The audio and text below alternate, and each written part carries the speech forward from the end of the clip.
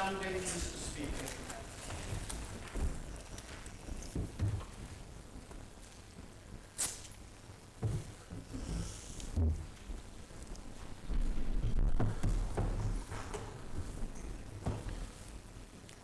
Well, good morning, honourable members.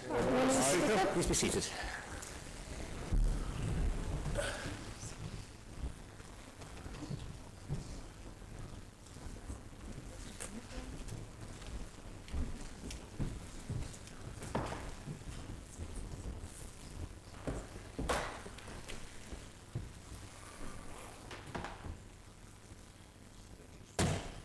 Honourable members, please be upstanding for the President of Tynwald.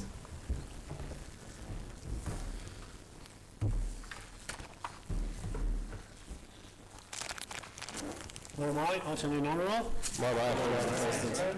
In aspect, Lord Bishop will lead us in prayer.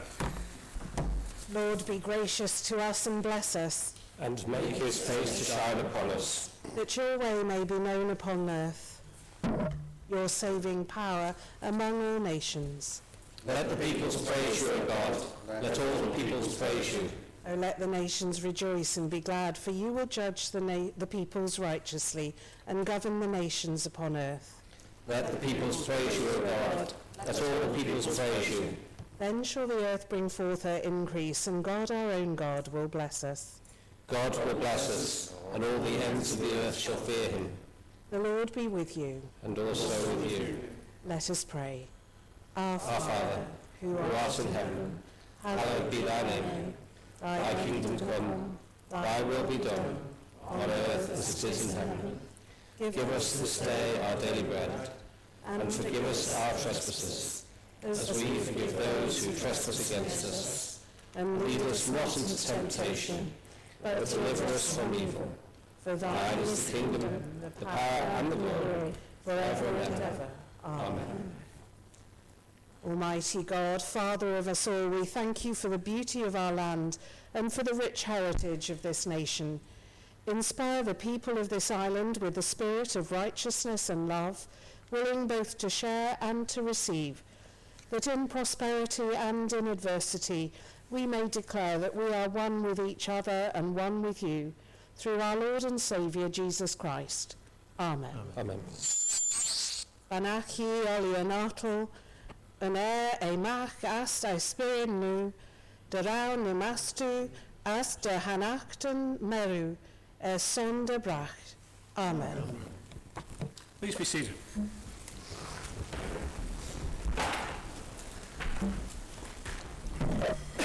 Honourable members, I have given leave of absence to Mr. Ronenberg, Mrs. Sharp, Miss Farragher and Mrs. Barber for the sitting. And for tomorrow part sitting, I have given leave to Mr. Ashford, Mr. Chief Minister, Mrs. Poole-Wilson and Mr. Johnson, and also Lord Bishop from this evening. And we turn to item 1, and I call the clerk to lay papers. Thank you, Mr. President. I lay before the court the papers listed at item 1 of the order paper, except for the Health and Social Care Ombudsman Report GD 2024-0136, which is to be laid next month. Turn to item 2, our question paper, and come to the starred questions. And question 1, I call on the Honourable Member for Arby Castanmaru, Mr. Morehouse. Thank you, Mr. President. I write to the Chief Minister what insights the government has acquired in light of the takeover of ShopRite and subsequent changes, and what the government option is on taking over of key companies. Thank you. Call on Sheveshok to reply. Mr. President, just before I answer the Honourable Member's question directly, can I just take a moment to pay tribute to the Emergency Services Joint Control Room, the Civil Defence, staff from the Department of Infrastructure and the Manx Utilities Authority, as well as those private individuals who worked tirelessly over the weekend and into the start of this week in the face of Storm Dara. Yesterday, Honourable Members, I'd like you to know I wrote to the Chief Officer at the Department of Home Affairs and the DOI, as well as the Chief Executive of the MUA, thanking them and their workforce for their efforts for the weekend, and I'm sure honourable members would wish to join me in endorsing those thanks. Mr. President, the acquisition of ShopRite's retail operations by Tesco was always going to have a level of impact on our community. There have been many positives, including the substantial level of investment in refreshed stores and the substantial number of additional jobs created in our food retail sector. Mr. President, there have also been a number of challenges, with food producers and suppliers being required to gain the necessary accreditation to meet Tesco's supplier requirements. While such requirements are commonplace in the UK and many other countries, this has represented a step change for many local producers. The Department for Enterprise and the Department for Environment, Food and Agriculture have had and continue to have considerable involvement and engagement both with local producers and Tesco representatives. Government has been active in ensuring the voices of local businesses are heard and have delivered direct access to senior decision makers within the supermarket. Support, including direct financial assistance, has been made available to local food and drink producers to prepare for and to gain the necessary accreditation and provide them with the opportunity to get their products into stores should they wish to do so. Honourable members will also be aware that, of course, the island has a broader food retail market than a sole supermarket chain. There remains a choice for consumers as to how and when and where they can purchase Manx produce, and I'm sure all members of this Honourable Court will join me in encouraging residents to avail themselves of the wide variety of good quality, good value, locally produced goods available through local, national and multinational retailers. In terms of the broader government position of business acquisitions, Tynwald has previously approved the Competition Act 2021, which provides a range of enabling powers in respect of mergers and acquisitions. I am aware that following recent consultation, the Office of Fair Trading intends to bring forward the necessary secondary legislation to give effect to these relevant powers early in 2025. Thank you. Supplementary, Mr. Moorhouse. Thank you, Mr. President, and thank you, Chief Minister. In recent weeks, several concerns have been raised about the supplies of fresh food being stretched. And has actually led to any review by the Council of Ministers of the issue of food security. And is he happy with the increased level of local companies that are now able to supply Tesco? Thank you, Mr. President. Chief Minister to reply. Well, we continue to work with the local supply chain, as I've indicated, Mr. President. The Department of Environment, Food and Agriculture in particular, alongside the Department for Enterprise, have engaged with local producers and indeed Tesco's representative. We've offered support to help the local producers reach the necessary accreditation, and we will continue to work with local producers where necessary to help enable them to reach the levels necessary to supply Tesco's in particular, but also to ensure that their goods and produce are available to other businesses on the island. Supplementary, Mr. Moorhouse. Thank you, Mr. President, and thank you, Chief Minister. In recent weeks, the ownership of the island's leading private road surface treatment contractor and co-operator has been taken over, and there has been strong rumours that the island's largest telecom provider is in takeover talks. Has the Chief Minister and the Council of Ministers received any updates and advice on this corporate activity, and if so, when? Thank you, Mr. President. Well, I'm certainly not going to comment on rumours, Mr. President. On a supplementary, Mr. Moorhouse.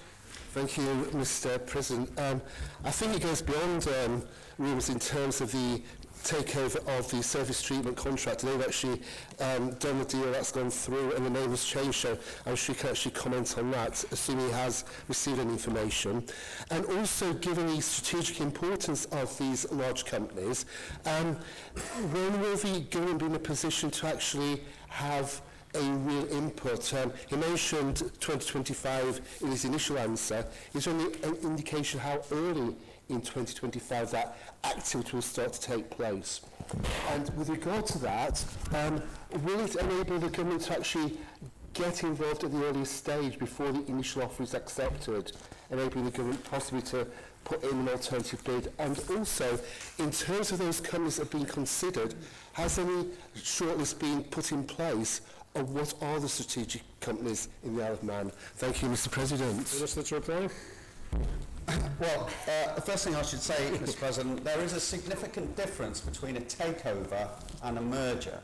So an organisation is brought out by another organisation, and the competitive situation effectively remains the same, then that is different from when two organisations might merge to create a monopoly. Nevertheless, Mr. President, I'm sure the honourable member has looked thoroughly at the Competitions Act 2021, the extent of that, how the OFT might assess whether a takeover or a merger is potentially causing in effect a dominant position in the marketplace, or allowing a company to abuse a dominant position.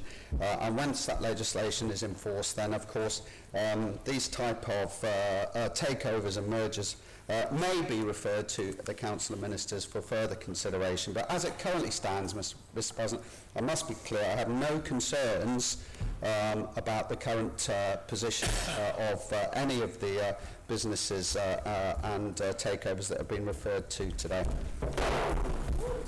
One supplementary, Ms. Edge. Thank you, Mr. President. I just wonder if the Chief Minister, obviously the key issue for the Manx public is security of supply and food when there's no access for boats, and when all eggs are in one basket, it does cause concern for the public. So is the Chief Minister, or if he hasn't got the answer to this, are you confident that all suppliers do have enough stock to enable the island to continue functioning? If we had a delay of, say, 4 or 5 days on the boat, is he confident that they've kept and retained storage space like other suppliers did, ShopRite, for example? But also, is he confident when he keeps saying that we're encouraging all suppliers to make use of local produce?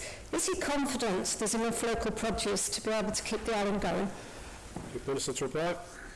Well, we seem to have gone from mergers and acquisitions to food security, Mr. President, and you said it in your answer. The bottom line is, Mr.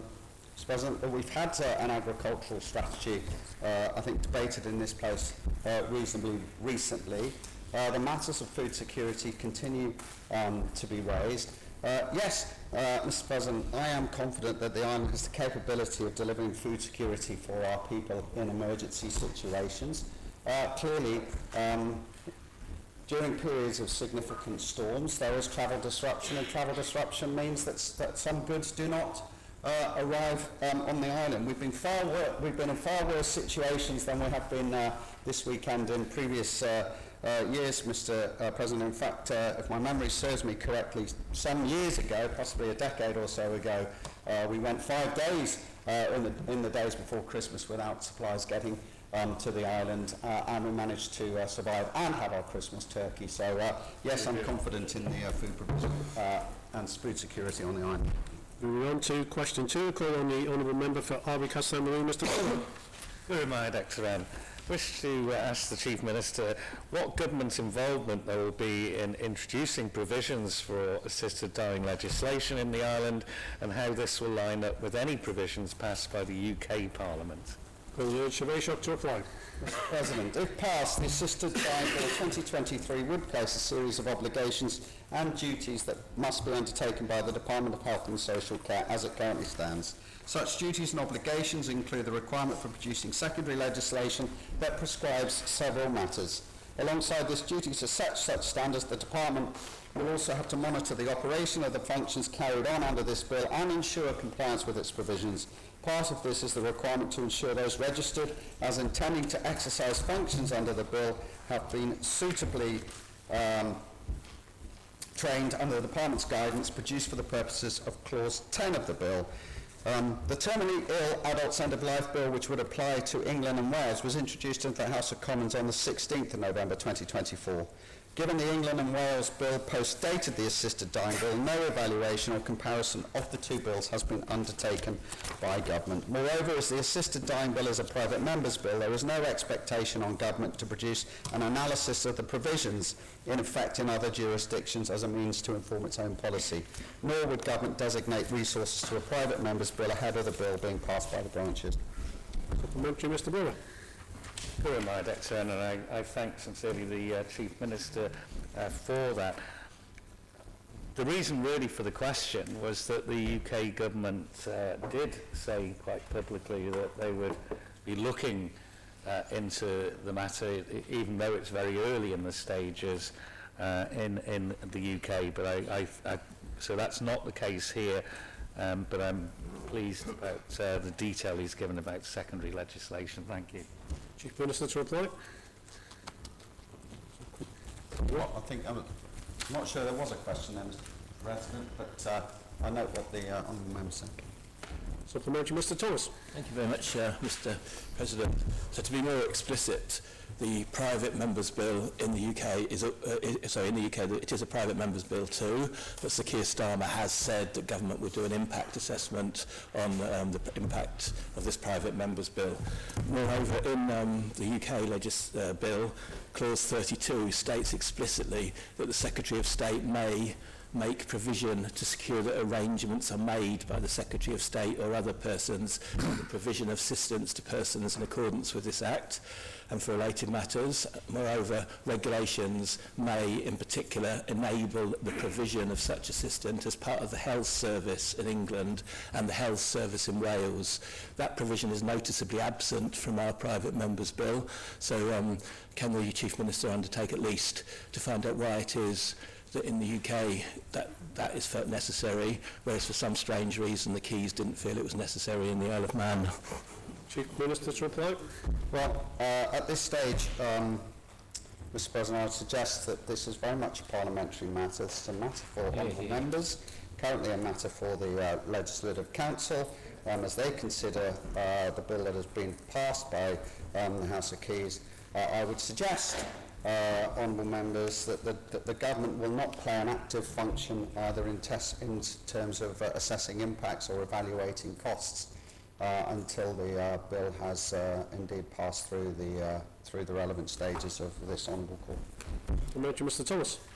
Thank you very much, Mr. President. So, in the UK, the government is acting responsibly, at least more responsibly than the government here, because it's been recognised that in the light of differences between ministers and the huge potential impact for the health service, the UK has got that provision in its bill, and the government is doing an impact assessment of this very important legislation. Can the Chief Minister just confirm then that the government doesn't think it's necessary to follow that good example? Secondly, there is quite a move in the UK to make sure that the Scottish and the English and Welsh legislation end up similar. So in clause 41 of the Westminster Bill, although the Act is only extended to England and Wales, representation could be made to consider some sort of permissive extent clause to enable the joining up of the legislation in Scotland, England, Wales, Northern Ireland, Jersey and the Isle of Man.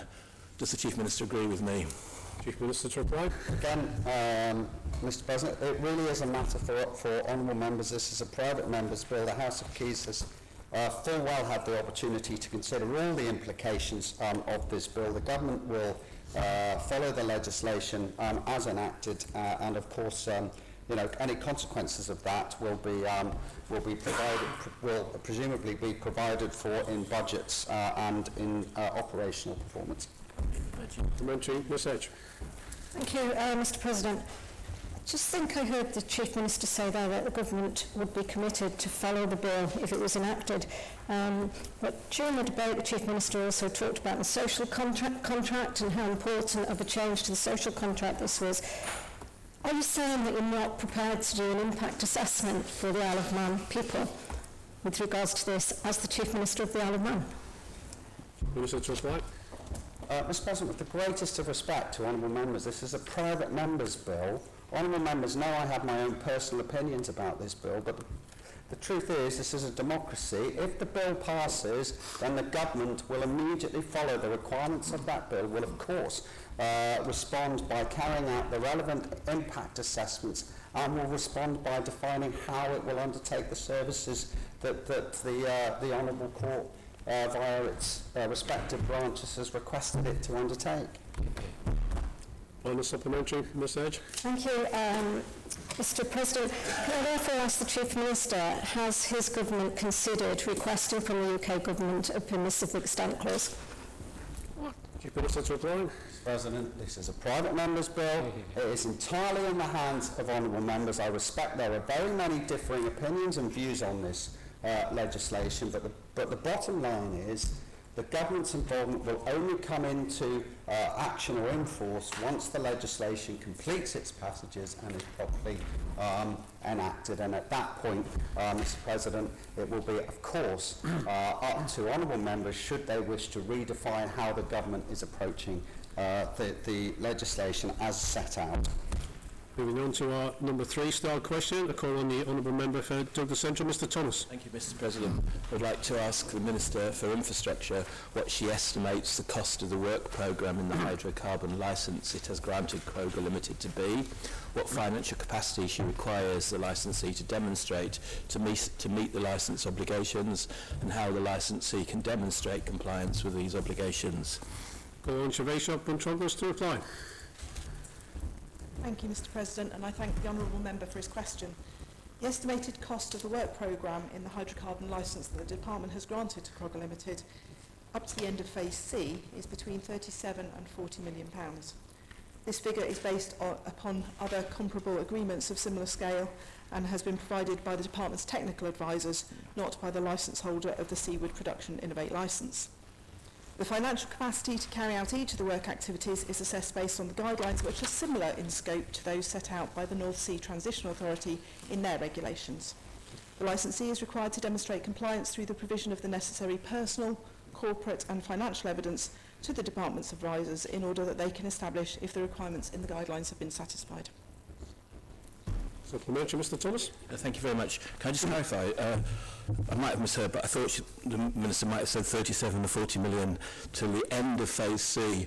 Well, I thought the end of Phase C was all of the production phase, which is hundreds of millions, rather than just the tens of millions for the seismic survey and the appraisal well drilling. But anyhow, given that Kroger Limited is struggling to find a couple of £1 million, and that's all in public with the tribunal reporting and various other questions and answers that have been provided in this place, and has not even paid DOI licence fees, how can it provide evidence it has the funds for tens of millions, never mind hundreds of millions, to meet its licence requirements? And I'm delighted that the Minister's confirmed in front of the Manx public that effectively use of the Seawood Production Innovate licence means that the financial capacity and even other licence requirements are similar between an NSTA licence and an island licence.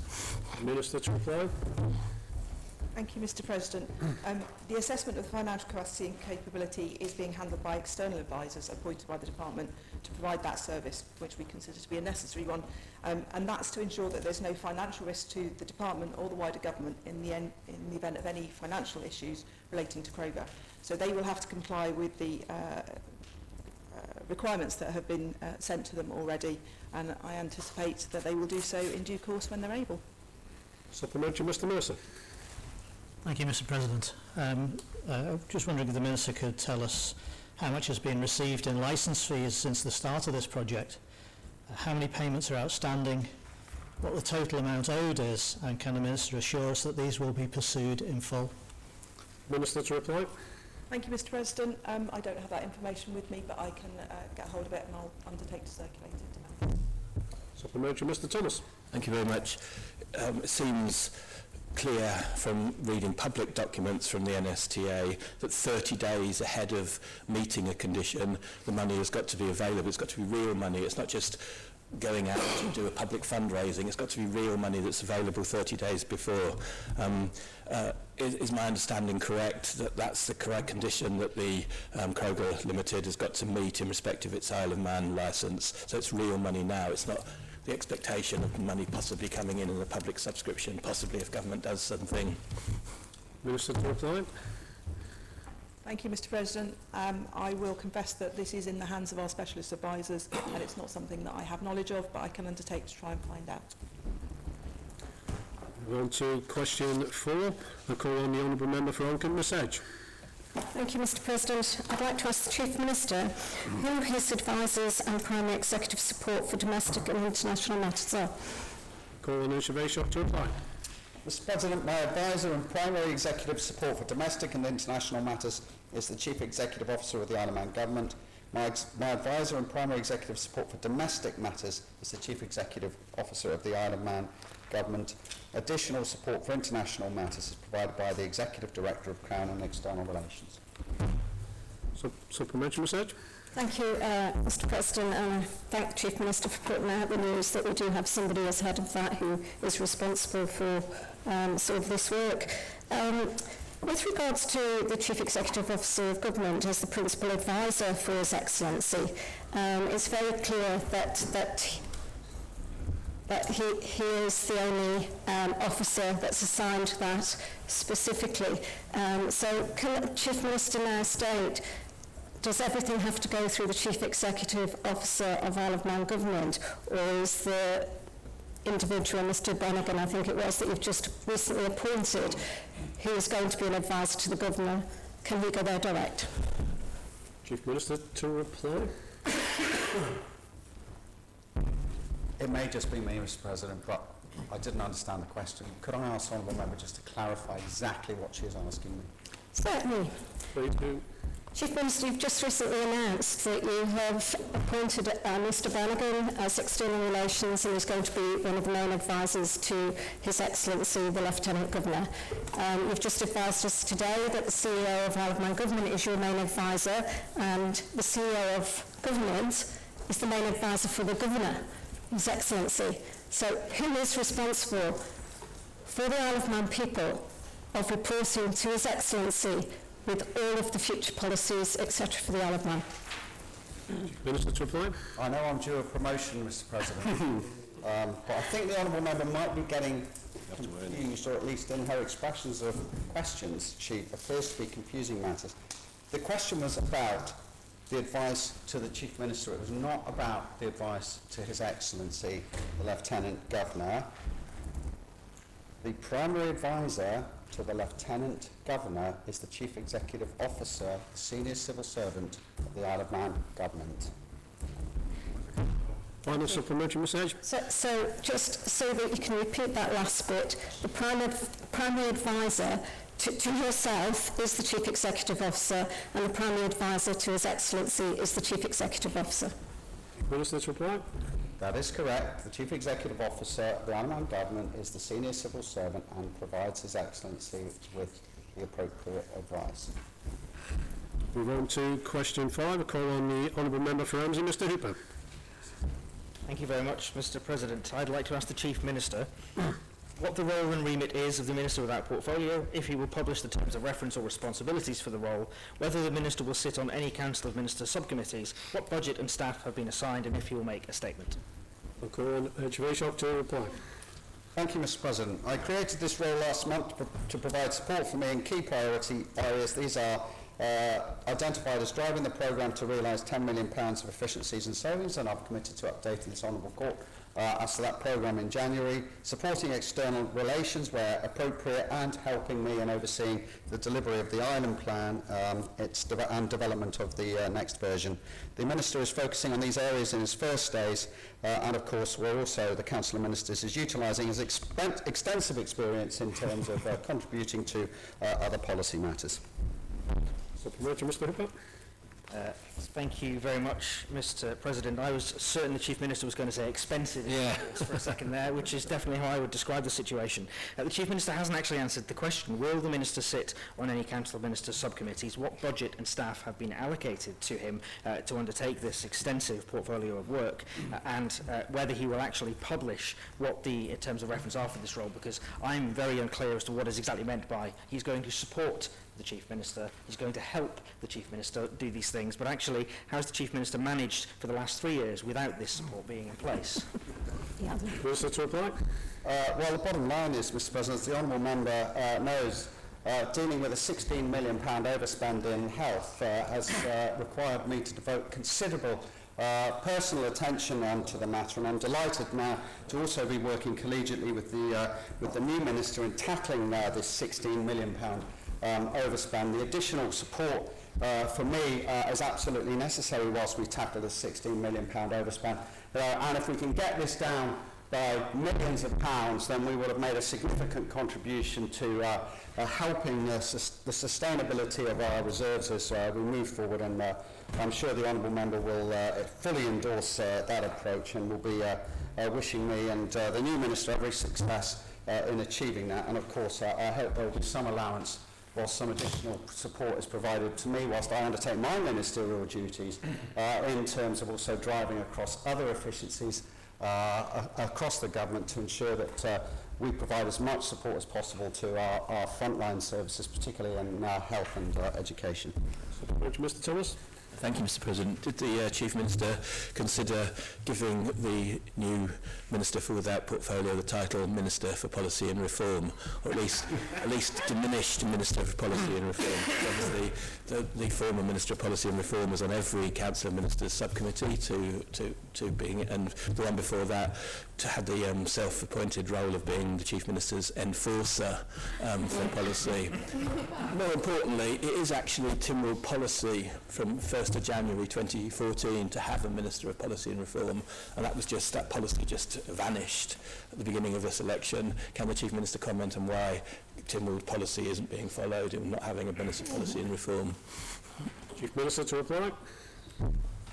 Well, I think the bottom line is that we constructed a Council of Ministers alongside an Ireland plan to take us out of the impact of the COVID pandemic, and that Council also was faced with a number of immediate problems, including a cost of living crisis, energy prices, a very heavy employment tribunal that has significant impact across the public service, and that actually the focus of the Ireland plan and the focus of Council was very much drawn to these particular areas to help the island's economy and the island's people through these matters. And as we move forward, honourable members will know that our attention really is turning very much to ensuring that our services are sustainable, our budget is sustainable, and of course that we are looking to find as many efficiencies as possible. And I'm delighted that Minister Cookell will be assisting me in achieving that.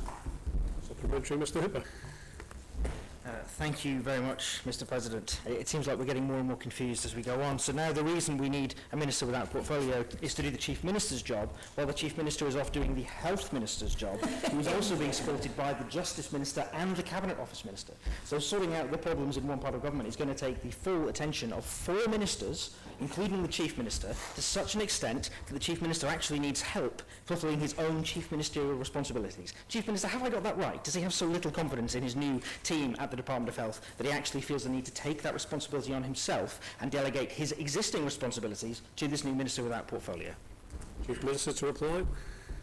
Well, since the former honourable member left his responsibilities behind and the £16 million overspend, honourable members will appreciate that extensive resources have been needed to tackle this matter and to also address the very serious matter of ensuring that the provision of our health services takes place within the allocated budget, and that we do the very best to ensure that we prioritise those services and make sure that the people of this island get the very best in healthcare that is available to them.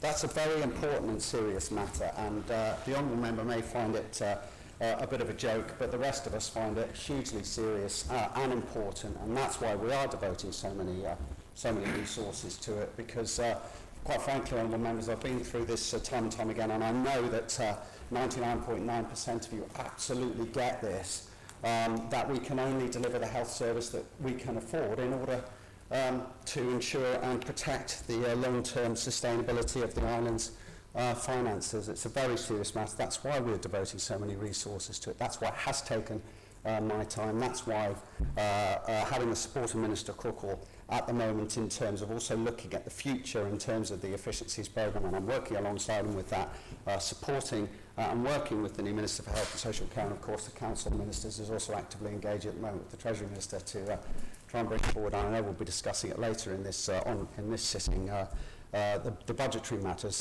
and the budgetary challenges that I know we'll all be looking forward to tackling and discussing when it comes to budget.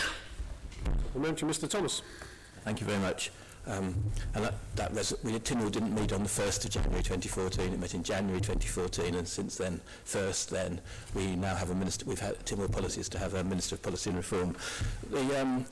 Back in those days, 2014 to 2021, the centre of government was run by two people. We had the Chief Minister, who doubled up as Cabinet Office Minister once the Cabinet Office was formed in 2016, and then we had the departmental member in Cabinet Office who doubled up as Minister of Policy and Reform to go along to Council Ministers' meetings. We now seem to have 6 people involved at the centre of government. We've got the Treasury Minister, because obviously those days... Mr Thomas, this is question time, so could you please come to your question? That's a question then, why do we need 6 now rather than 2? The 6 would be the Treasury Minister, because in those days it was the Treasury Minister that did savings and added value. We had the Cabinet Office Minister, we've got the Chief Minister, we've got the Deputy Chief Minister, we've got the Minister without portfolio, and we've got the departmental member. So would the first job of the new Minister without portfolio be working out how we can reduce the number of politicians at the centre of government from 6 to 2, because that would seem to be an efficiency that we can get rid of. Does the Chief Minister to reply?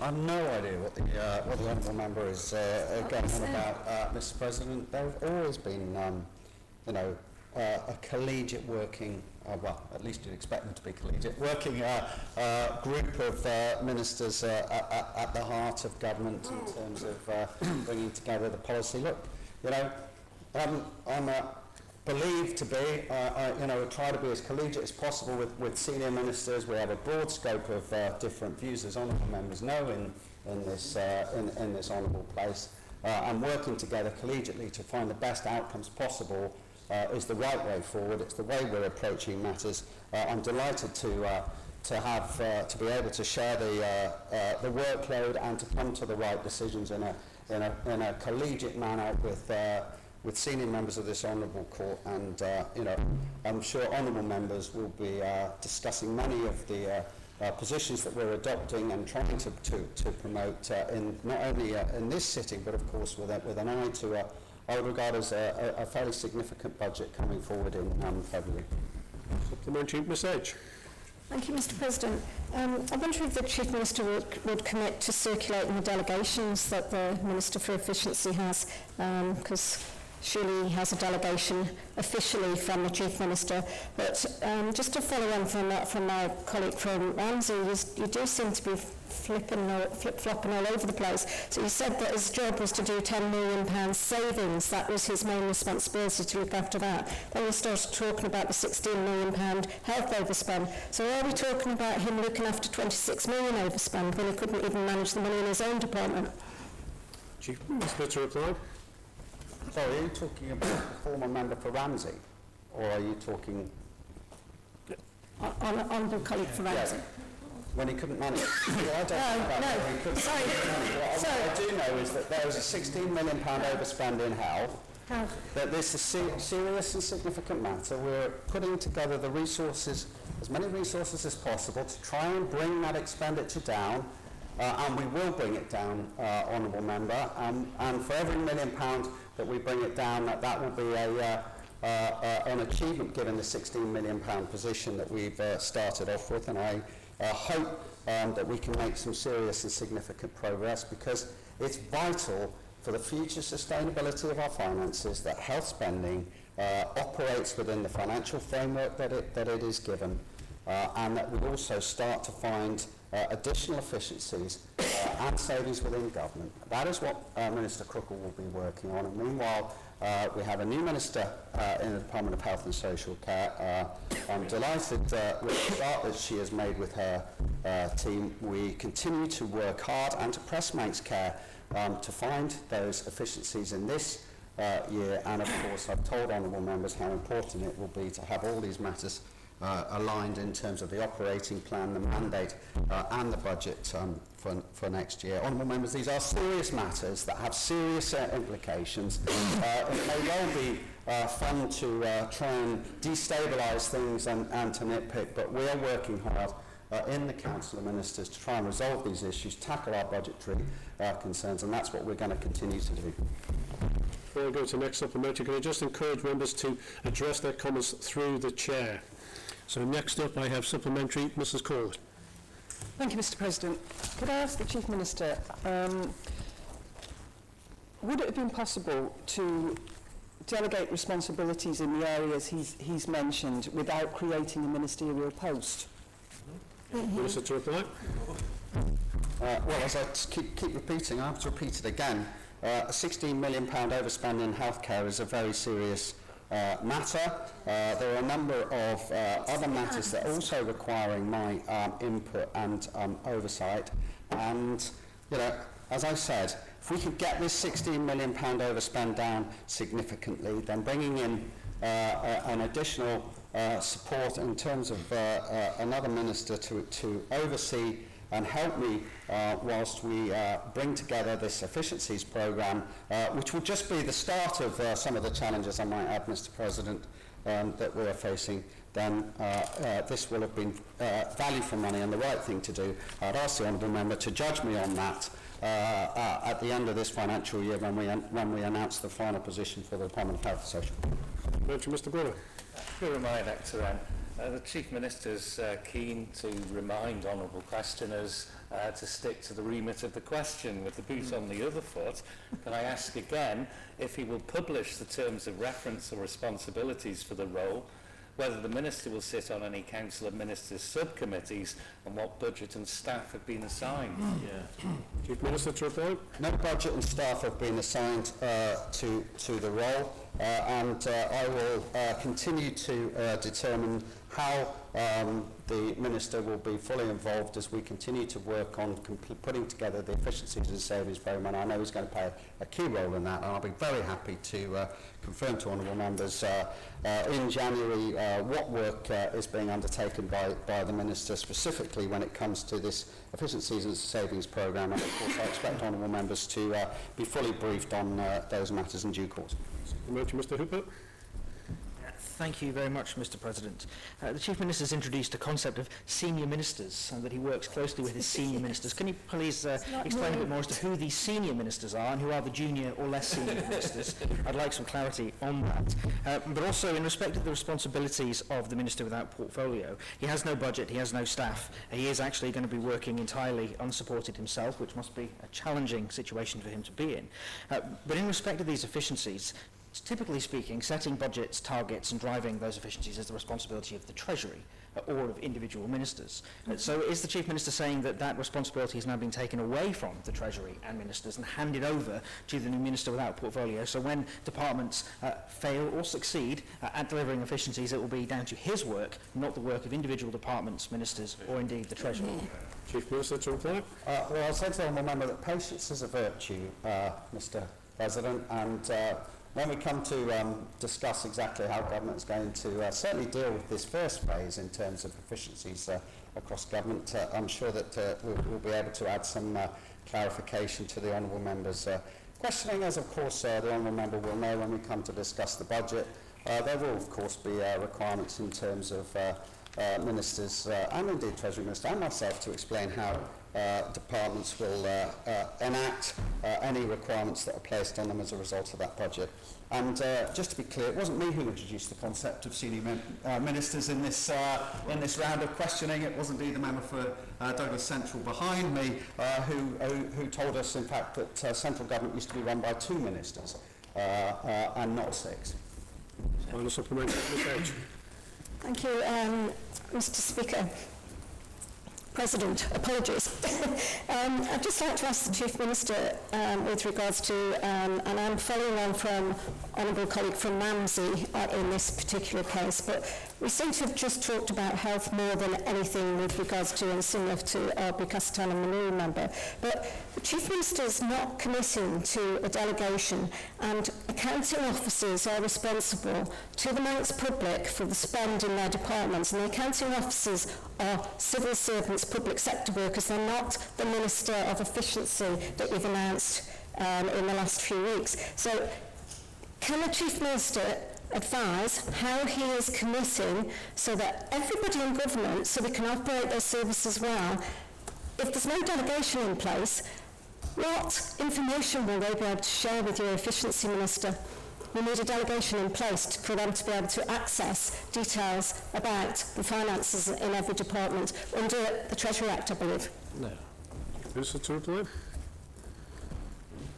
Well, I'm not sure if the honourable members are entirely correct. We have a budget, we have an open, transparent pink book, we produce government accounts, everyone can see what everybody is spending. I think, as I said, Mr. President, I know honourable members are very keen for us to get stuck into an efficiencies programme and are desperate to see the details of that. I'll ensure that this is brought forward and that members are properly briefed, and obviously the public are informed as to how that efficiencies programme will work.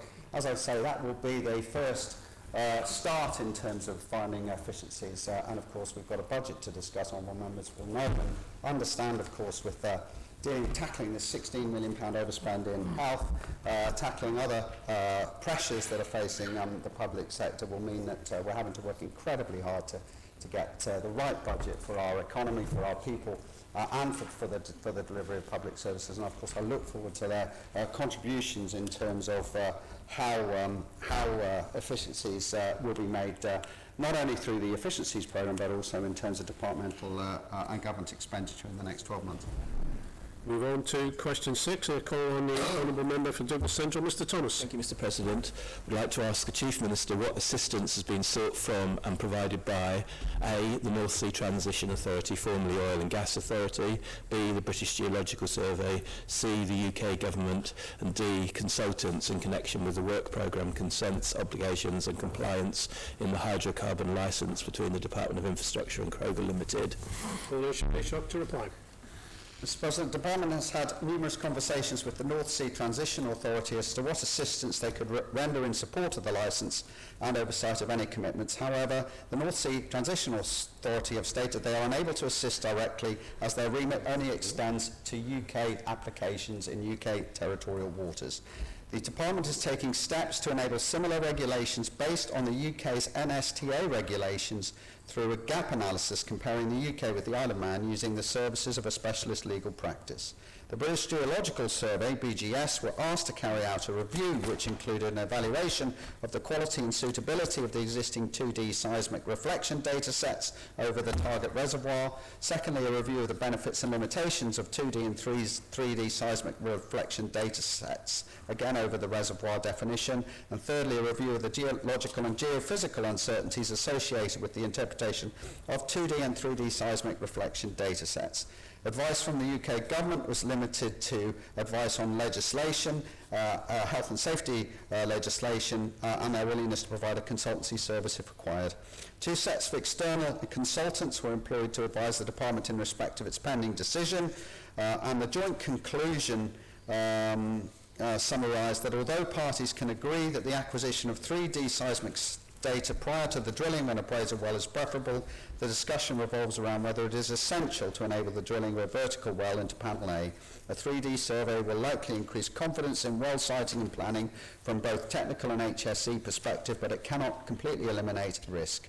Irrespective of the 2D, 3D decision, HSE precautions for drilling the well will remain in both cases and must be explicitly included by the company in any well plan. I end the quote. The Department continues to take best advice on the way forward to facilitate a logical progression of the work programme. Supplementary, Mr Thomas. Thank you very much.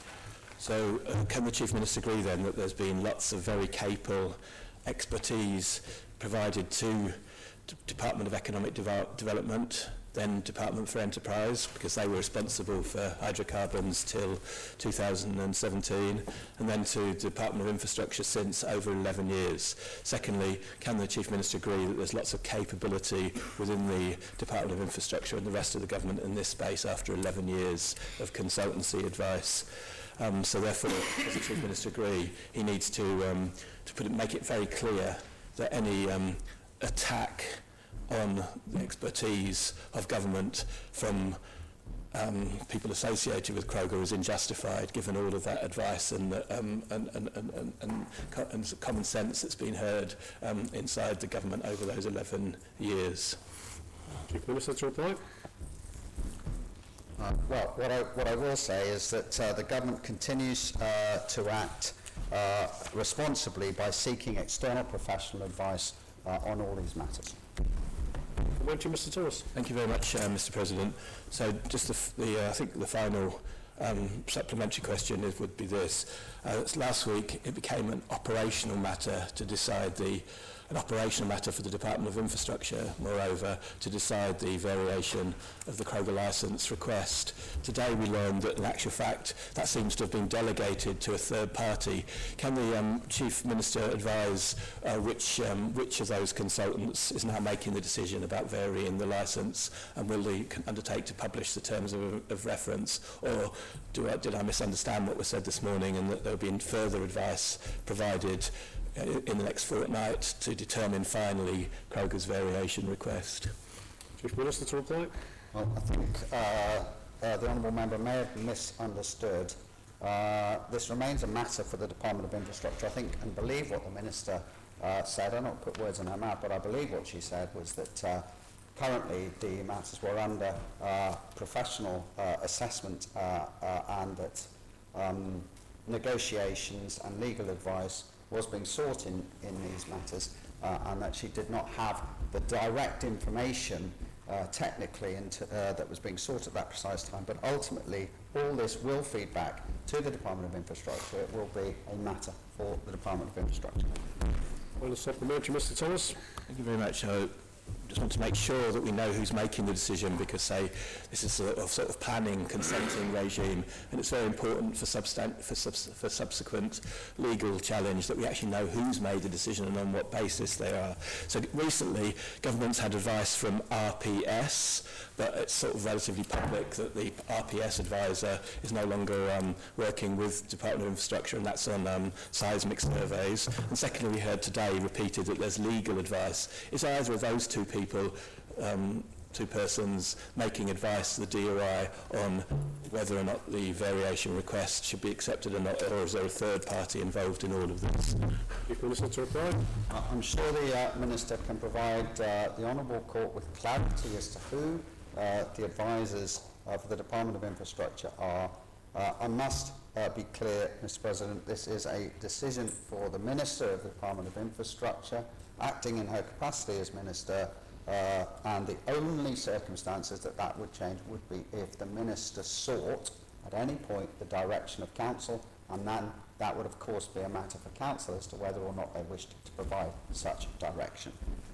We're on to question 7. I call on the Honourable Member for Oldham Research. Thank you, Mr. President. I'd like to ask the Minister for the Cabinet Office how many employees of the government are working remotely from off island. Orange Shaveshaki Conceal to reply. Thank you, Mr. President. Information on the number of members of staff working remotely, including working remotely off island, is not collected centrally by Cabinet Office. Such arrangements are determined at an operational level between managers and individual staff members as per the operational requirements of that particular team and department, and may be on a regular, temporary or ad hoc basis. Thank you, Mr. President.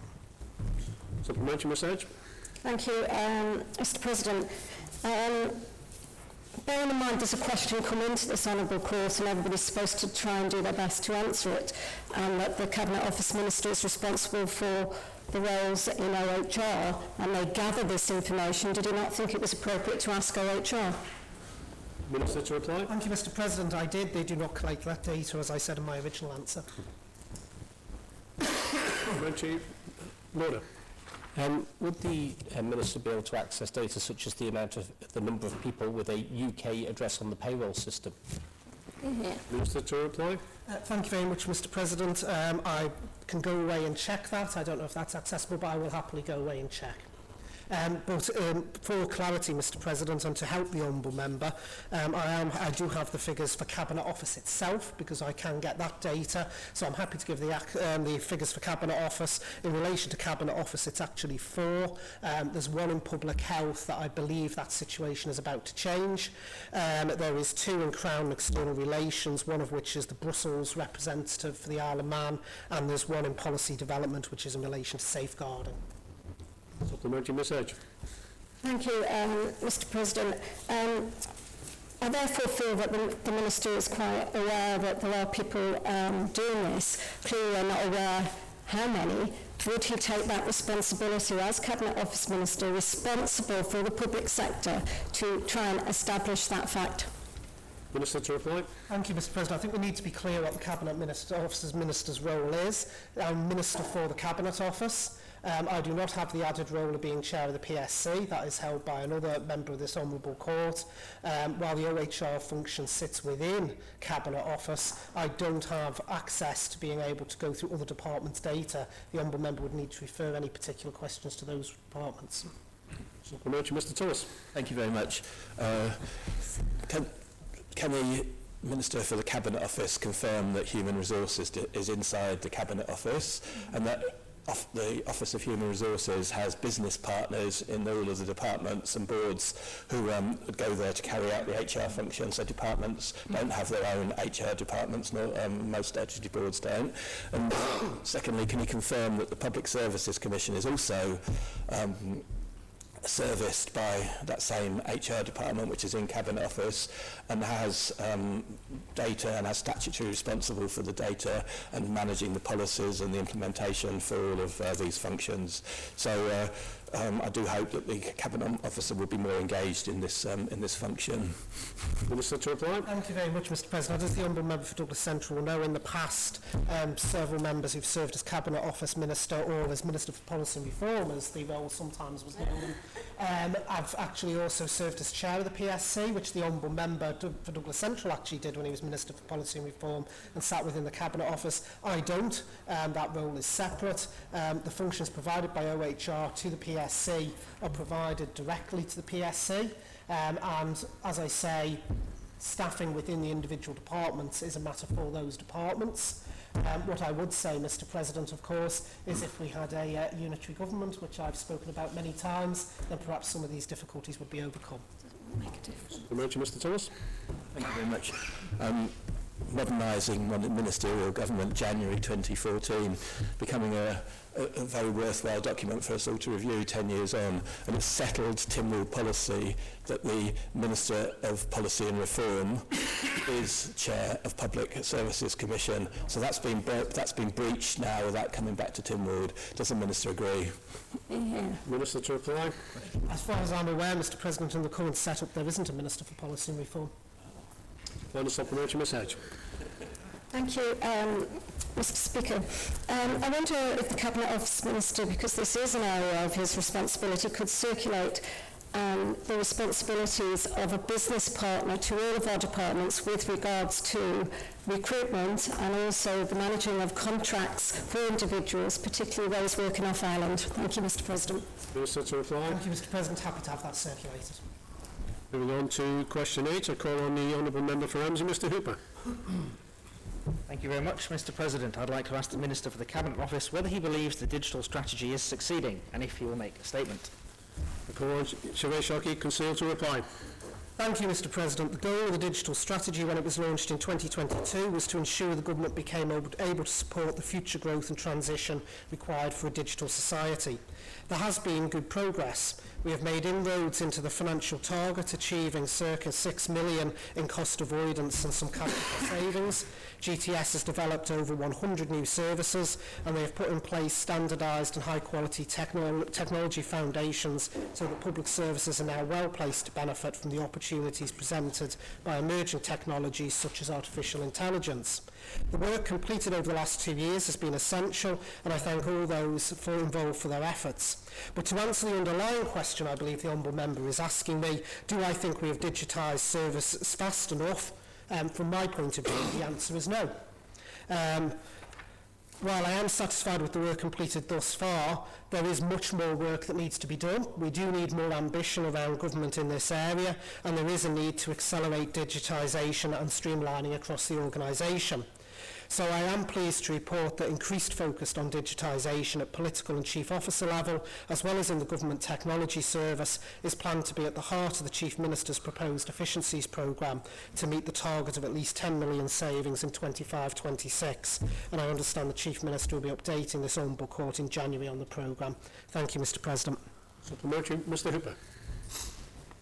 Thank you very much, Mr. President. I'd like to thank the Minister for that answer. I'm quite surprised to hear that the government feel they've delivered £6 million worth of cost avoidance already. I'd be grateful if he could circulate a breakdown of that figure and how it's been calculated. One of the reasons I ask is because the digital fund that underlies this has only actually spent just under £500,000 to date. So if that is the rate of return on that investment, it's quite phenomenal. So I find that quite difficult to believe. The strategy also talks about a lot of KPIs, a lot of targets built in, many of which have now gone past 2022, 2023. So if the Minister would, if I'd be grateful if the Minister could circulate an update to this Honourable Court on progress against the KPIs and targets that are set out in the strategy. Would he commit to doing that? Minister to reply. Thank you very much, Mr. President. And the Honourable Member for Ramsey makes some very valid points. What I would say in relation to the 6 million figure, I'm more than happy to have that circulated. It's not just around having to spend money from the digital fund. There's things that have been able to be done in-house as well with the team that have been able to do cost avoidance as well as part of the strategy. So it's not all been about having to spend money to save money. There's been other things that GTS has been able to do, but I'm more than happy to have that 6 million circulated. And also in relation to the progress against KPIs, I'm happy to have that circulated as well. Mr. Thomas.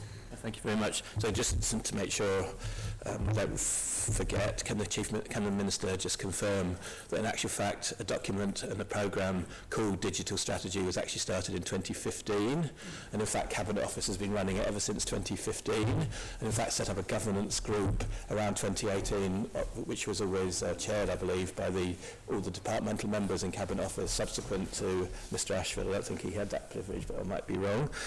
Secondly, in those days, I think it was the new Manchester approach to calculating cost savings was used. Is that still the case? And can we expect to finally understand the new Manchester approach when we see this £6 million of savings?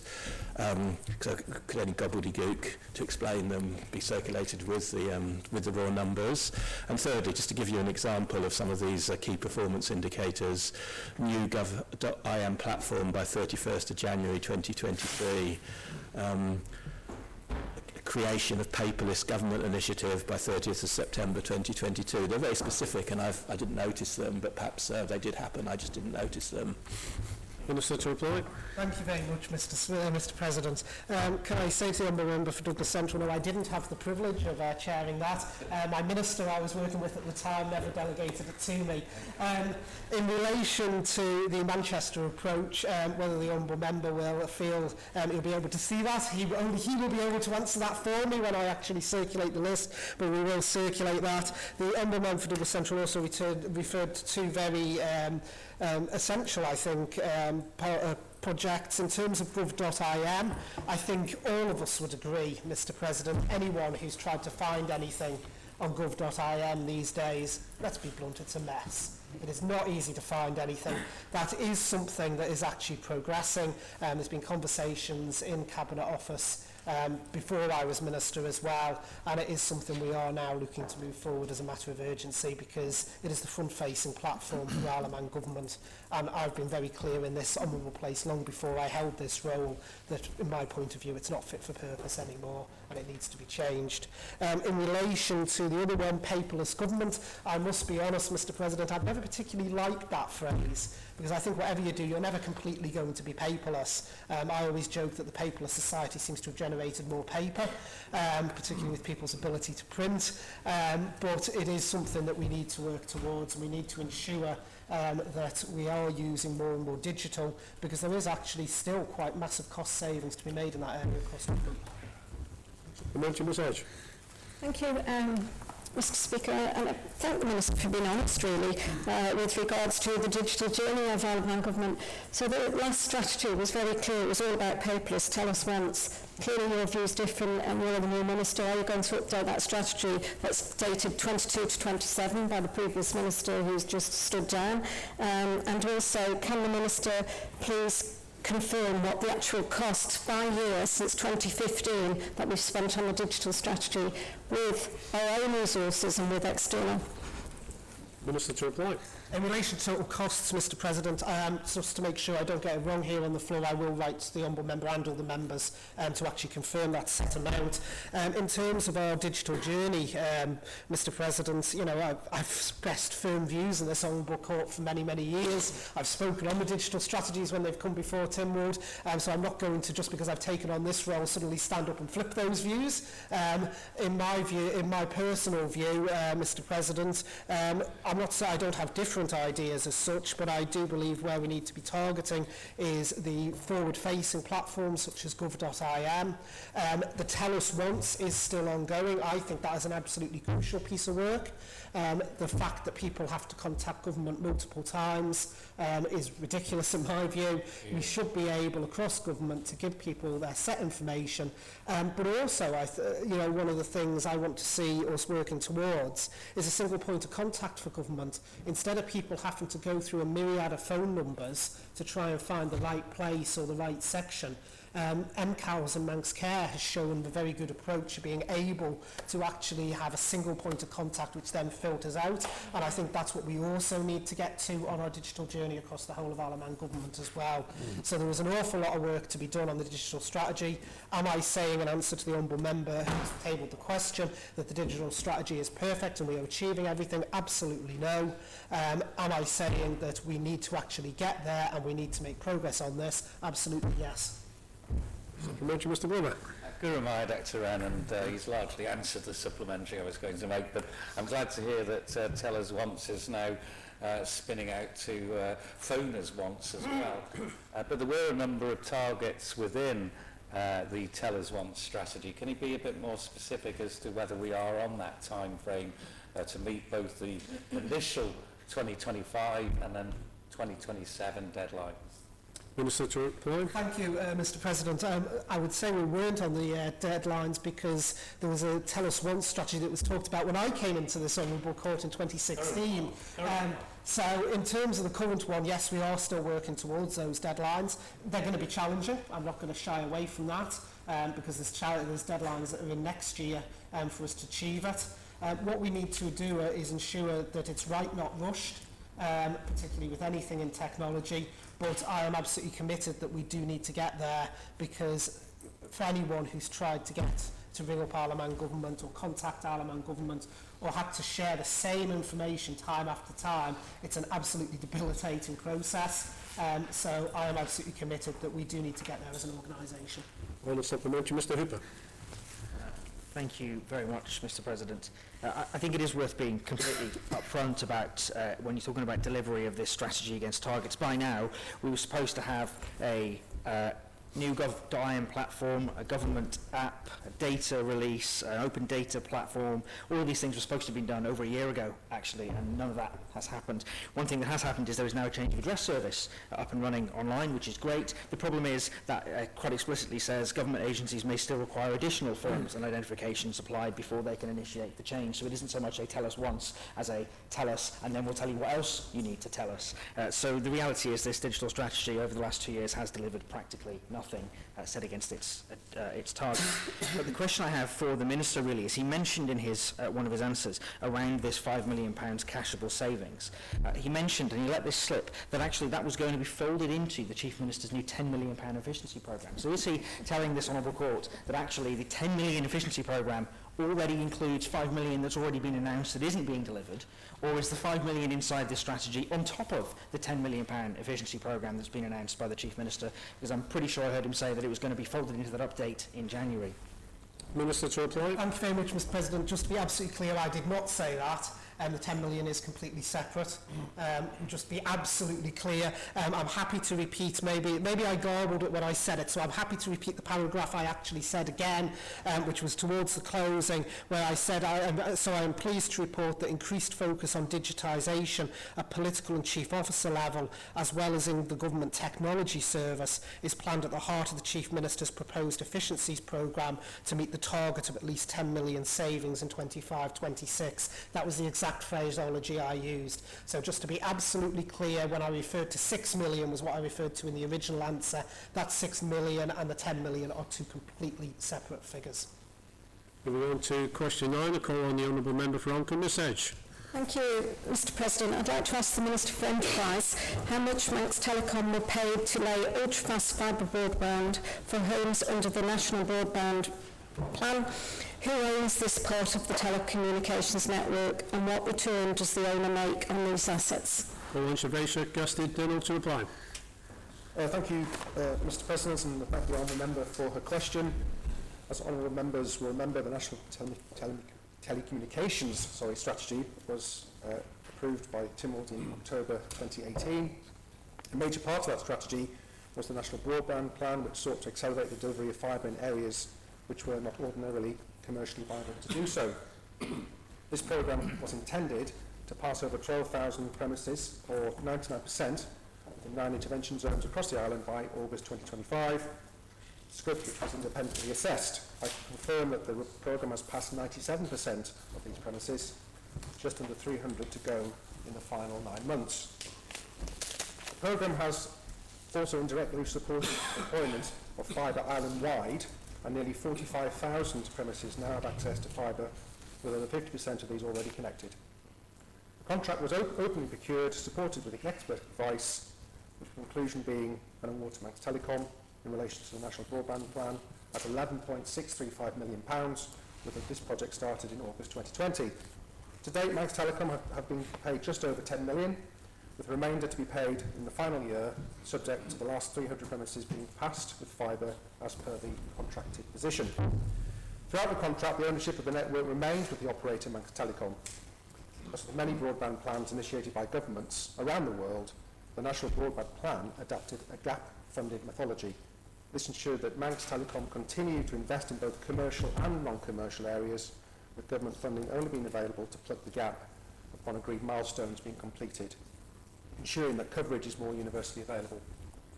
As to the final part of the question on the return Manx Telecom makes, in March of this year, Cura reviewed the weighted average cost of capital in relation to the Manx Telecom obligations and implemented a revised return of 6.1%, down from the previous 8.9%. Telecommunications remain a critical part of our national infrastructure, which, through the National Telecom Strategy, Tynwald previously agreed must be invested in and supported. As a result, over 90% of the island's population are now able to access high-speed fibre, and this is expected to increase to 99% in 2025. Thank you. Supplementary message. Thank you, Mr President, and thank the Minister for that extensive answer. So the Manx public have invested £11.63 million into a commercial business with no return. The company currently is, obviously everybody's aware that it's possibly up for sale. So is there anything within the contract to provide that funding to Manx Telecom that there would be any payments made back to Isle of Man Government? And I also note I cannot find anywhere where the 11.635 million came to this Honourable Court for approval. Minister to reply. Thank you, Mr President. Well, if I can answer the last part first, that was set out in the original funding that was spent. It's in the pink book. It's fully available. It's been there from the start. It hasn't changed, so that's available for members. I think we need to make sure. Can't comment on future plans for Manx Telecom and its commercial arrangements. As I said in my answer, this is about the National Broadband Plan itself. This is about the government recognising the need to put funding in to ensure that we have even and open access across the island in those areas that are non-viable. So this is not the commercial areas, these are the areas that are non-commercial, so this is government putting funding in to support that. It is not directly giving money in the way you're asking the question on, member, to Manx Telecom. It is supporting that rollout of fibre broadband to make sure that all of the island is covered. Thank you. Supplementary message. Thank you, Mr President. I wonder if the Minister wouldn't mind circulating the business case right at the outset, and whether there was any indication with regards to Sterling that's sitting in our airspace, and whether that could be utilised in some of the remote areas. Minister to reply. Thank you, Mr President. I reiterate the point. This is a fully published strategy, and has been since the start, but the information is publicly available. Thank you. Supplementary. Dr. Hamilton. Thank you very much, Mr President. Would the Minister agree with me that the National Broadband Strategy, which was published in the previous administration, was a direct result of poor connectivity on the Isle of Man, particularly in comparison with our neighbouring jurisdictions and main competitors, and that broadband and fast access to the internet is vital for the economic success of our island and also the economic connectivity of our population. Thank you. Minister to reply.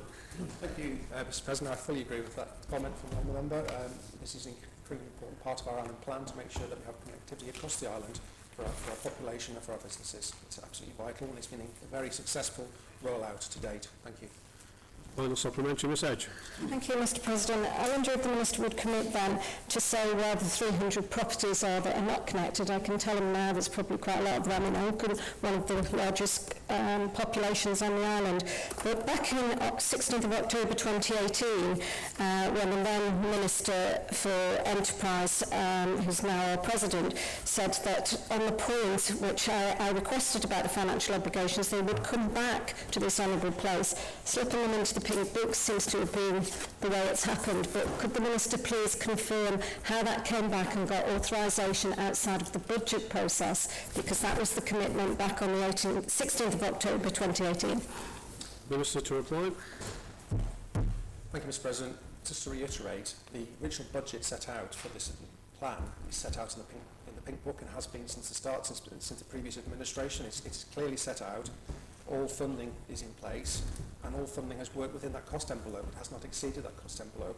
As far as the properties you mentioned, these properties are on what we call the non-commercial areas that are being supported by the National Broadband Plan. These are areas in Onken. That is a commercial area. This is in the harder to reach rural areas of the island.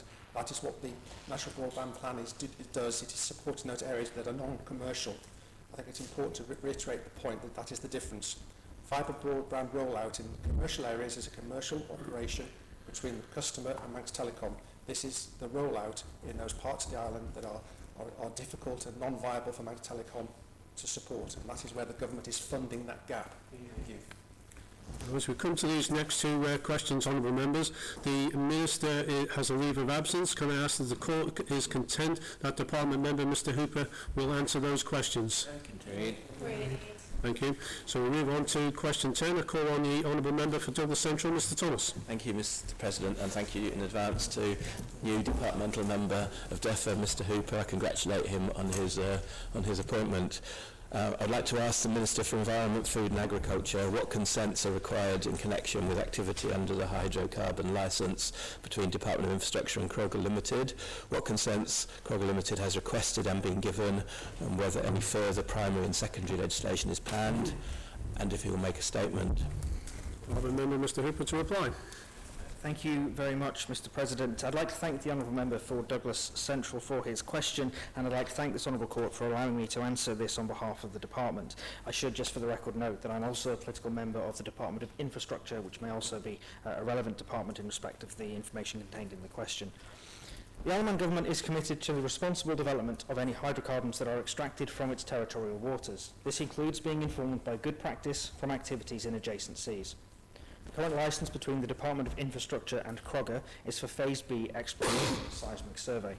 The consenting process for seismic survey is administered by the Fisheries Division of the Department of Environment, Food and Agriculture, delegated under the Marine Infrastructure Management Act 2026, which is SD number 2016-0362, and regulated under the Wildlife Act 1990, which is SD 2016-0361.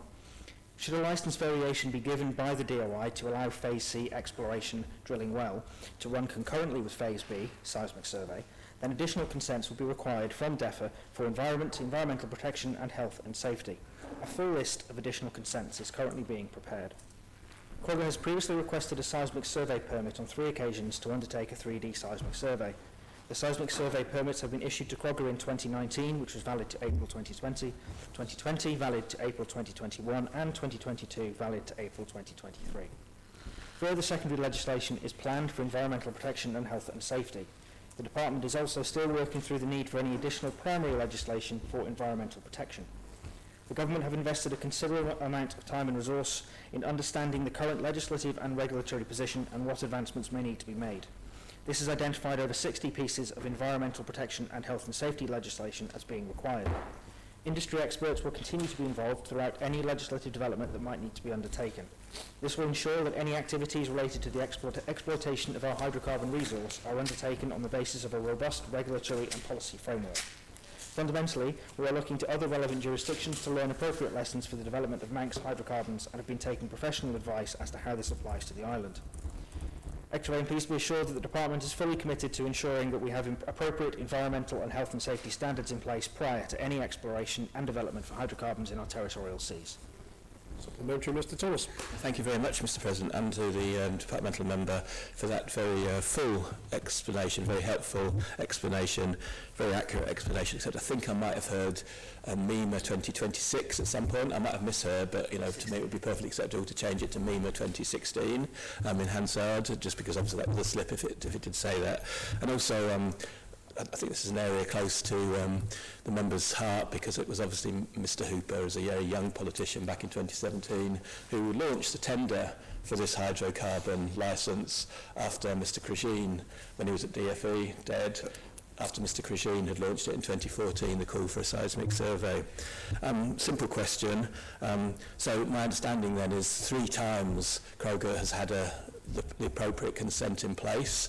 This is all covered by the seaweed production licence, and since 2023 there hasn't been any request even for any other consenting licence. So government in no way is to blame for holding anything up. Can the departmental member confirm? Mr. Hooper, to reply. Thank you very much, Mr. President. Based on the information I have in front of me, there were 3 requests as I originally outlined, and the last one ran until April 2023. I'd just like to advise the honourable member I'm still a young politician, especially... Supplementary, Mr. Thomas. Thank you very much. Can the, in the supplementary information that the member has in front of him, can he throw any light, especially given his repeated reference to MEMA 2016, the Marine Infrastructure Management Act, why the Marine Infrastructure Management Act wasn't introduced in respect of hydrocarbon licensing, and when the appointed day order was made, especially as the Seawood Production Innovation Licence between the Department of Infrastructure and Kroger mentions MEMA and compliance with MEMA and the consenting regime under MEMA in the recitals before the licence. Other member, Mr. Hooper, to reply.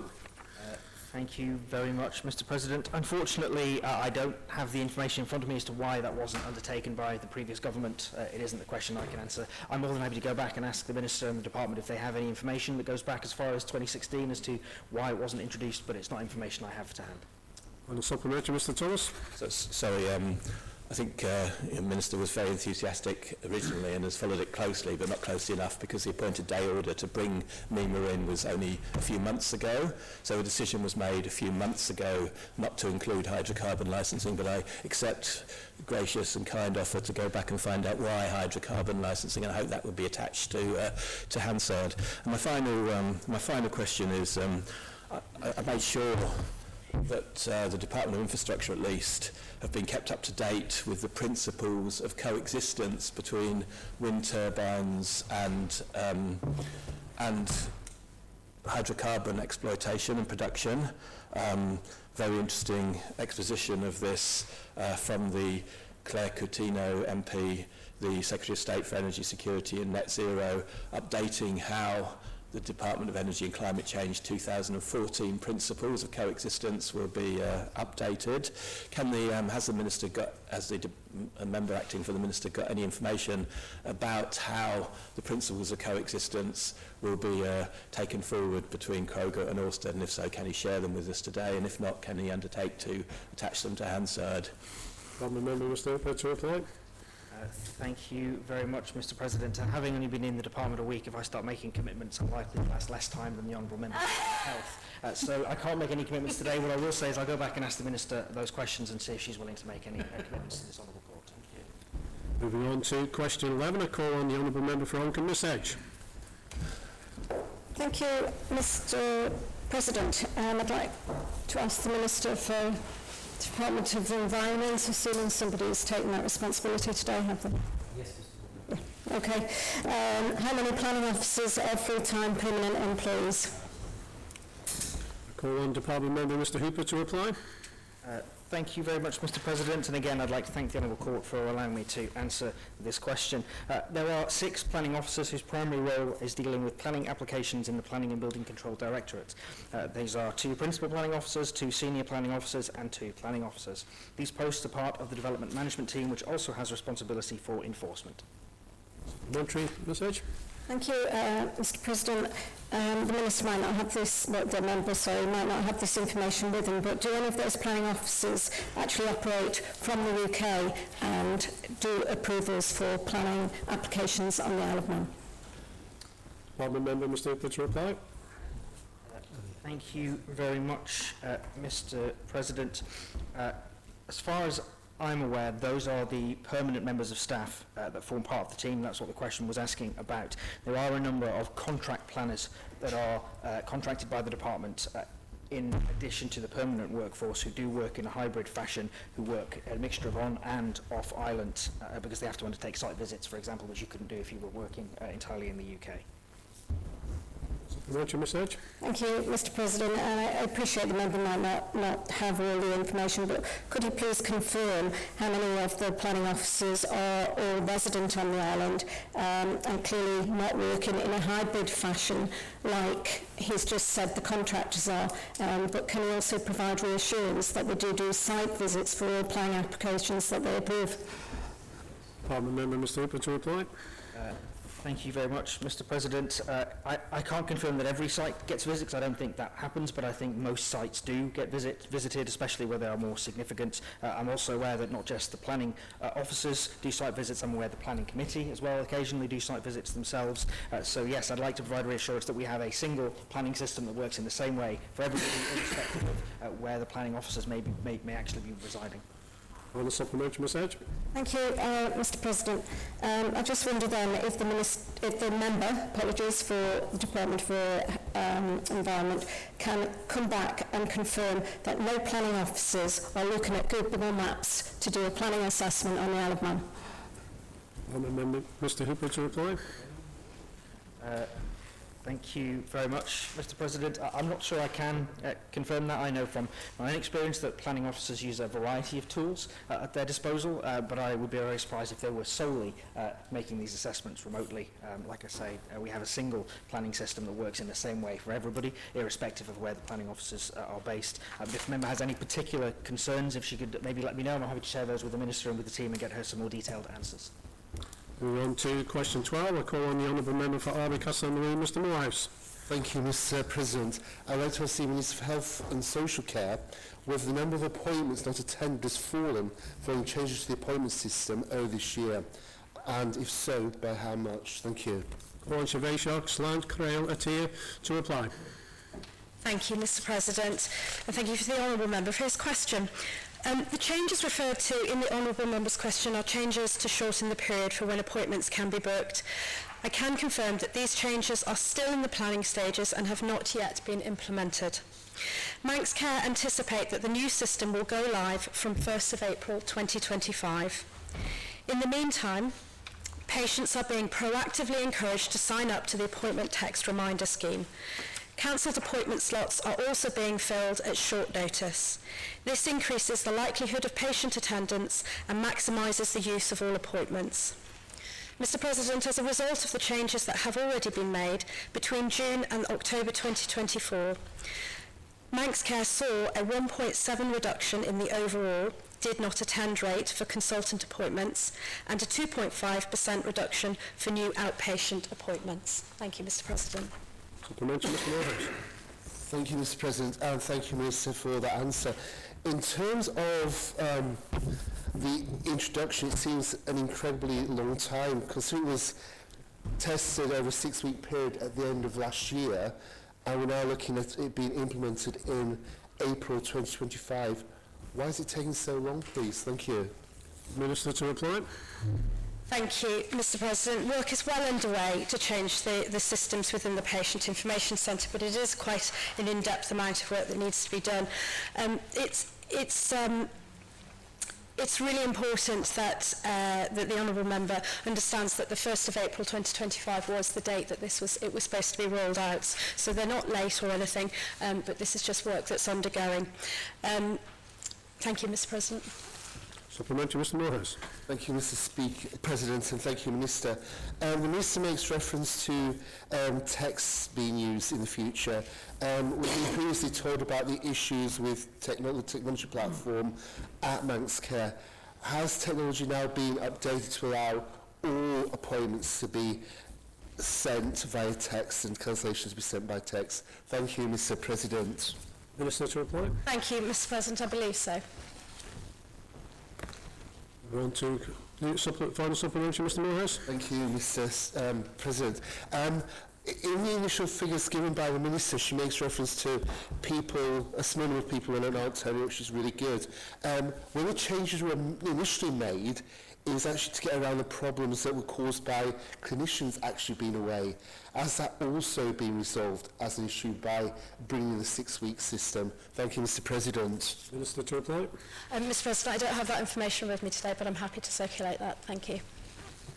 We're on to question 13. I call on the Honourable Member for Onchan Miss Edge. Thank you, Mr. President. I'd like to ask the Minister for Health and Social Care what work Manx Care contract to Meridian.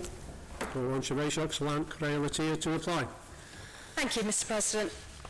Meridian Productivity is a well-established organisation with an extensive client base across the UK and Ireland that works with healthcare providers to achieve improvements in performance as well as deliver real savings.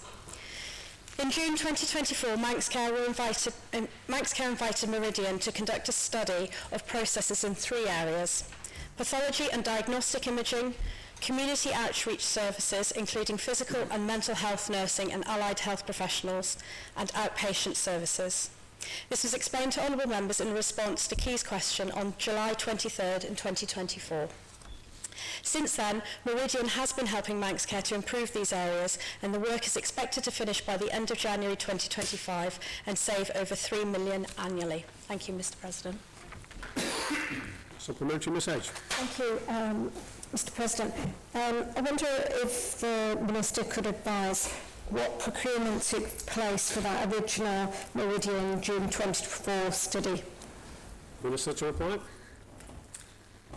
Thank you, Mr. President. I don't have the original procurement information for that original study, but I do know that the procurement process Manx Care uses is a variety of NHS frameworks for procurement, and these have been designed to support NHS organisations in compliantly accessing an efficient market that has been competitively established centrally.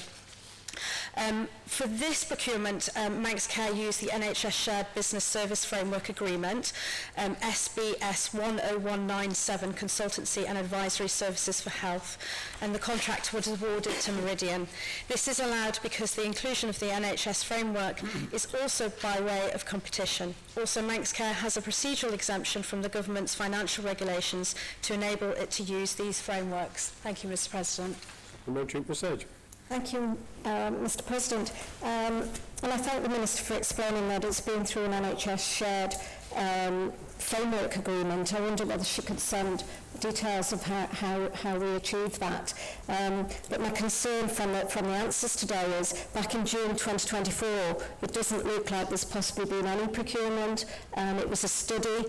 Was that study costing us at that point in time, or did we have an organisation in that then knew they were going to get contracts through an NHS framework? Minister to reply. Thank you, Mr. President. So firstly, yes, absolutely, we'll work at sending the details.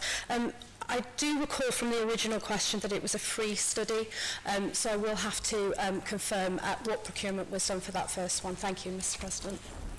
On the supplementary, Ms. Edge. Thank you, Mr. President. I don't believe governments get anything for free, and for it to be a free study, that is really concerning. There is a practice note, and I would expect it to be in Manx Care's financial regulations, or for them to comply with it, under Financial Practice Note C1, and there's Treasury directives there on what you can do.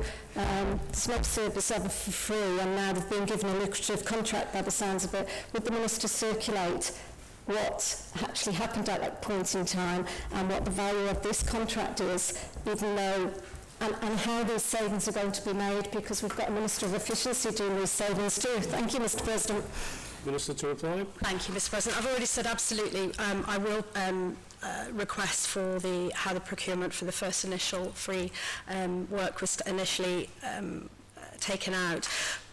I'm afraid, unfortunately, with regards to the cost of the contract for this new contract, this information is commercially sensitive and Meridian's permission would need to be required to release this information. Thank you, Mr. President. Moving on to question 14, a call on the Honourable Member for Oncombe Message. Thank you, Mr. President. I'd like to ask the Minister for Health and Social Care whether there has been any change to the process for allocation of hours to bank nurses. To reply. Thank you, Mr. President. In June 2024, Manx Care changed how they allocate hours to nursing staff working on the bank. Now, all bank shift requests must be approved by a senior nurse band 8A or higher before they are available on the banking rostering system. Any extra duties, like bank shifts work beyond the ward's normal staffing, also need approval from senior nurse or higher. For example, if a patient needs one-to-one care. These changes were made to better control spending on bank staff by increasing senior clinical oversight. Additionally, the availability of bank hours has decreased because over 40 registered nurse positions have been filled since April 2024. These roles were filled by graduates from the local School of Nursing as well as applicants from the UK and overseas. Thank you, Mr. President. Supplementary message. Thank you, Mr. President, and I thank the Minister for her answer. With regards to bank shifts, I understand that some of the staff came up with a solution to be able to make this more cost effective so that there was no agency staff being utilised. Can the Minister confirm whether she, or I'm sure she probably hasn't seen it, but whether she could check to see what that was from the actual nurses themselves and whether that has been looked at? But also, is there still agency staff being employed, whether they're through a local agency or from a UK agency, before the locals that are living on the island on the bank system? Minister to reply. Thank you. And I welcome the Honourable Member's question. I think she makes a really valid point that if staff are making suggestions that these should be absolutely listened to. I haven't seen those suggestions that they've made, but I certainly will make inquiries. And with regards to the agency staff, there are 11 agency staff in specialist roles. These include 1 neonatal nurse, 3 mental health nurses, 4 registered sick children's nurse, 2 emergency department nurse, and 1 coronary care nurse. Thank you, Mr. President. And a partridge in a pear tree. Supplementary message. Thank you, Mr. President. And I thank the Minister for that breakdown for the agency staff. Is she saying they are employed on bank rates as agency staff, those 11? Or is that an answer being given as just agency staff employed currently? I'm not only interested in the bank agency staff, and I advise the Minister of some of the concerns that apparently there is possibly companies charging up to £50 an hour when there was a solution provided by our own staff that live on the island and provide and work and live in our economy. Thank you, Mr. President. Minister to reply. Thank you, Mr. President. I don't have that information whether they're on the bank rates, but what I would suggest is the Honourable Member, if she would absolutely write to me and let me know that information about the costs and the suggestions, or absolutely if the nurses want to write to to myself, I'm happy for that also. Thank you, Mr. President. Move on to question 15, a call on the Honourable Member for Arby Castle and Room, Mr. Moorhouse. Thank you, Mr. President. I would like to ask the Minister for Infrastructure what factors led to the increase in wastegate fees from 1st of April 2025. Thank you. Call on Survey Sharp and Trogless to reply. Thank you, Mr. President, and I thank the Honourable Member for his question, which allows me the opportunity to explain how gate fees are set. The gate fees are applied to commercial and domestic users, allowing them to dispose of waste via the Energy from Waste plant, which is operated on behalf of the Department by its contractor, Suez Recycling and Recovery Isle of Man. This contract is governed by the project agreement, which has two financial elements: the availability fee, which is a fixed annual charge, and the operating fee, which is the cost of per tonne of waste processed, varying according to the type of waste processed. The project agreement contains a provision for an annual increase in the cost charged to the department by Suez for operating the facility. This is known as indexation, which takes into account the increased cost to Suez in relation to the operation of the facility. The department pass on this indexation increase to its customers who use the energy from waste plant. The factors that determine the indexation are a combination of the Isle of Man Retail Price Index, the Labour Index, which is adjusted for specialist engineering, civil engineering and building, and the Materials Index, which includes concrete, steelwork, boilers, pumps and radiators.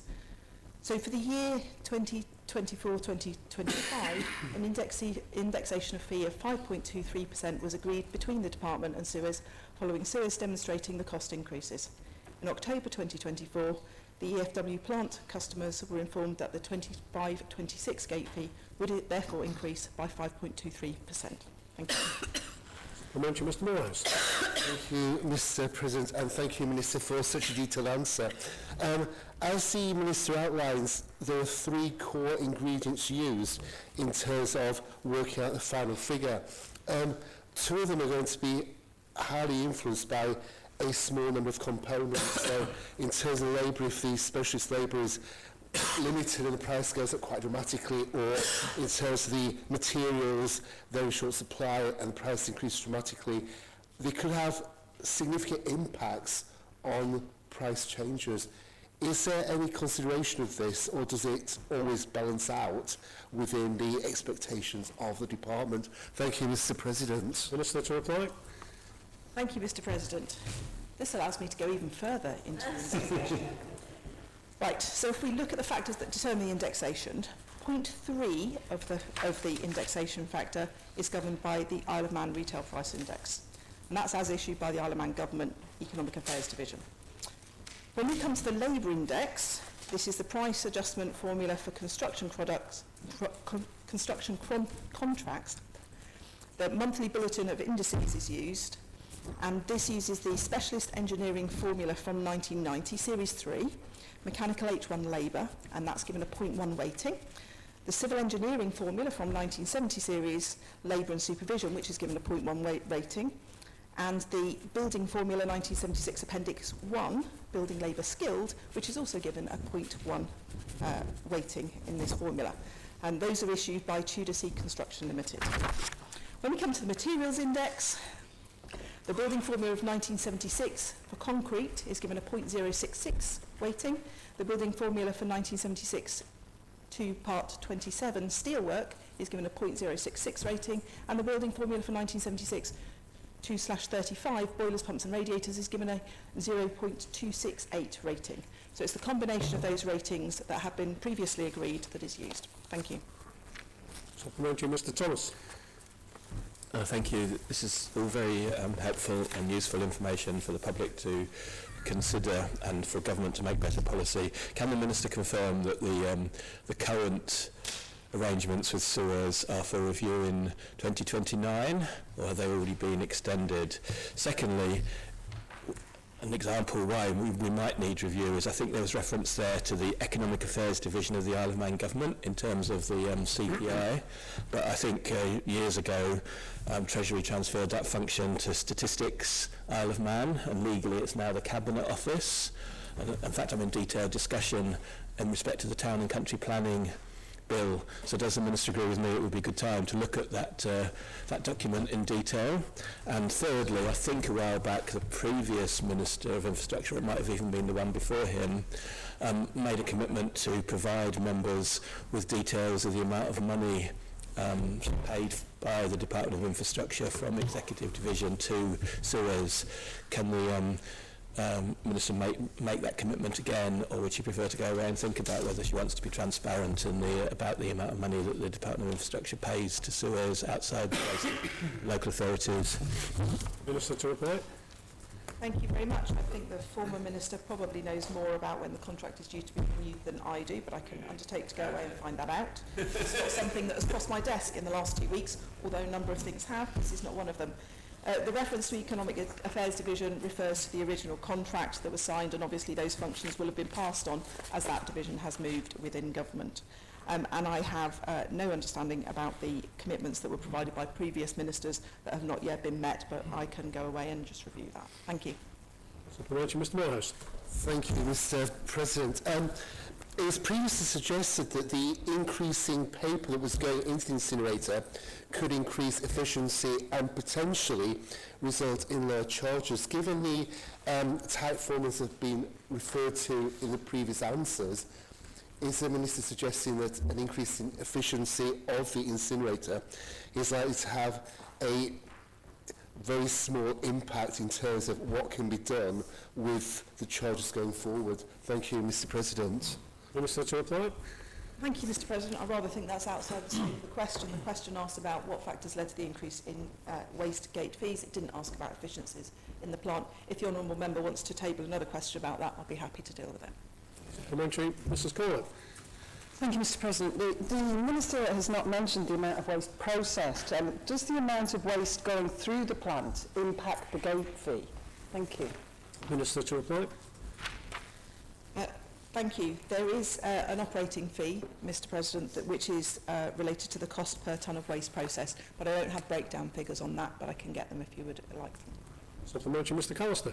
Thank you, Mr. President. I will take the Minister's responses this morning and look at them very carefully over the next couple of weeks, because can I ask the Minister, the indexation fee is only a fraction of the actual cost relating to the energy from waste plant, because a lot of the fees were fixed, and that includes the sort of buyback agreement that happened a few years ago, in which a £45 million plant actually cost the people of this island over a 25-year around £89 million.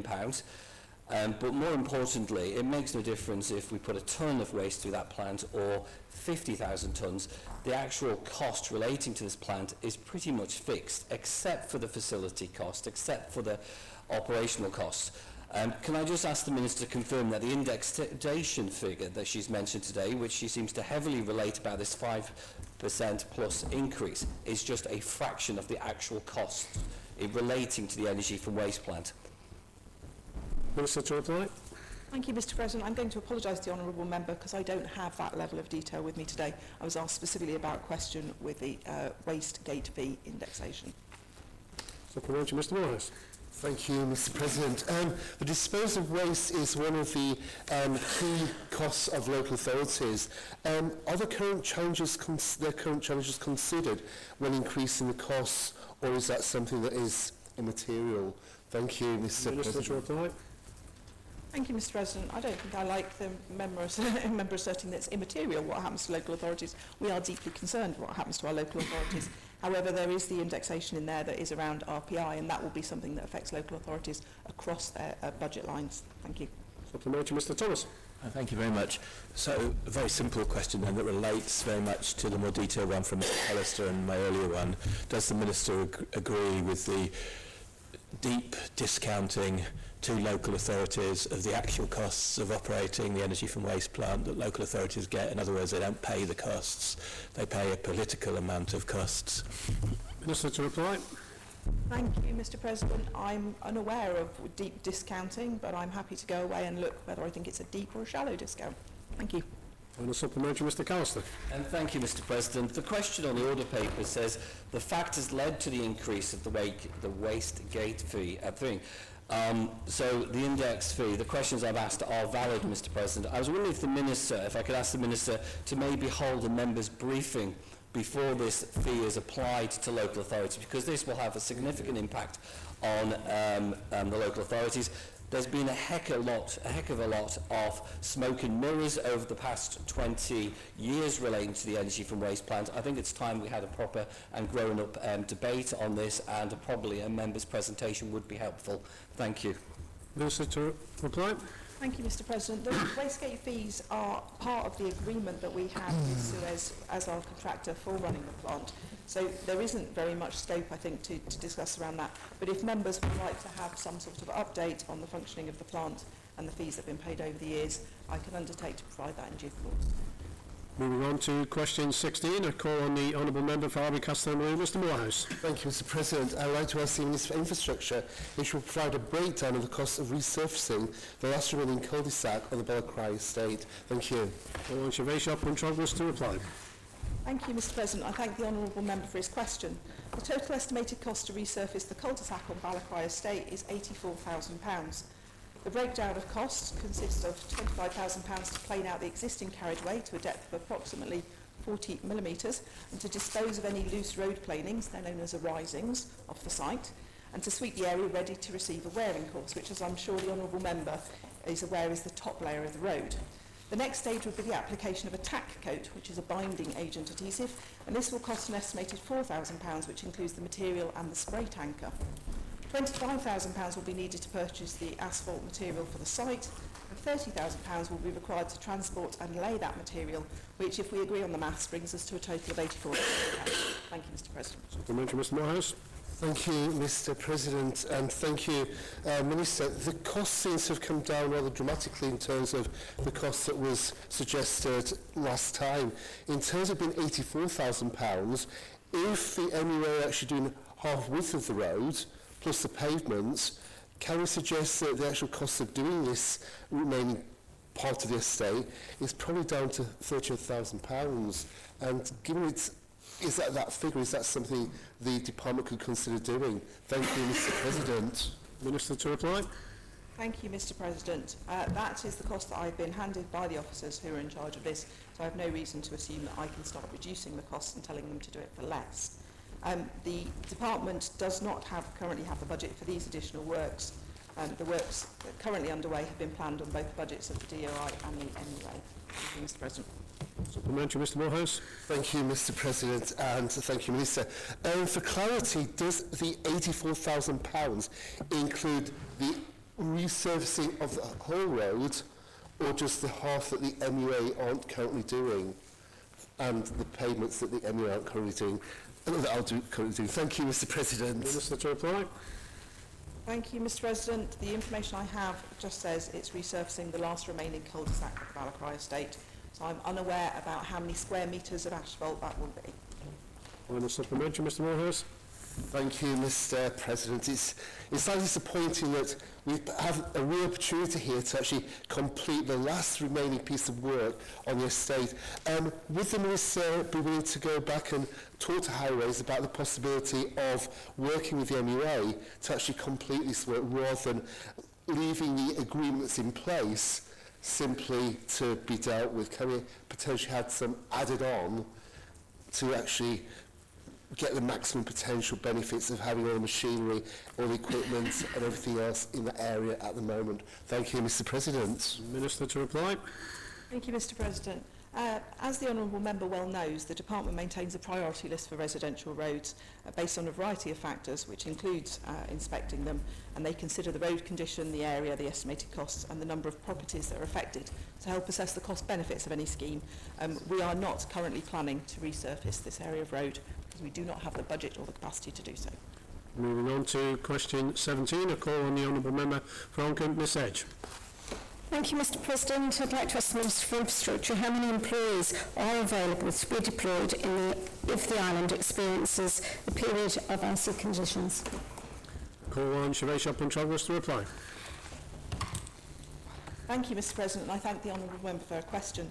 The Department has a trained workforce of 75 to respond to icy conditions who have different skill sets. There are 30 experienced and fully trained winter service operators who can operate the Department's gritter fleet. There are a further 45 staff that can be deployed to fill salt bins, close roads, remove snow, carry out localised gritting and other emergency responses as needed. I must note that the Department also works with other sections of government and local authorities to bolster this resource and to deal with localised icy conditions such as in and around schools, in retail areas and hospitals. Thank you. Supplementary, Miss Edge. Thank you, Mr. President. So I appreciate that's the numbers that she thinks are available and to come out when we have conditions that require the services of all of the frontline workers, but can she confirm how this has reduced over, say, the last 5 years? She might not have that detail with her, but I'm happy for her to circulate that. I understand in the last period of salt and ice bins that the employees were committed to something else, so they couldn't be transferred onto the roads and the salt bins. I wonder if the Minister could look into that. Minister to reply. Thank you, Mr. President. I'll surprise the honourable member because I do actually have some of that information with me. In 2014, the department estimated that it required a minimum staffing level of 110 in order to operate properly at this level, and current resources are significantly below this. This does leave the department and the island vulnerable in the sustained weather event. However, most of the weather that we have to deal with is fairly short-lived, and at that point we do step up our staff and they do step up to respond, as we've seen in recent events. Supplementary, Mr. Millhouse. Thank you, Mr. President. In your answer, the Minister made reference to the employees and their ability to manage the greater fleet. Does that include a snowplough? Thank you, Mr. President. Minister to reply. Thank you, Mr. President. I would assume it does. I don't even know if I own a snowplough within my department, so I can't give a guarantee for that one. I would imagine that it comes under the same licence requirements as the gritter lorries do. So probably, but I'll find out for you. Supplementary, Mr. Thomas. Thank you very much. Very helpful that the Minister has put on record this requirement for 110 and the possibility to deploy from the department a much lower number. In fact, I think 110 was a low estimate. I think at one time it was up to 200. Can the Minister confirm that it depends on when these issues happen as well? Because obviously there's lots of working together, good working together. So, for instance, local authorities, if they employ staff, join in, but local authorities don't have staff at weekends as much as they do on the weekdays, and in fact some local authorities have a lot more direct labour than others do. So can the Minister confirm that there is lots of working together, and we need to prioritise and prioritise getting an even better system in place and celebrate the working together that's been put in place to cope with the inadequate resources in the Department of Infrastructure, in as much as money hasn't been provided? Minister to reply. Thank you, Mr. President. I think it's helpful here to consider what happens when there is a developing weather event, in that the Met Office predictions are very often fairly accurate several days in advance, and so preparation takes place in planning in advance of that weather forecast or the weather warnings that are issued. If the event is predicted to happen outside of normal operating hours or for more than 24 hours, we move to a shift pattern to allow the number of hours that each member of staff is working to be limited and to allow rest time between their shifts, and that's important for their health and well-being. If it is an out-of-hours response, we have a minimum of 2 standby teams on rota on a weekly basis to deal with emergency calls out of hours, and that includes the highways issues of snow and ice. And supplementary, Ms. Edge. Thank you, Mr. President. I wonder if the Minister could commit to, because I don't think she'll have this information, she might, though she seems to have more than we think. So obviously there was a lot of calls with regards to salt bins around the island and being refilled, etc., or not having been filled before the expected weather. Could the Minister commit to looking at a policy, as suggested also by the Minister for Central Douglas, that looking to work with the local authorities, because they were very willing to help, but they can't get salt for free, or they couldn't get access to it. So would the Minister commit, before we get our next spell, to ensure that all of our salt bins have been checked, that they are serviceable and they are full? Minister to reply. Thank you very much, Mr. President. The Department already allows people to report when salt bins haven't been filled or if there are any concerns, and if the Honourable Member knows of any that she is concerned about, I'd ask her to forward that information to me, and I can make sure it goes to the correct people. Thank you. Moving on to question 18, a call on the Honourable Member for Ramsey, Mr. Hooper. It's 19 in your paper, probably. Thank you very much, Mr. President. I would like to ask the Chair of the Public Services Commission when the Board of the Public Services Commission agreed to delay publication of the annual reports for each of the last 3 financial years, and whether there are any circumstances which have made the filing of any outstanding reports impracticable or incapable of being done. Call on the Chair of Public Service Commission to reply. Thank you, Mr. President. I do thank the Honourable Member for Ramsey for the question this morning. The Public Service Commission has been aware of the delay in the production of annual reports for some time. I'm pleased to confirm that to this court this morning that additional support from within the Cabinet Office has been provided to help improve our reporting obligations in accordance with the Public Service Act 2015. The former chair of the PSC has already given a response on behalf of the Commission in the other place on the 5th of November 2024 to fully acknowledge and to apologise for the delay in sending the Chief Minister copies of the PAC annual report in accordance with the Act. In addition, further information regarding the work of the Commission has already been supplied in a written question 202-401/1359, which was also tabled by the questioner, and I would refer honourable members to that document for any further information. I'm also pleased to inform this court today that the Commission has now finalised a consolidated report for the periods ending 31st of March 2022 and for 31st of March 2023. And this consolidated report was presented to the Public Service Commission Board meeting last week for review and sign-off. The Honourable Member for Ramsey has a motion on the order paper for consideration later, and as the newly appointed Chair of the PAC, I will provide the Court with further details regarding the consolidated report, which will be presented to the Chief Minister in accordance with the Public Service Act 2015 shortly. Thank you, Mr. President. Supplementary, Mr. Hooper. Thank you very much, Mr. President. I'd like to thank the Chairman for that quite detailed answer. Unfortunately, he didn't answer the question that I actually asked, which was when the Board of the Public Services Commission agreed to the significant delays in publication of these annual reports. So I'd be grateful if he could answer that quite specific question. Actually, when? On what date did the Board agree to these delays?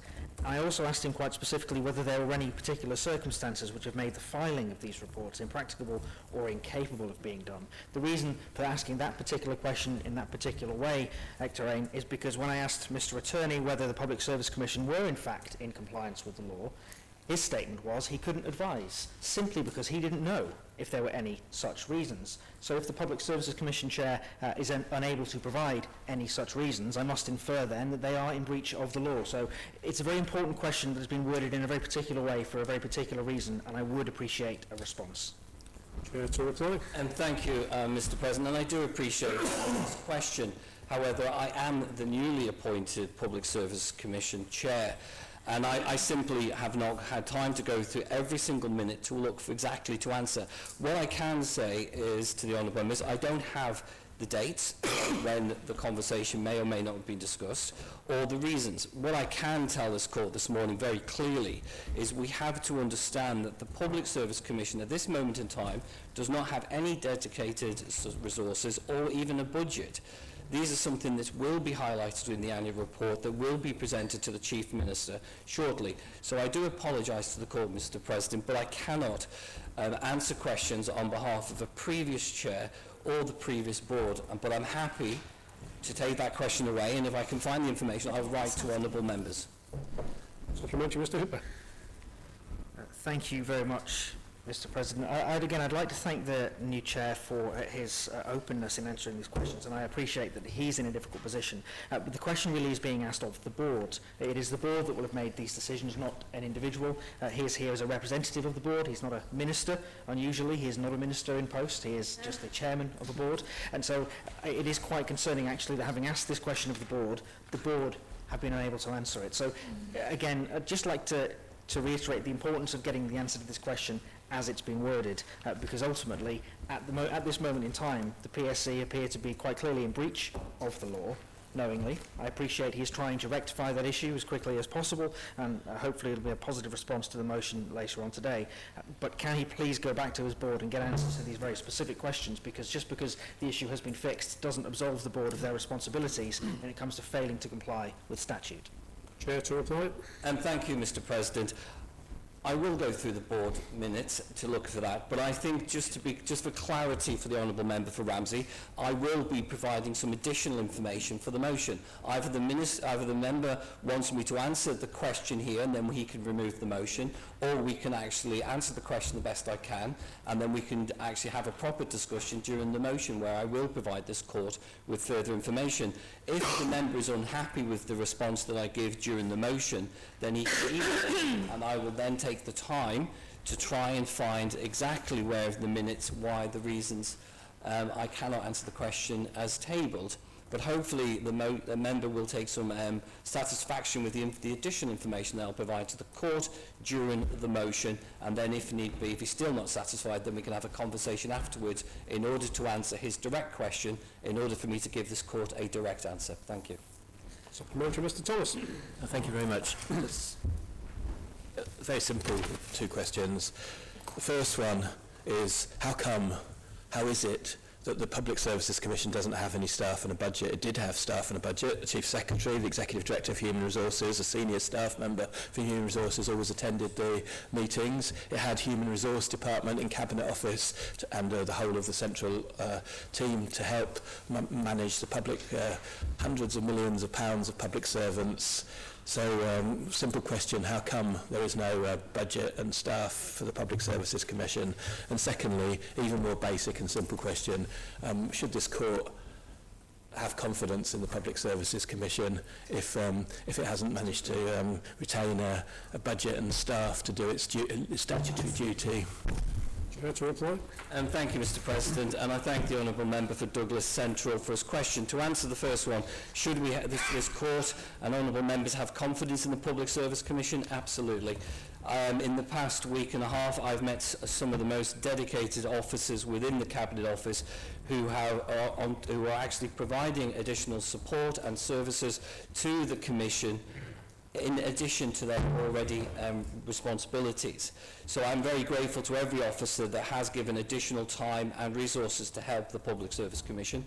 To answer the member's question with regard to staffing and budget, as I will outline in the report that will go to the Chief Minister hopefully this week, the Commission does not have any dedicated resources or budget. So we are always scratching around looking for people to support us and help us. And that will be highlighted in the report. And it's something that this court and the Chief Minister may want to address as we go into the next financial year. Supplementary, Ms. Edge. Thank you, Mr. President. It sounds to me like there's been a board and functionality disbanded without this honourable place being made aware of what's really happening, and I do feel for the new chair if he's got no resource help, but we're not sure we've seen any reductions in size of the area, so where have the resources gone? What order would you give away? What order is?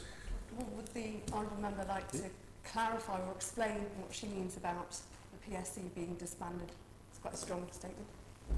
It's an opinion. Happy to, Mr. President. The honourable member for Douglas Central explained all of the people that were involved in the Public Service Commission and the roles that they held, and from what the answerer today has, the new chair has stated today, it sounds like none of those people are in existence. He's actually just said, hopefully the Chief Minister will ensure it's resourced.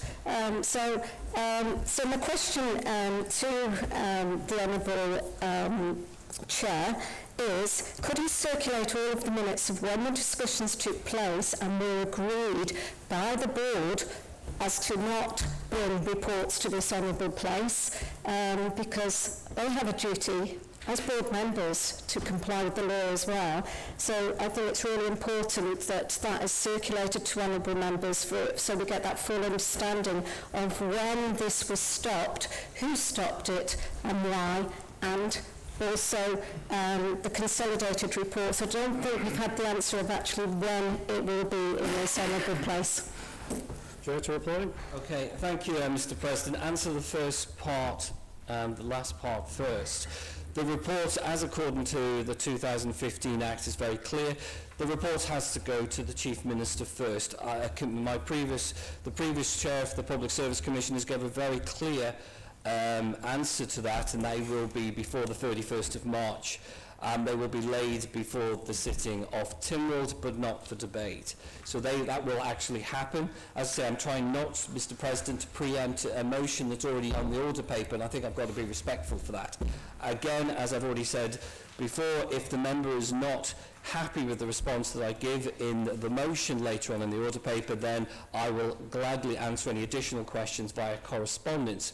In respect, is this the actual Public Service Commission disbanded? The answer to that is clearly not.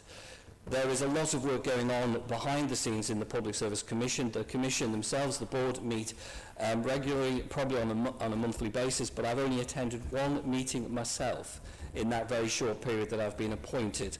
So there is a lot of work going on. I would ask honourable members just to wait for the motion, allow me to deliver the speech that I've got prepared and table the amendment that I'm proposing. If members have got any additional questions, as the new chair, I will welcome those and I will answer those questions formally on behalf of members in order to ensure that all members' questions and concerns are addressed. Supplementary, Mr. Hooper. Thank you very much, Mr. President. I would like to thank the Chair for his commitment, and I understand he needs to keep some of this stuff back for the motion later on. But in terms of the question around staffing, it's interesting, the written answer that the Chairman has previously referred to is quite explicit, that the functions of the Commission are delegated by and large to the Executive Director for OHR, the Head of Corporate Policy in OHR. So actually a lot of these functions the PSC undertake are delegated to others whose job it is to do this. Well, they might not technically be employed directly to work for the PSC because they work in the Cabinet Office. They are actually delegated functions, and I would be very surprised to learn that it wasn't a part of their contract of employment that they were to deliver these delegated functions. So I'd just like really to clarify this relationship, because it feels a bit like smoke and mirrors here, being told we've got no staff, but actually we have delegated responsibilities to specific members of staff within the OHR. Well, actually, give us, honourable member, you wish to give way to? It's not a question. There's a question. So, the Chair to reply. Yeah, thank you, Mr. President. Put you down for a question. It's not smoke and mirrors, Mr. President. There is officers within the Cabinet Office that work within OHR. But what I've actually been very clear with the Court today, there is no designated budget or officers assigned 100% to the Public Service Commission. We are heavily reliant on other people coming to help us and support us in the Public Service Commission on top of their normal day-to-day duties. Just to be very, very clear with that. And as the Honourable Member Ramsey said, a lot of the functions are delegated down to other officers within the Cabinet Office, such as the Director of OHR, such as the Chief Executive Officer. So it's absolutely clear. There's not smoke in the mirrors. We're being open and transparent. But as of today, there is no dedicated resources or staff attached to the Public Service Commission directly. Thank you. Supplementary message. Thank you, Mr. President. When I'm talking about disbanded, I'm talking about those exact functions that the Chair has just mentioned, the support back office functions. But I just want to pick up on a comment that the Chair made, that the report gets submitted to the Chief Minister, and that's the process for it. So is the Honourable Member saying that the Chief Minister has let this slip over the last 3 years and hasn't kept a handle on this report should be with me? Why isn't it? Thank you, Mr. President. Mr. President, this is not the Chief Minister's fault. It clearly says under the Act that the Chief Minister may require additional reports if he asks for them. That's very, very clear. I will explain in the motion later on, Mr. President. If the member from Ramsey wants to remove the motion of the order paper, I'll happily read out my speech, which clarifies some of the additional information.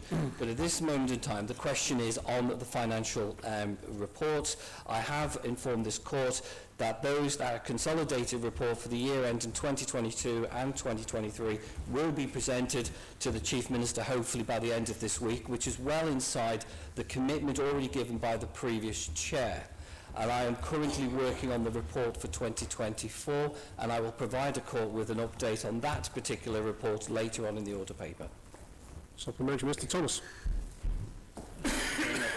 There's a new player in the Chief Minister, Council of Ministers team, which is the Operational Performance Board, and the Executive Director of HR, who has a very senior role for the Public Services Commission and for Government and for the Office of Human Resources, sits on the Operational Performance Board.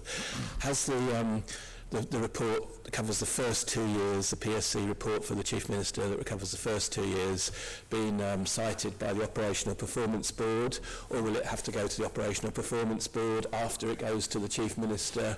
I think we're in a very complicated situation here now, so I hope the Chair can offer some clarity. Chair to reply. Thank you, Mr. President. I will be compliant with what the 2015 Act says. The Act says that, one, it has to go through the board, and that report, the consolidated report for 22 and 23, was reviewed and signed off by the Public Service Commission last week at my very first meeting.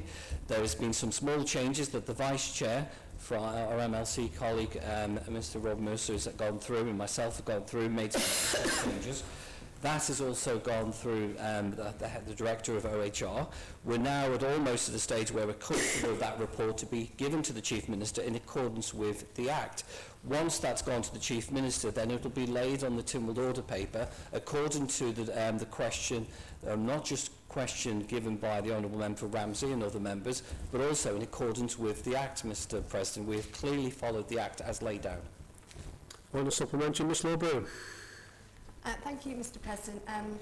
Would the Honourable Chair agree with me that a number of the points that have been raised as questions in this will actually be clarified in the upcoming PSC report, and that's also part of the reason for seeking a different approach with the reporting? Thank you, Mr. President. Chair to reply. And thank you, Mr. President. 100% agree with the previous Chair. Hopefully, when the report is published, it will answer many of the questions. I'm also hoping, as I've said previously, I will provide this court with some additional information when I move or discuss the motion on the order paper later on, Mr. President. Honourable members, question 19 has been withdrawn, so we'll move to question 20. A call on the Honourable Member of Douglas Central, Mr. Thomas. Thank you, Mr. President. So this is 21 on the printed order paper, 20 on the latest version of the electronic order paper. What issues in respect, I would like to ask the Minister for Infrastructure, what issues in respect of her department's hydrocarbon licence with Kroger Limited remain outstanding, and when the deadline in respect to these issues is? Call on the Shueisha Prince to reply. Thank you, Mr. President. As you'll be aware, the Department and Kroger Limited are working together to cover a small number of outstanding issues in relation to the request to vary the terms of the company's Seawood Production Innovative Licence. I am unable to give specific details due to ongoing legal negotiations, but I can advise, however, that the issues that are under discussion are as follows. There is some further legislation and regulation required. We are talking to both Kroger and Orsted about the fact that they have rights that overlap. This is known as coexistence, and we're in ongoing discussions with both regarding their respective programmes, and the due diligence exercise is ongoing. Thank you very much. Mr. Thomas. Thank you very much. So that's a helpful answer. That's the answer I could have written. That's the answer that could have been written several years ago. There's one part of the question though that wasn't answered, which is what the deadline is in respect of decision on these issues. Obviously, Minister Crookall extended the licence 3 or 4 times. We haven't seen documents for the last couple, so we're not exactly clear. Does the new minister expect to be the next minister who extends the deadline further, or can we expect to have all of those issues resolved in the next fortnight? Minister to reply. Thank you, Mr. President. Currently, the current licence was extended at the beginning of November to run for 7 weeks, and the deadline is approaching of the 20th of December. Moving on to the next question, 21. Call on the Honourable Member of Douglas Central, Mr. Thomas. Thank you, Mr. President. I would like to ask the Minister for Infrastructure how many hydrocarbon appraisal wells have been drilled in the Isle of Man territorial seas in the last decade? What geotechnical and environmental data and studies inform this drilling? Whether there is a need to acquire, process and assess at least 3D seismic data before drilling an appraisal well, and if you will make a statement. To reply. Thank you, Mr. President. No hydrocarbon appraisal wells have been drilled in Manx territorial waters in the last decade, and therefore there has been no geotechnical or environmental data or studies informed from drilling during that period. Supplementary, Mr Thomas. Thank you very much. Obviously, although there's no standing order to this effect, obviously it's for the Minister to decide how the Minister answers any question, but I just want the public to understand that what's happened here is that half the question has been ignored, which is whether there is a need to acquire, process and assess at least 3D seismic data before drilling an appraiser well. And if you will make a statement, first off supplementary, then does the Minister intend to answer that question? Minister to reply. Thank you, Mr President. Our technical hydrocarbon consultants have noted that 3D seismic does not indicate gas flow. So an experienced drilling operator drilling an appraisal well will be key to unlocking any potential that is in the block. There have been 3 wells drilled previously in Manx waters that have all been drilled safely from just 2D seismic data, but that reflected the technology of the time. These wells were drilled in 1982, 1996 and 1997. The geotechnical environmental data and studies from a lot of seismic surveying is naturally extensive and aids the understanding and planning for drilling. Some of that data is still being collected with regards to sites within the Irish Sea. Mr Thomas. Thank you very much. There's been 11 years of consultancy for the Department of Economic Development, then the Department for Enterprise, then the Department of Infrastructure. The British Geological Survey was engaged for 3 or 4 years. Former Shell executives were engaged, and then there have been other people who've been brought in for specific purposes.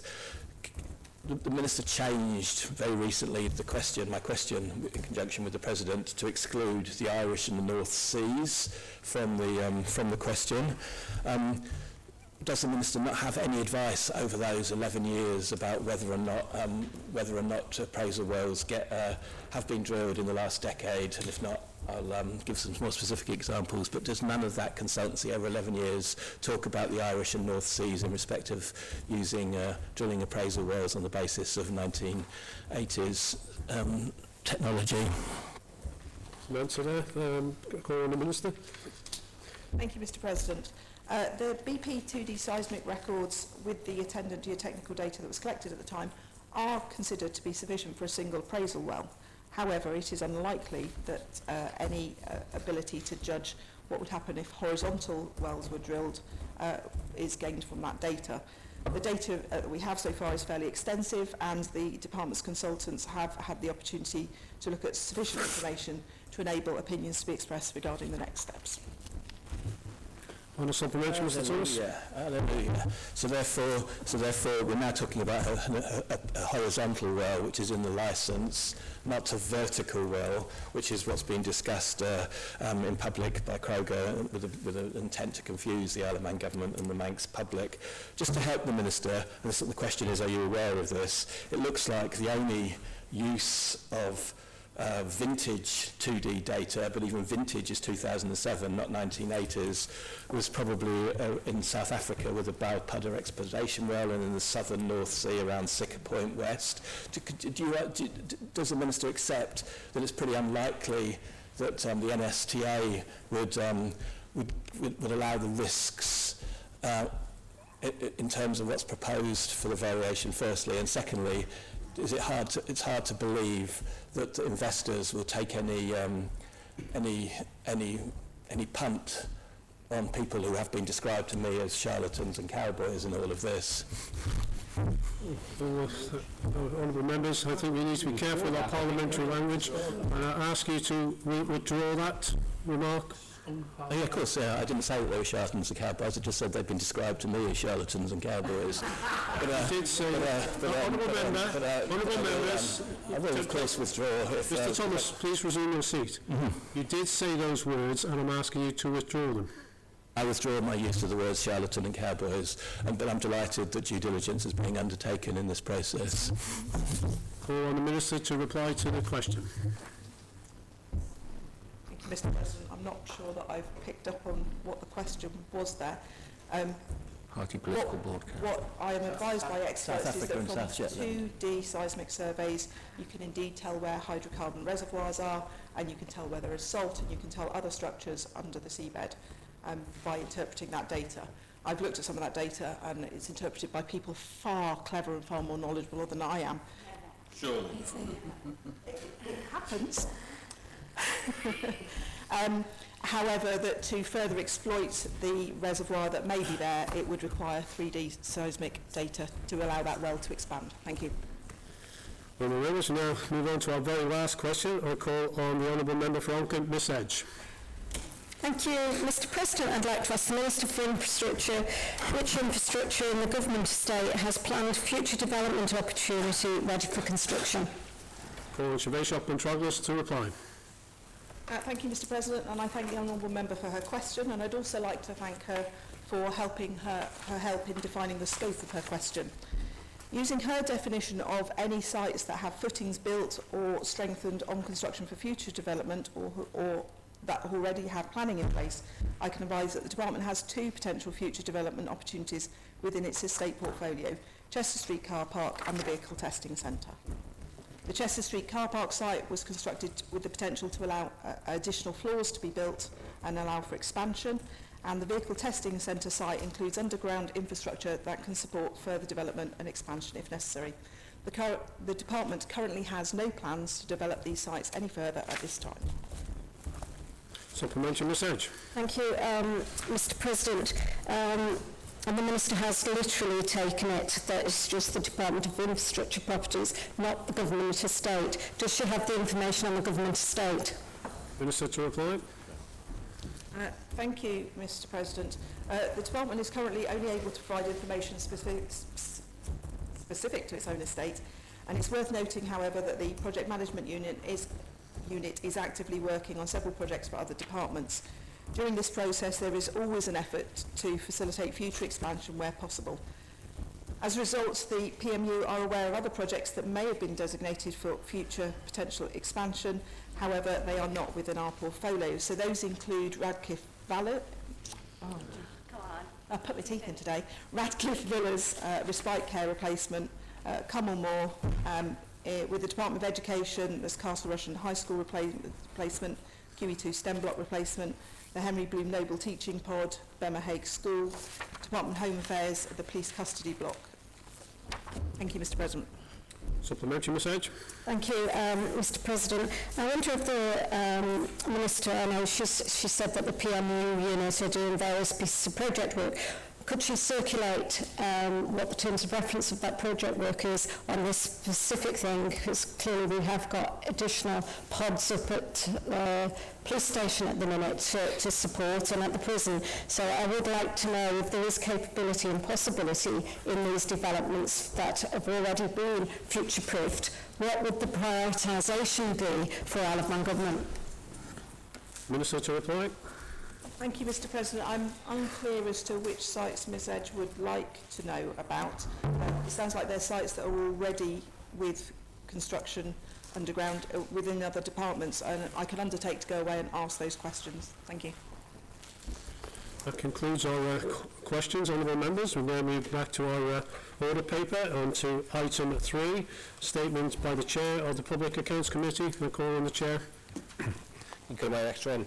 Earlier this year, the Public Accounts Committee announced that it was undertaking an inquiry into health governance. Between February and July, we took evidence from the Minister, the Chief Executive Officer, the Health Ombudsman Body, the Mental Health Commission, Public Health, Cabinet Office, the Chair and CEO of Manx Care, and the Transformation Team.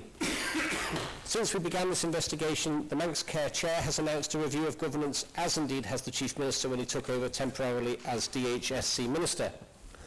The Public Accounts Committee feels that having up to 3 concurrent reviews into the same thing are unlikely to add value. As such, I can announce that the PAC has suspended its investigation into health governance. We are glad to have drawn attention to several issues such as the misalignment of the mandate, operating plan and budget, the lack of activity-based costing which would allow an informed decision on whether Manx Care is overspending or underfunded, and the teething issues around the Health and Social Care Ombudsman Body. The audio of our evidence sessions is available on the Tynwald website, and we encourage those taking evidence to listen to them when formulating their views. We will be maintaining a watching brief, and it is our hope that Government and Manx Care will publish the outcomes of their reviews, and at that point we will reconsider whether to reopen our investigation into health governance. Thank you. Supplementary, Mr. Thomas. Thank you very much. 2 questions. First one is that a great number of people took time and gave benefit of their expertise and experience to provide evidence to the Public Accounts Committee, would the chair undertake to publish anything that's not already been published, and at least gather everything together in one place? Secondly, it's obviously been frustrating for people in caring about healthcare reform that the Hansards for the committee's excellent hearings are not yet available. Will the chair undertake to get those published as soon as practical, because they are very, very important? I suppose the third question is, I think the chair has commented at some point, at least to the people involved, that the Health Services Consultative Committee, the former Health Services Consultative Committee, would have an opportunity to give evidence to the Public Accounts Committee. Who does the chair now suggest they give their evidence to? Before I ask the Chair to respond, I just remind honourable members of Standing Order 3.48, the only supplementary that can be asked is when the committee will report. So I now invite the Chair to maybe... My response is to refer the honourable member to Standing Order 3.48, and as I've quite clearly set out, with regards to this particular topic, it's not the committee's intention to report in the near future. Good. Call on the honourable member. Mr. Hooper. Thank you very much, Mr. President. My question is actually about when the committee is going to report. And very specifically, in his remarks, the chair stated that he'd drawn attention, or the committee had drawn attention, to disparities between the mandate and the operating plan. That was a question that has been asked several times. The Chief Minister has made the same claim, but was unable to actually evidence any disparities. I'm not aware of any significant disparities, having spent 3 years in the role.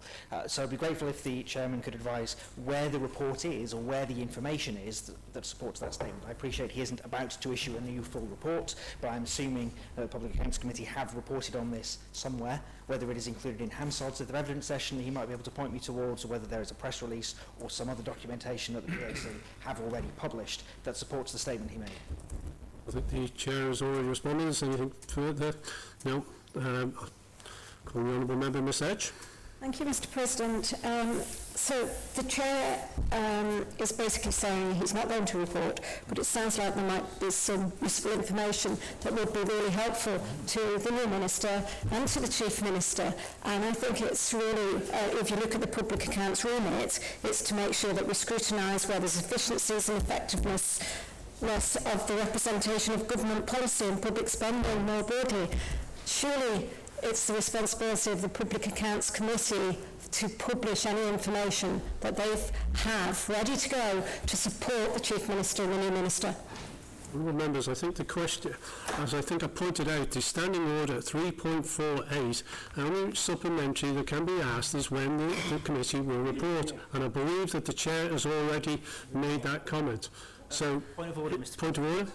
Standing Order 3.4 only relates to questions to members, not questions in response to statements. That was a statement made by the Chairman of the Public Accounts Committee. That standing order applies specifically to questions that would be tabled as part of a question session, not to questions to a committee, not to questions in response to a statement. I would like for a ruling on that matter, please, because there are some questions here that the Chairman of the PAC is refusing to answer, but actually that standing order does not apply to questions of a statement. Just confirm with the clerks.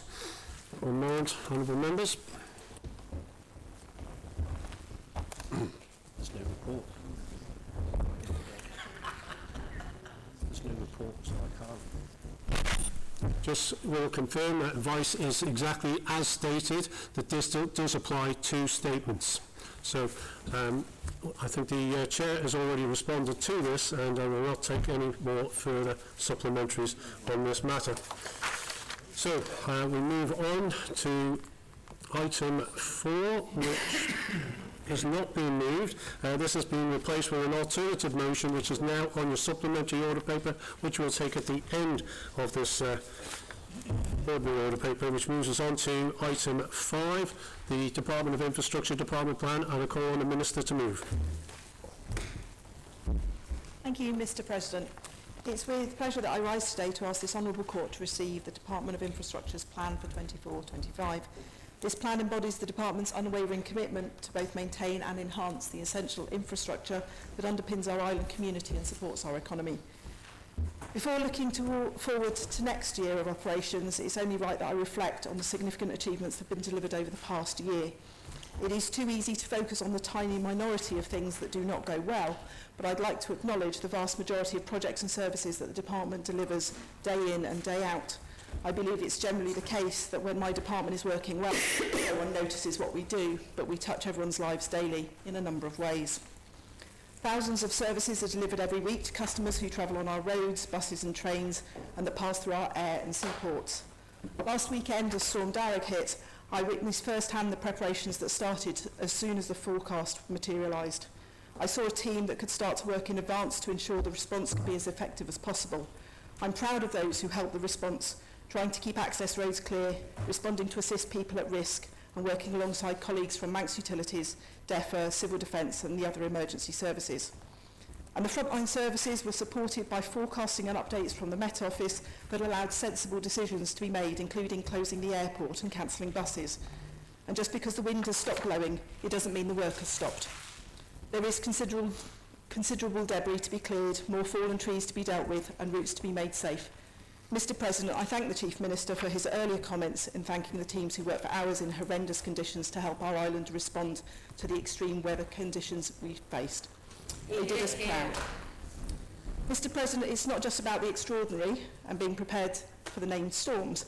My department has responsibility for maintaining structural assets and buildings to extend their life, reduce cost and ensure safe service.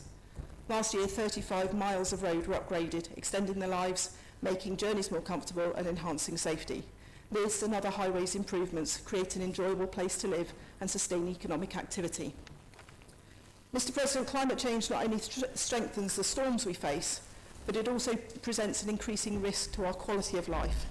A decade of investment in climate change adaptation has continued with construction projects to increase the capacity of road drainage systems and flood defences in Laxey and Douglas. These follow on from successful projects in Portsomerry and Castletown and will be moving on to projects planned for Ramsey Harbour and the Douglas River catchment as well. And finally, I will mention that the department has contributed to building new affordable homes, social housing and nursing facilities. We have a challenging year ahead in support of our island plan. Key foci for the department include housing, transport and administration of the territorial sea. This encompasses improving the delivery of housing units in support of the overhand housing target, introducing a transport strategy that will set high-level policy for the development of infrastructure and services, and finally the development of a legislative framework to protect and obtain value from our territorial sea. The department will continue its programme of reform, seeking to modernise its internal and external administrative processes, driving efficiency saving and improving the effectiveness of its services. It will do this by developing partnerships inside and outside of government and embracing new technology. The department aims to deliver results for customers and wider society. Mr President, our employees pride themselves on making a positive impact on people's daily lives. We may face criticism when we get it wrong, but as I said earlier, the vast majority of times we get it right. The department is full of capable, positive and resilient employees who will deliver for our island. The government faces a significant financial challenge as we seek to reduce the fiscal deficit. I'd like to assure this court that the department will play its part in delivering efficiency savings and change. We'll seek to do this in a fair and transparent way, but the department touches so many lives that it would be wrong to suggest that there will not be tough decisions ahead. Mr President, this year's departmental plan gives granular detail about the wide and varied functions of the department that underpin where we go next. Work is underway to strengthen the internal governance. We've commenced our cost improvement plan and agreed to review and streamline our services. With my new political team in place, I look forward to continuing to deliver for our island. Mr President, I'd like to move the motion standing in my name. And the Honourable Member, Mr Hooper. Thank you very much, Mr President. I beg to second and reserve my remarks. And the Honourable Member, Mr Willer. Guramahed Ektaran, and just want to add my thanks to the workers who were out in the face of Storm Darragh at the weekend and put themselves in harm's way to keep the island moving and to keep us functioning. So I think a massive thank you to not just infrastructure, but as the Chief Minister outlined, the other agencies who responded over the weekend. With regard to the plan, I can be positive to start with, because of all the plans that the Department of Infrastructure has produced, this one really does look good. But to me, it's not a plan. Yeah. It isn't a plan. It's a brochure, but it's not a plan. There's no costed delivery plan at all in here. It's a look at what we've done. That's all it is, a look at what we've done. And even then, well, we know about the Liverpool ferry terminal, and that wasn't delivered on time or on budget, but it doesn't give any indication of what they've done, whether they've been delivered on time or indeed on budget. I am nervous about a number of sections in this, the first one being the first title is A Year of Success, and the first item there is the Isle of Man ferry terminal. Well, I don't think any honourable member in here would be prepared to stand and say that that has been an out-and-out success. It may have been delivered in the past year, and that's what it's saying in the plan, but we all don't know, that we don't even know as yet what the final costs are going to be. So the other schemes that we've got that they are looking to do are, again, a repeat of stuff that we've seen. You know, operations is in there as a success. Well, doesn't that happen every year? We've had the King Edward Pier extension, which is great, but was it delivered on time and on budget? The renewal of the railway as well, yard. Again, there's lots and lots of questions. And then we move to what is being looked at for future development, School Hill redevelopment in my own country.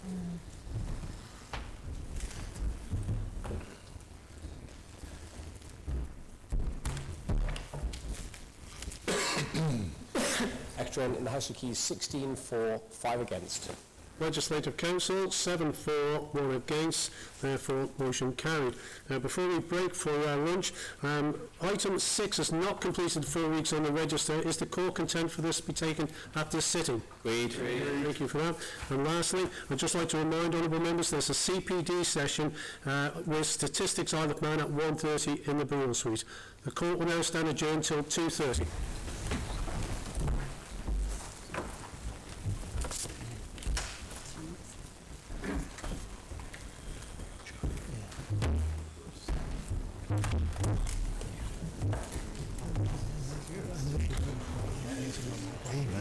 Constituency, I just ask about that. In the last year, 18 houses and 24 apartments have been completed. But what are the plans for the rest of the completion of that local authority housing scheme, which seems to have come to a bit of a stall at the moment? And then we have a lot of things that are in the plan, which isn't the plan, which have been there for a number of years. Repeat. They've been in every infrastructure plan, which isn't the plan, that's presented each year. The airport, what progress is being made there with regards to, are we going to be a board, or it says that it's ongoing work. Well, it's been ongoing work for the past 3 years. So I'm just concerned that this, to me, does not come across as a departmental plan. And I'm going to find it difficult to support this. During my Ectoren. The Honourable Order. Very good, my Ectoren, and I'll probably pick up exactly where my honourable colleague from Abercastammaloo left off. I'd like to thank the Minister for this Janet and John guide to the Department of Infrastructure, because that's what I think it reads as. From this report, I got a vague idea of the cost of the divisions within the DOI and some top quality photography. But really it was hard to know what they achieved against their ambition. I just don't believe, as has been said, that it was a plan. Despite the title department plan, it's absolutely impossible to ascertain plans for the current year, for future years. There are no key performance indicators, there are no metrics, there's no idea of performance, there's no idea of staffing versus needs, budget versus needs, interaction with the strategic infrastructure needs assessment, or again, as the previous speaker said, whether projects were brought in on time and on budget. This is an appalling report. The Minister really has her work cut out for the next year, because I can't support this year's. call on the Honourable Member, Mr Mercer. Thank you, Mr President. As a progress update, this plan does hopefully tell us what has been completed. As the Honourable Minister has pointed out for us, there have been significant achievements.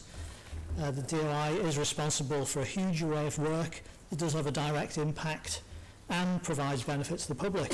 It's clear that there's dedicated people in the department who are doing great work. The plan now is entitled 2024 to 25, so I would expect there to be some future focus. There are some new items with delivery dates. But there's no relative prioritisation, no focus on improvement or maintenance of services or what that means for members of the public. So there's not much in this report that will help anyone here in Tynwald, or indeed members of the public, to hold the department to account. And I'm sure the new Minister for the department will understand exactly where I'm coming from here. Ector, these annual updates from departments are an important part of our scrutiny and governance processes, and an important part of the increased transparency that this administration has so far demonstrated. But I'm sorry to say that this report does not meet that standard. Guru Maya. The Honourable Member, Mrs Maltby. Guru Maya, Dr. I was very disappointed to not read anything about the public rights of way. This was a motion that was brought to Tynwald after a petition I picked up over 2 years now, 3 years ago when we first elected into this place. I would have thought there'd even be something, but there really wasn't anything, especially when we are still waiting for their report, which is now, like I said, over 2 years delayed. Multiple questions have been asked, written question currently, and still no update on when we're actually going to see this report. So I was actually hoping to have something within this departmental plan to be able to give me some assurance that it hasn't just been forgotten about. Haven't received that assurance, and like some other members, I struggled to support the plan today. Honourable Member, Mr Thomas. Thank you very much. Okay, I probably will vote to receive this report because, at least we've got a second report in the fourth year of this government. So the simple fact that we've got the second annual report in the fourth year of this administration is a success. All we're being asked to do is to receive it. Some of the comments that have been made already are the same as the ones that were made for the first annual report after 2 years of the administration. I just want to give some compliments that haven't as yet been picked up. The first one is that strategic risks are covered in this departmental plan, and they were in fact in the one 2 years ago in January 2023 as a departmental. I think that's a good focus. There's one strategic risk that's missing from the report there, which is that politicians, they should have been separately identified as a strategic risk, because one of the problems that the Department of Infrastructure has is that people expect it to do lots and lots of things but not give it any money at budget time. In fact, that's a point that the current minister actually made very pointedly back in January 2023. There's no point calling for all these things in infrastructure and then not voting any money. In fact, even as a minister in that budget, I tried to raise the fact with the Treasury Minister that infrastructure staff didn't get mentioned, infrastructure didn't get mentioned in his speech, and I was put in my place, as one minister can to another minister.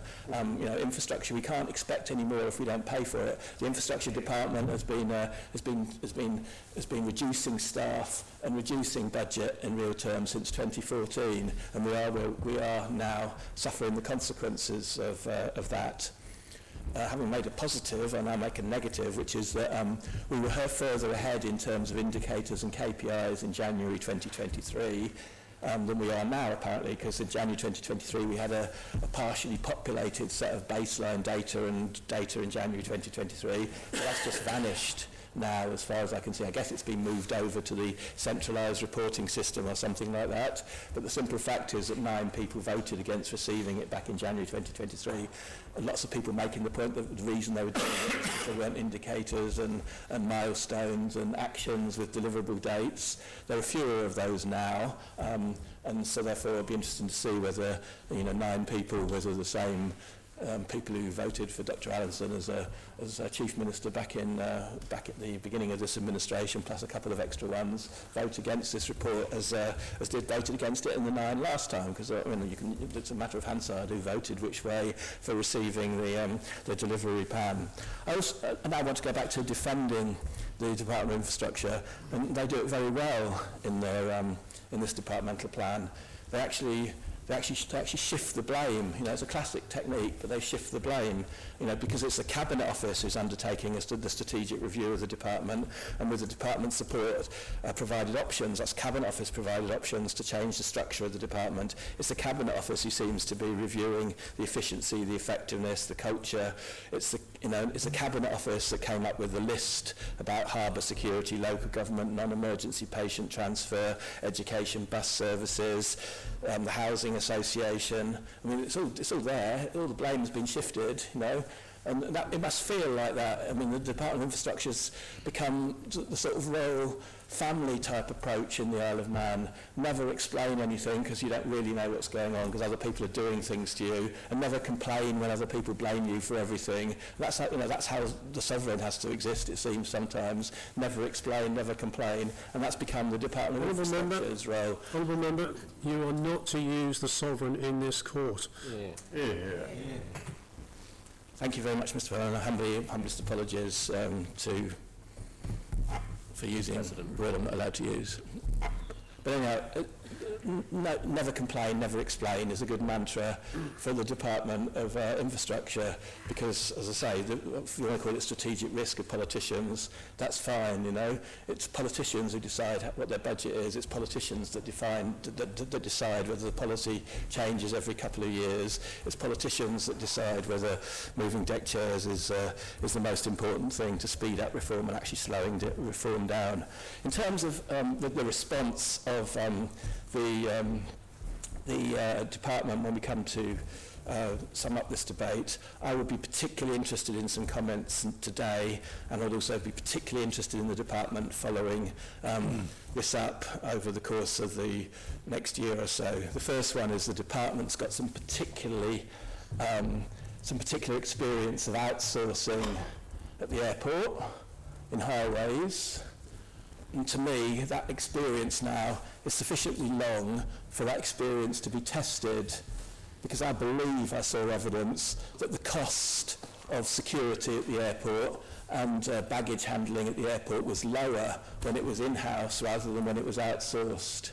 So we need to test that. And likewise with highways, are we going about maintaining our roads and investing our roads in the right way? We need to test that because we've got experience now over a number of years, and somebody should be testing it. We can't rely on a Tynwald committee to do that because they haven't got the expertise. In any case, it would just disappear until they decided to suspend their investigation, and we couldn't find out what they'd investigated. We need the department itself to actually investigate outsourcing.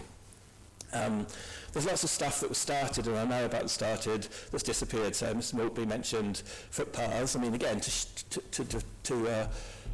share responsibility, as far as I remember, the Department of Infrastructure was just leading a cross-government working group on this. I think Department for Enterprise is involved, especially Visit Isle of Man and now Destination Management Isle of Man. I think the Department of Environment, Food and Agriculture is very much involved. I think local authorities were going to be involved. So it's cross-government work, and it's very important work to me, and I hope that we can have some reassuring comments about how that cross-government working group is going. In terms of the Highways Maintenance Charter, the reason I know so much about which days of the week people in Castletown and people in Peel can actually help with emergency issues is because I spent a lot of time in meetings with local groups who, Garth is a particularly outstanding example of a local authority that's got practical people who help practically along the way, and I spent lots of meetings discovering that, and it would be great to actually make the Highways Maintenance Charter and the work that's been done about bringing together DOI and local authorities more practical and more known about, and build on it further. I'm particularly interested how the DHSC team, as I'll always call them now, interpret some of the big issues around things like trees and flood risk management, because ultimately the reason why so many trees fall down over highways when there's big storms is because there are thousands of trees that have got the elm disease or the ash dieback alongside highways, and they're going to come down at some point, and it takes budget to take it down in an organised sort of way, or we shift the responsibility to the landowner, which is legally have the responsibility to do something about it. And there are all sorts of plans and charters and the like worked up. You know, flood buildings that get flooded and property that gets flooded, it's more likely to get flooded if it's built in certain places rather than other places. And I know in the Department of Infrastructure there are codes that are ready to be launched about all of these sorts of things, just like is a new Manx Highway Code ready to be launched. So I'm very excited about this group of people coming into the department and discovering all of this work that was suspended a little while ago, it seems, or perhaps it was suppressed or whatever, but to see whether it can all come forward again, because once you starve a department of money, which is what happened since 2014, you end up with novel solutions that are politically difficult. And I hope that those difficult options that are already there written down can be rediscovered and can be put onto the public table. Because ultimately, the Department of Infrastructure has been a success in the terms by which we're judging government departments at the moment, because we're all about efficiencies and value added, and it's a sad reality that since 2014, when Mr. President, who was then Minister of Infrastructure, took on the burden of saving £5 million in the Department of Infrastructure when he was Minister of Infrastructure, and it's been like that ever since. Infrastructure has been saving money. And when we got to August 2022, the headline in the summer that the Isle of Man newspapers latched onto was that the Department of Infrastructure was expected to be £20 million plus overspent by March the following year. We don't do things in the infrastructure department small time like the Department of Health and Social Care, who only did 16 millions. We had a headline in August 2022 that we were going to be more than 20 million overspent by the following March. And by the end of that financial year, nobody ever mentioned it again, but by the end of the financial year, after use of the contingency funds and reining in spending, no supplementary budget was requested from this Honourable Court by the Minister of Infrastructure.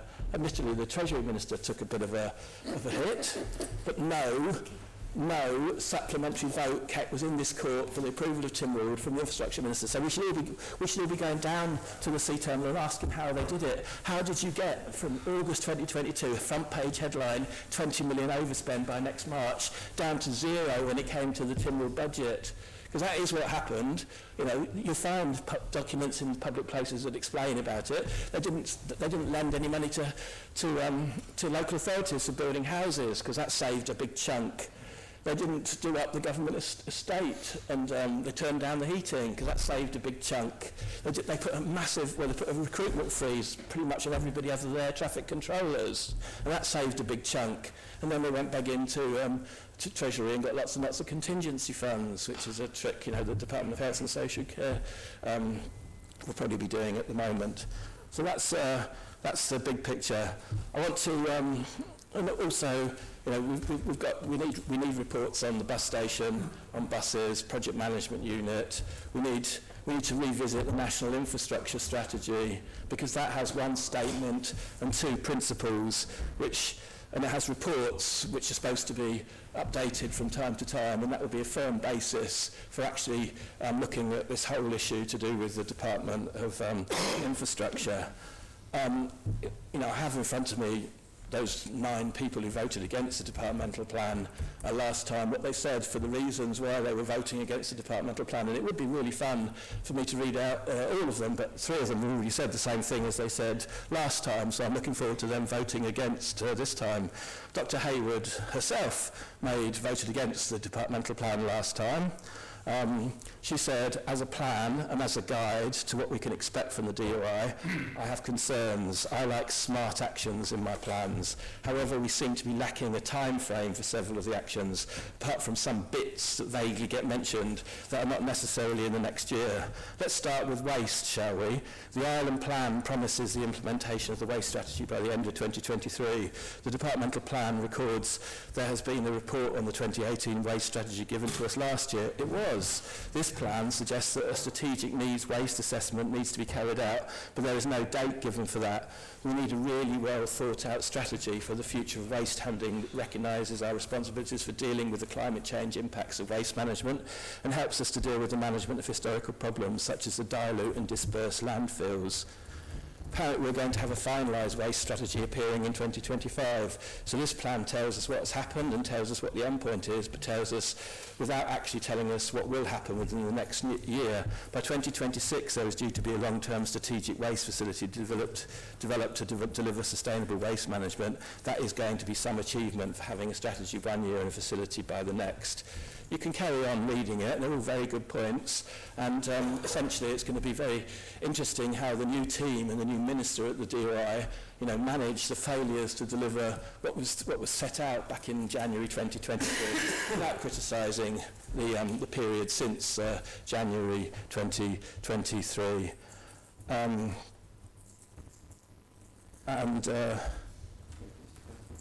with that, Mr. President, I refer this Honourable Court to everybody's personal position and personal statement that they made last year as they make up their minds how to vote. I, for one, will be delighted to receive this report, and I admire greatly everybody involved at the Department of Infrastructure who's had to manage that strategic risk of politicians.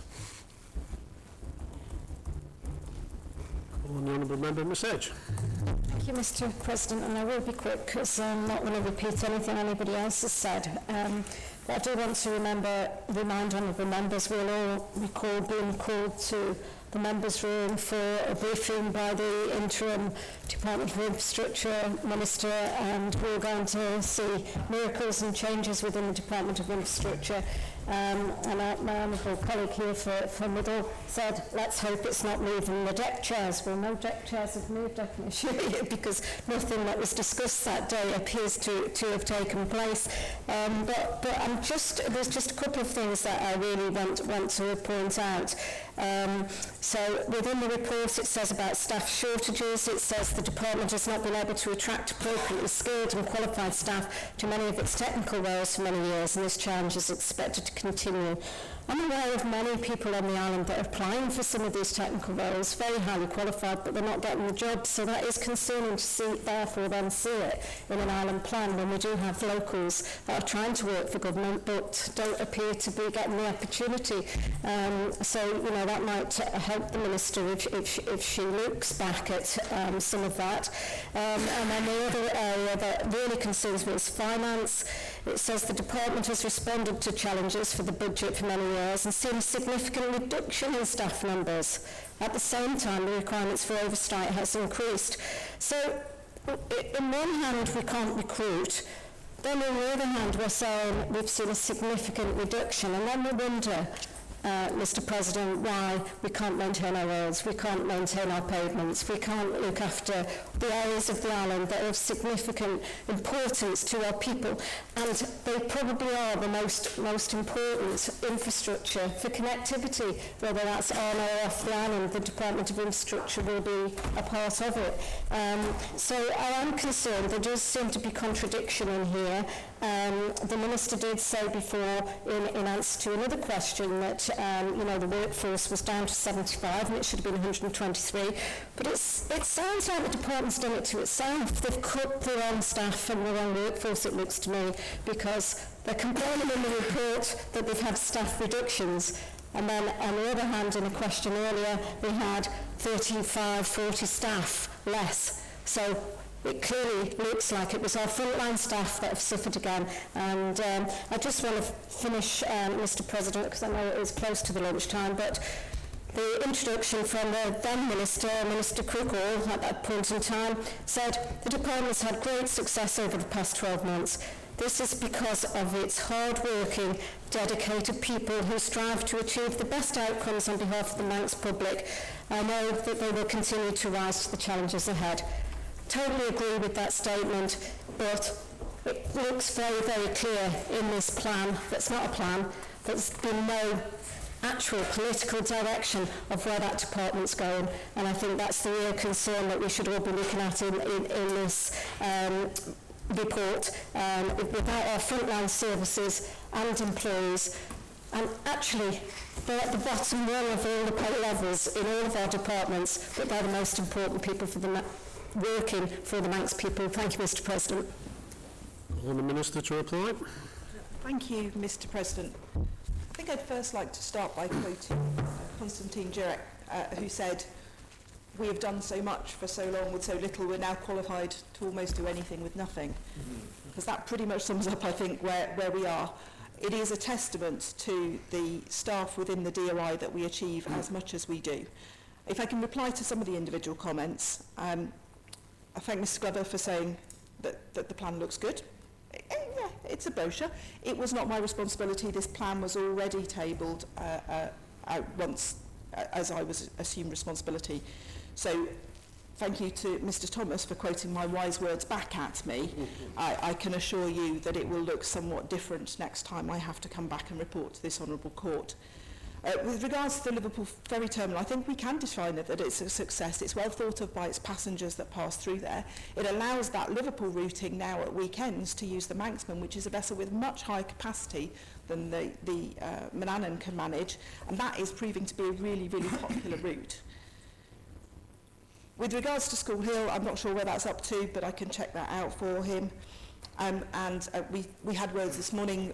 We spoke about the airport, and he knows that it is one of my priorities to tackle that next. I thank Mr. Speaker for referencing Janet and John. There was a nice flashback there, and I'm glad you liked the pictures too. You're right, the report mentions that we will be developing some KPIs, and I would like to see those in place, and I agree with Mr. Thomas that some of those KPIs seem to vanish between the last report and this one, but I can assure you that they will be coming back in some force. Mr. Mercer says the future focus is limited. That's true. And I agree that we really do need to explain what the impact of our services are on the public, and that this report forms an important part of the scrutiny that this court can have over the work of the department. With regards to Mrs. Maltby, I know we didn't mention the Public Rights Away report. I have seen the draft report and I have returned it to the working group because I wasn't satisfied with the report or its presentation, and so I'm anticipating that that will be with us early next year, and I'm pushing very hard to make sure that that does appear, because I know that you've waited a long time for it. Mr. Thomas declared us to be the DHSC team that had taken over DOI. I'm not sure. We've moved on from that, Mr. Thomas. And classified us as should be on a strategic risk register. I can add that on there if you want, if you think that's a real thing. Perhaps it applies to politicians who are within the department and politicians outside of the departments as both being risks to how the department behaves. You asked me some specific comments about evaluating the outsourcing at the airport and the highways, and whether there was cost reduction, whether we were investing in our roads in the right way, and what the highways maintenance charter looks like. I haven't had time to get hold of any of that yet, but you can anticipate that my to-do list is long, and I am tackling it as fast as I can.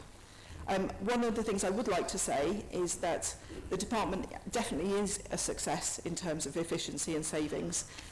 We are very grateful to the financial advisory service that comes within the department. It's a really valuable resource to us to understanding our budget lines and controlling our finances. So I'd like to thank Ms Sedge as well for her comments about moving deck chairs around, and she'd like us to be the Department of Miracle and Changes. I can't promise miracles. I'm good, but I'm not that good necessarily. But I can promise you that I'm already looking at some changes in how the department functions and trying to see if we can make some more efficiencies and streamline the way we work. With regards to staff shortages and people applying for posts and not getting appointed, I'm not responsible for staff appointments, as the Honourable Member will be well aware. I would encourage anyone who's applied for a job to check the person's specification and check that they do actually have the qualifications before that.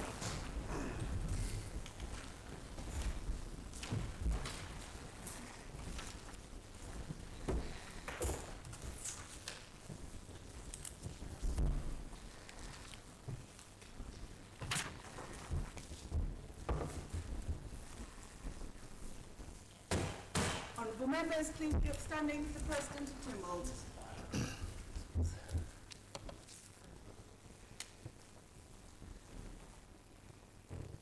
Mr. Moy, I'll turn you all up. That's my turn. Please be seated.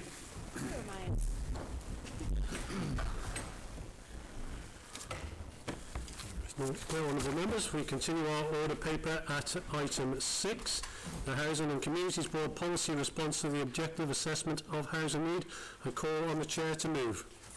Thank you, Mr. President. I rise to move that Tynwald receives the Housing Communities Board policy response to the objective assessment of housing need and supports the Government's commitment to build, provide or facilitate up to 1,000 affordable houses over the next 10 years, commencing in April 2025. This commitment is in response to and in accordance with continued monitoring of evidence-based housing need and is subject to the availability, identification and commitment of appropriate funding, development sites and construction industry assets.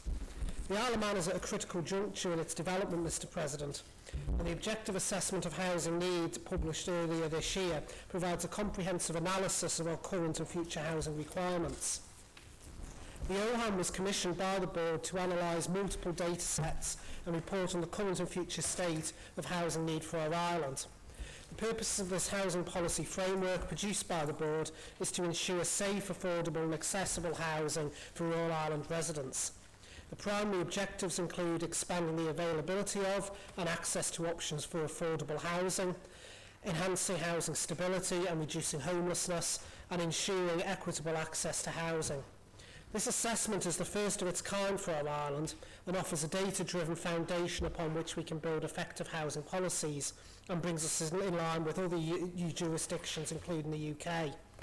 It highlights the urgent need for affordable housing to meet the demands of our growing population and to ensure that those who need it have access to a safe, secure and affordable home. This work also has benefits for the Housing and Communities Board longer term in terms of providing a set of coordinated data to enable us to start to consider more detailed housing need for the island. The response, Mr. President, sets out several key steps and commitments to delivering on the OHAM's findings. The first is a commitment to build, provide or facilitate up to 1,000 affordable homes over 10 years commencing in April 2025.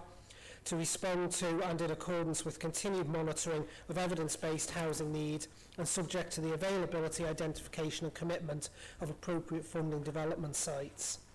The second is bringing forward options to consider in respect to the potential introduction of a housing association to deliver a consolidated housing programme.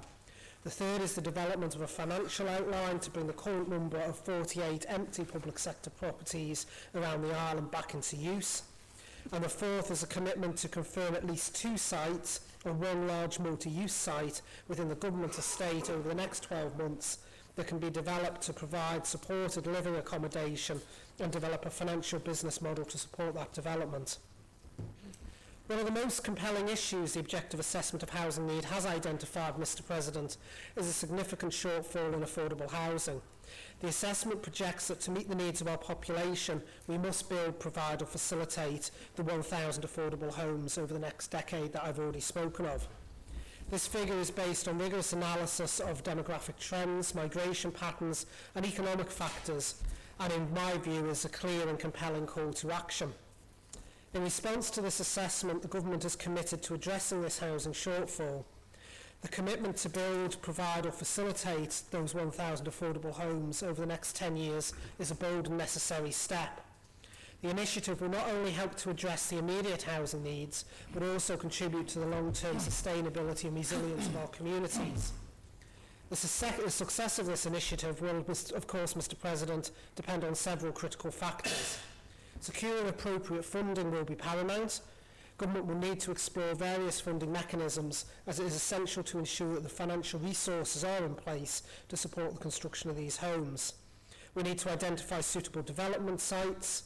The Government will need to work closely with local authorities, landowners and developers to identify and secure appropriate land for those housing projects.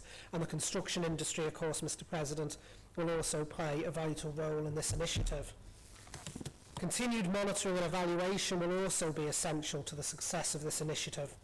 We must establish a robust framework for tracking progress, assessing outcomes and making necessary adjustments. Mr. President, the benefits of this initiative extend beyond the provision of affordable housing. By addressing the housing needs of our population, we are also supporting economic growth, enhancing community well-being and promoting social equality. Affordable housing is a catalyst for positive change, and its impact will be felt across all sectors of our society. Thank you, Mr. President. Call on the honourable member, Mr. Cookle. Thank you, second, Mr. President. Reserve my remarks. Call on the honourable member, Mr. Callister. Thank you, Mr. President. I would like to thank the Chair of the Housing and Community Board for presenting the Objective Assessment of Housing Need report from May this year, along with the policy response document for further consideration here today. Firstly, I must offer my apologies to the Chair of the Housing and Community Board for not being able to attend the recent Tynwald members' presentation. Regrettably, I was double or even triple booked that morning. However, I can assure the Chair and the Board that addressing the pressing concerns surrounding access to affordable housing on the island remains one of the top priorities for me in this administration. During the House of Keys general election in 2021, affordable housing was one of the most frequently discussed topics on the doorstep. This is why I feel deep sense of frustration regarding the pace and implementation of change by the Housing and Community Board over the past 3 years. And I can't put all of that frustration at the doorstep of the current Chair.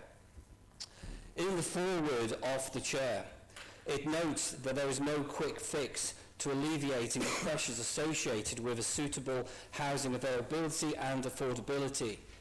Yet, having closely followed the Board's work over the past 3 years, I find myself frustrated by what is often appears to be a slow approach to change and implementation.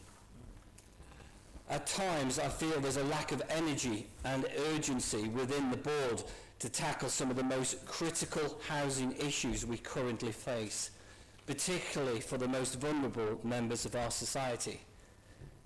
After reviewing this report several times, I also struggle to accept some of the conclusions presented by the Housing and Community Board for consideration today. The Housing and Community Board was established in 2021 by the Chief Minister with the sole purpose of identifying and proposing long-term housing solutions based on a solid foundation of data and evidence. It was also intended to rebuild confidence with the public, ensuring that island residents today and in the future have access to appropriate and affordable housing options.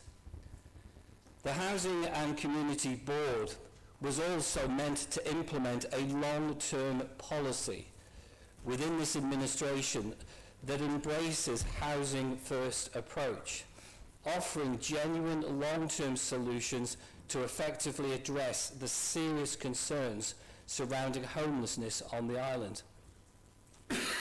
I have consistently advocated for a clear policy centred on housing first, which is an evidence-based approach model that provides permanent housing solutions to individuals. This approach is vital to tackling homelessness issues we currently face here on the Isle of Man, a problem that regrettably remains largely hidden from view. In his report, the current Chair also confirms that accessing secure and affordable housing is a primary focus of the Housing and Community Board's work. However, after 3 years of operation, the best this board can present to this court today is merely an ambition or an aspiration to significantly improve the conditions that will enable the government to deliver a housing programme capable of transforming lives for the better. While this may serve as a compelling soundbite for radio and newspapers, it does very little to alleviate the suffering of individuals and families who are desperately seeking sustainable and cost-effective housing options right now. It simply isn't good enough. Mr. President, the Chair in his foreword also discussed ongoing efforts to explore various aspects of our housing provision, including homelessness, shared equity for first-time buyers, affordable rental options, and even access to the open housing market. However, we must ensure that all of these discussions actually translate into solid actions and tangible outcomes that can make a real difference within our communities. While all the behind the work or behind the scenes is commendable, people on the island need to see tangible change in this area, especially those desperately searching for affordable and available housing options today, or those who find themselves in need of a safe and warm place to call home when their personal circumstances change unexpectedly. At the heart of this policy document that the Chair is asking this court to receive today is a commitment to build, provide or to facilitate 1,000 affordable homes over the next 10 years, commencing in April 2025. However, I have to seriously question why this significant initiative is only going to start in April 2025. A commitment to provide 1,000 affordable homes should have been prioritised at the start of this administration in 2021, or at the very latest 2022. Setting a commencement date for April 2025 is simply not acceptable. In Appendix A on page 14 of the document, it outlines various upcoming developments aimed at supporting the board's overarching policy target of 1,000 affordable homes over the next decade, as proposed by the Housing Community Board. However, upon closer inspection, you have to seriously question how many of the 327 new homes highlighted in the report can genuinely be classified as affordable housing. Mr. President, for instance, the 37 units in the old nurses' home in Douglas may qualify as key worker units, which is one of the board's core objectives, but they cannot be truly described as affordable housing units. By way of another example, the 48 public sector housing units mentioned are not new housing units, but rather existing local authority properties. Therefore, the Department of Infrastructure and central government should be working closely with the local authorities to have these properties refurbished and return them back to use as quickly as possible. In my opinion, these cannot be described as new affordable housing units.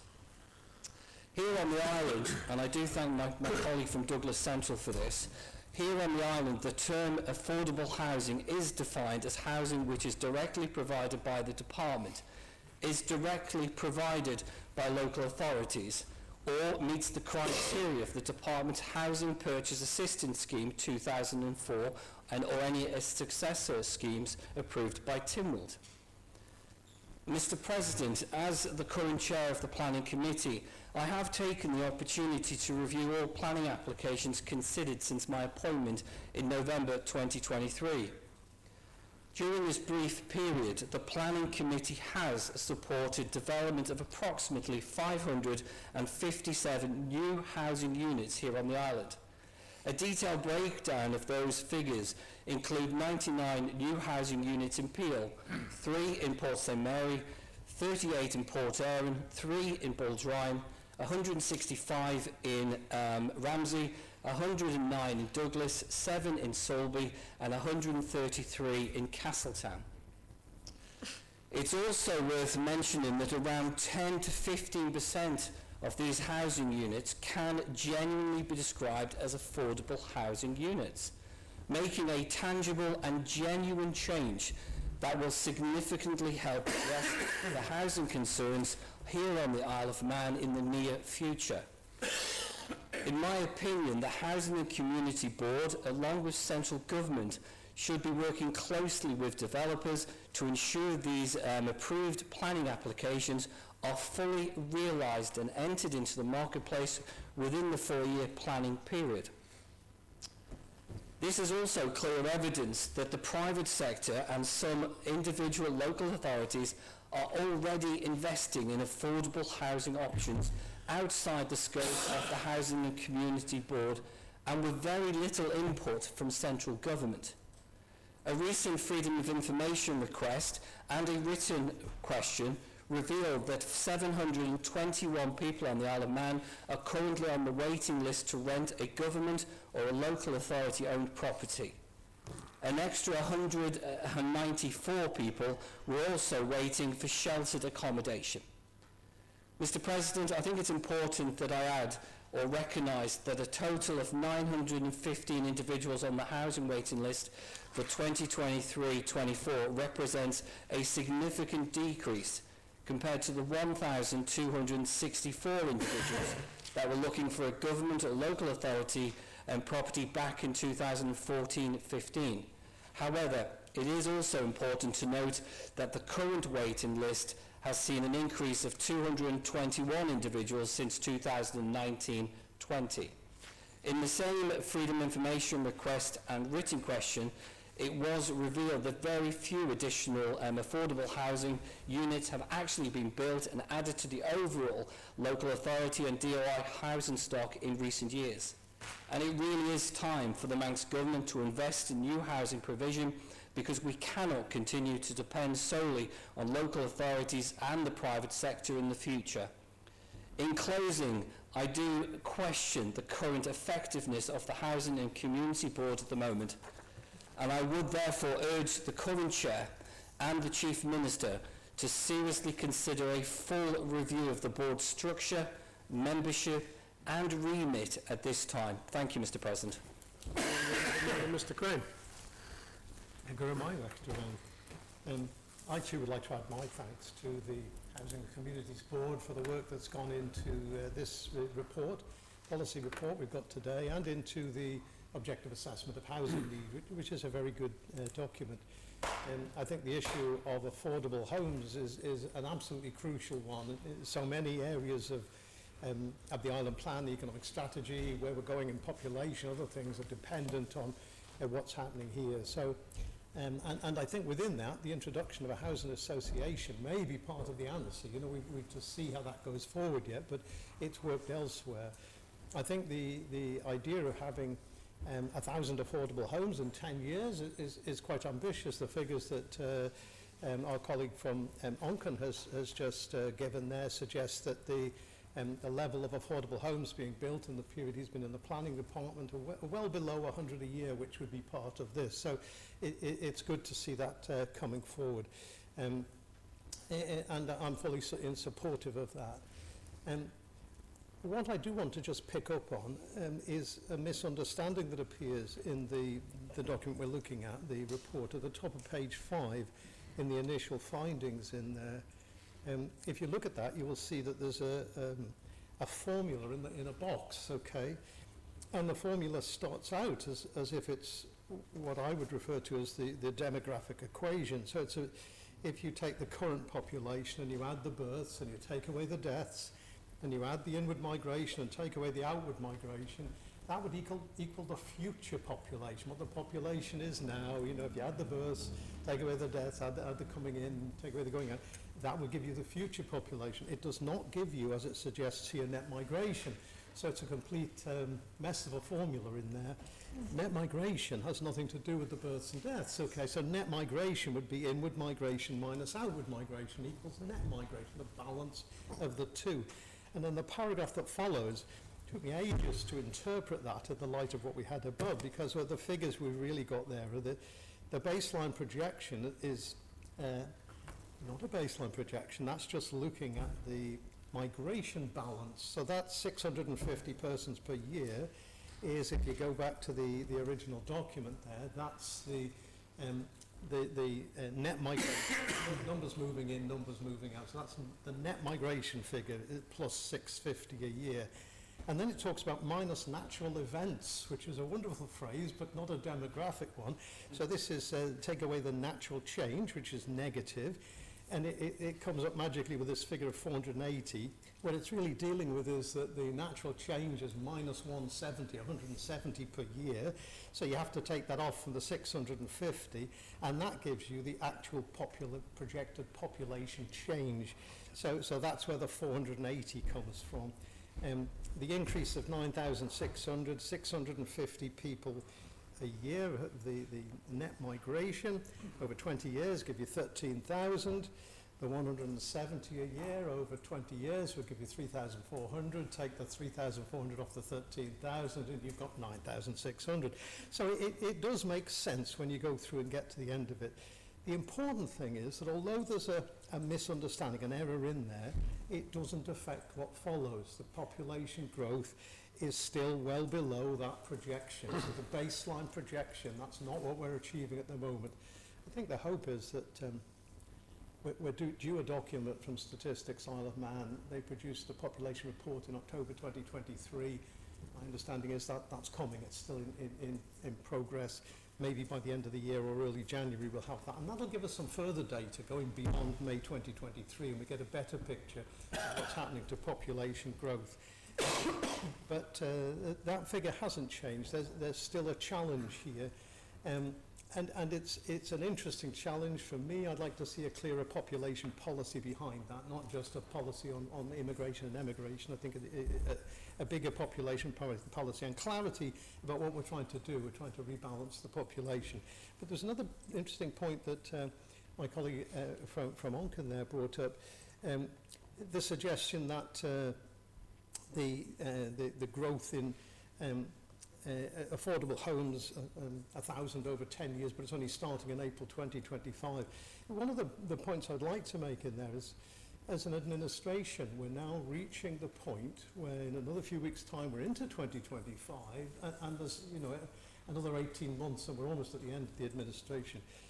It's crucial in these areas of data that we're leaving good, clear data for the next administration to start with. It's important that we've got areas of policy like this one. So in terms of housing development, in terms of population growth, in terms of a number of areas where we've got commitment, climate change and visitor numbers, etc., where we've got objectives that are going to cross into the next administration or two administrations ahead. We need to be clear enough in what we leave behind within departments that the next people in the department, if there's someone else, are not starting again with a blank sheet of paper and trying to work out an island plan. We've got an island plan that runs through, and it's crucial that we see that as going forward. So a start date in April 2025, as long as it delivers the 1,000 affordable homes in a 10-year period, I'm very comfortable with that. Am I out to then? And the Honourable Member, Mr Thomas. Thank you very much. The first point I'd like to make is I'd like to sing again the praises of the objective assessment of housing need as a document. It only cost 39,000 or something. It wasn't actually the Housing Communities Board that produced it. It was Cabinet Office that commissioned it. Cabinet Office planners did the first draft of the terms of reference. I think the Housing and Communities Board commented on it. I don't even think the Housing and Communities Board paid for it in the end. I think it came from this planning reform fund, and I think it came from that. I think it was actually Cabinet Office got access to that fund for paying for it. So that's really important. I think that's the wonderful document in all of this, because I don't really think this current report does justice to that objective assessment of housing need. Just a few points to say subsequent to that. The first one is that we need to remember, in Mr Ashford's own words, that the objective assessment of housing need provides critical analysis of our future housing requirements and will primarily act as an evidence base for the island's strategic plan. It aims to provide a comprehensive understanding of the current landscape challenges and solutions regarding housing accessibility and affordability. They're Mr Ashford's own words from the introduction, from the forward to the objective assessment of housing need. The objective assessment of housing need is much more valuable, and it's independent, and it's data, just as Mr Crane described, rather than this statement of a one policy which is we're being asked for to support, subject to lots of conditions and commitments and funding and so on and so on. There's much more behind this. There are many other important reports that have been produced working with the Housing and Communities Board at the beginning of this administration that need to see the light of day, and there are many other housing reports that are actually more full than this one in front of us today. The next point I wanted to make is the one hinted at by Mr Collister, which is that Appendix A should probably be withdrawn because it will only be seen as confusing in the future, because clearly some of the items in there don't meet the definition of affordable housing in Housing Policy 5, which is the one that Mr Callister summarised, whereas other houses, just as he listed, do meet the criteria. So to me it would be good if the Chair could stand up and withdraw Appendix A, because it would be unhelpful in aiding any understanding of it. You know, if at the same time wants to comment on changing the table in respect to population, that might also be helpful. The next point I wanted to make is that as far as I remember, and as you've got to remember I was a sceptic on the island plan, but I think I do know it quite well. As far as I remember, the island plan objective is specified when it comes down to indicators in terms of occupied homes, additional occupied homes. Because and they talk about homes for all, private sector, private rental, public sector rental, shared equity schemes to help people get into home ownership. And we have very austere statements in the island plan that the Housing and Communities Action Plan is to bring vacant and derelict buildings back into use. It's so that the public and the private sector housing is accessible and affordable. And all of that's just gone. Most of that's just gone from this single policy statement that we're being asked to support today. Public sector housing for rent is important, but it's not the only thing that's important. I wanted to see more about how we were going to have more additional homes occupied, not necessarily new homes, because the big challenge every time we come to a planning document is we've got these 6,000 empty homes allegedly. And that's not in this document. And the other major omission to it is that you know, this is a prime example, probably the prime example of what Mrs Christian was talking about when she talked about there's no point having a plan or a policy if it's not costed and funded. And throughout this administration I've been explaining the costs of houses. If local authority builds a new public sector house, it costs £250,000 on average or something like that. So therefore, to get 4 of them, you need £100,000. To get 100 of them a year, you need 25 million. You know, to get the 1,000 over the 10 years, you need 250 million. That number's not random. I've been using it in all my budget speeches, whether I was a minister or a backbencher. So where's that 250 million pounds going to come from? Of course it's an investment, and of course you can borrow money to make investments, but the killer has been the Department of Infrastructure deficiency payment, which has been squeezed in Treasury processes because of the differences between rents and the cost of paying the borrowed money and the maintenance and the tenancy agreements and the like. So we can't just pretend we're setting a new policy and a new strategy and a new plan without explaining that if we're going to support this, we're going to need £250 million. And then the next point is, it's easy to say it's not Mr Ashford's fault, you know, and all of that, but Mr Ashford was actually the Treasury Minister when all of these sorts of arrangements were being put together. Okay, and you know, it was actually the Treasury Minister who decided that we give him £1 million in the first year, although we'd say it was £2 million in the press release, although if we look at it, it's £1 million in the first year, £1 million in the next year, £1 million in the third year for great fanfare. So we've had £3 million for the Housing and Communities Board. It wasn't only Mr Ashford's fault, it was all the rest of the council ministers and all of us in here, because we approved the budget. You know, if we didn't do it knowingly, we should have known. Basically, if we wanted to make a priority towards affordable houses, we needed money for it, and that wasn't there. And we're all collectively involved in that mistake that was made. If that has become the initial priority, you know, that's what I think the Chief Minister was talking about when he asked some person to come in as a big fixer for housing, but then there was no budget for the Housing Communities Board. There were 2 limited term appointments to spend any of the money, which was even that £3 million eventually, which was in Treasury, and to get to Treasury to spend it, you had to go through a department. So the Housing Communities Board had to persuade a department to actually make an application to Treasury that Treasury then had to approve, and all of that. So it's hardly likely to end up with a serious amount of money. And the other point is we did make some massive decisions about housing, which were contrary to the support we're being asked for today. One of those was to go down the Manx Development Corporation route. So the Manx Development Corporation has got borrowing access to a 30-month facility through the Brownfield Steering Group, which I seem to remember Mr Ashford was probably on for ever since it was formed at the beginning. I'm not blaming Mr Ashford, it's just a bit of rhetoric on my part. But, you know, collectively we're all responsible for these decisions, and the Manx Development Corporation is spending £300,000 plus on each new housing unit, and they're not affordable units, they're key worker units or something else. They're units for education, for new teachers, for new health workers, or whatever it is that they're going to be, which we don't know about, but we might next week after my question is answered in the House of Keys. Somebody is going to live in those properties, and the unit price for each of those Manx Development Corporation houses is more than $250,000 because we've chosen to go around purchasing sites and to using the embedded carbon buildings that are there and refurbishing them. And we also made the decision, and Mr Hooper was completely honest about it when we were doing it, to vote for the Island Infrastructure Scheme without any budget limit whatsoever. That's what he said.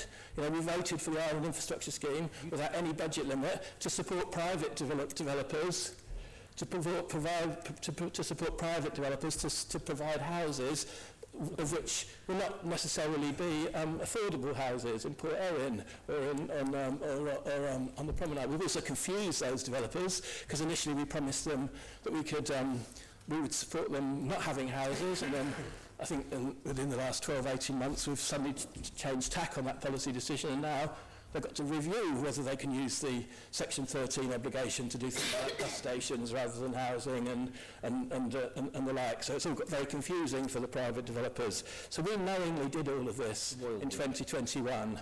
Tynwald knowingly voted for the budget in 2021. I'm delighted to hear that public sector housing is going to be an important element of the future. I'm delighted that the wider definition of affordable housing, including shared equity schemes and other forms that might become mid-rent schemes and the like, but this report isn't that. It doesn't talk about any of those issues. It doesn't talk about empty properties. It doesn't talk about mid-rent scheme. It doesn't talk about all the things that you'll find there's policy decisions being made by the Housing and Communities Board previously that exist on the computer screens somewhere in Cabinet Office, which has always been running the Housing and Communities Board. So with that, I found it, obviously it's a nothing real motion.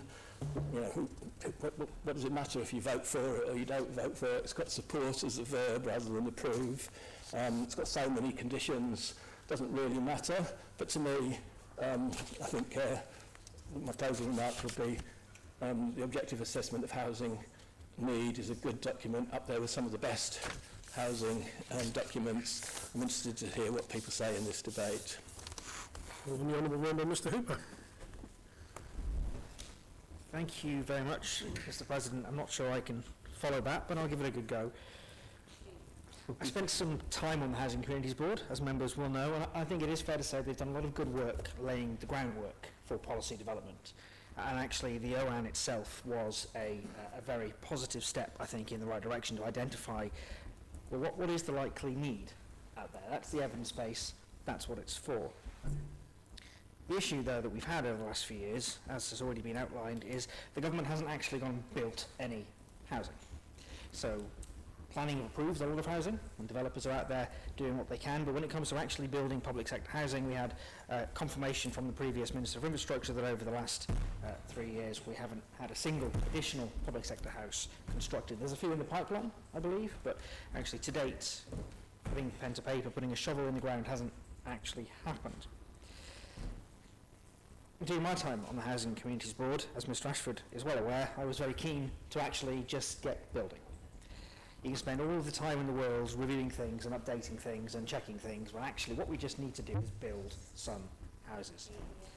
And when I say build, I also mean convert existing properties above shops. I don't just mean getting out there and building on brand new sites. There's a lot of scope to actually just create homes. And that was actually the original Island Plan ambition, was to create and occupy more homes. And that is something that we have singularly failed to do. We've heard it mentioned that this 1,000 target for affordable housing by 2035 been described as ambitious. Now, I would challenge that description. The reality is this is a far from ambitious target. And I can say that quite confidently, looking at the numbers in the OAN itself. The OAN document on page 35 says quite clearly, almost 1,000 additional public sector rented dwellings are required to meet the baseline need over the 2021 to 41 period. So 1,000 public sector, not 1,000 affordable homes, not 1,000 affordable and mid-rent and everything else, 1,000 public sector. That's what's needed as a minimum. So this target here that says actually we're going to ignore the data and the evidence that we've spent money on and actually got a report on, and we're going to say we're going to incorporate a very broad brush definition of affordable housing and say that's what we're going to count. But actually the OAN that this is supposedly responding to says we need 1,000 public sector houses. So why doesn't this target say let's build 1,000 public sector houses and facilitate and encourage the development of 1,000 affordable homes on top of that? Because we do need private rental, first-time buyers, bungalows, sheltered accommodation, all sorts of housing. Again, evidence that the OAN sets out quite clearly. So according to the OAN, to this report, if you forecast out the numbers that are in there, if the government doesn't build 1,000 public sector houses, we're not going to have enough public sector houses to meet demand. So the easiest way of government meeting this target is quite simply to build 1,000 public sector houses. So why isn't that the target? That is the first question for the Minister. Why have you decided to go easy on himself? Why is he going easy on the government when the OAN itself provides the data that says this is what your targets probably should be? We've just kind of ignored that, which is quite concerning. The other thing I'd like to ask is about that funding commitment. Mr. Thomas has, I think, hit the nail on the head saying it's much of a nothing motion, this one, because there is no money behind it. So we can promise to build 1,000 houses. We're not going to actually build them. We're not actually going to pay for them. Not going to happen. And because it's a 10-year commitment, not an annual commitment, we're not building 100 a year, we're building 1,000 over 10 years. Every single year the government can say, don't worry, we've got 8 years left, we've got 6 years left, we've got 4 years left, all the houses are coming, they're coming, don't worry. And then actually in year 10 you might end up with some houses being built. By that point it's too late. Actually, you need houses now.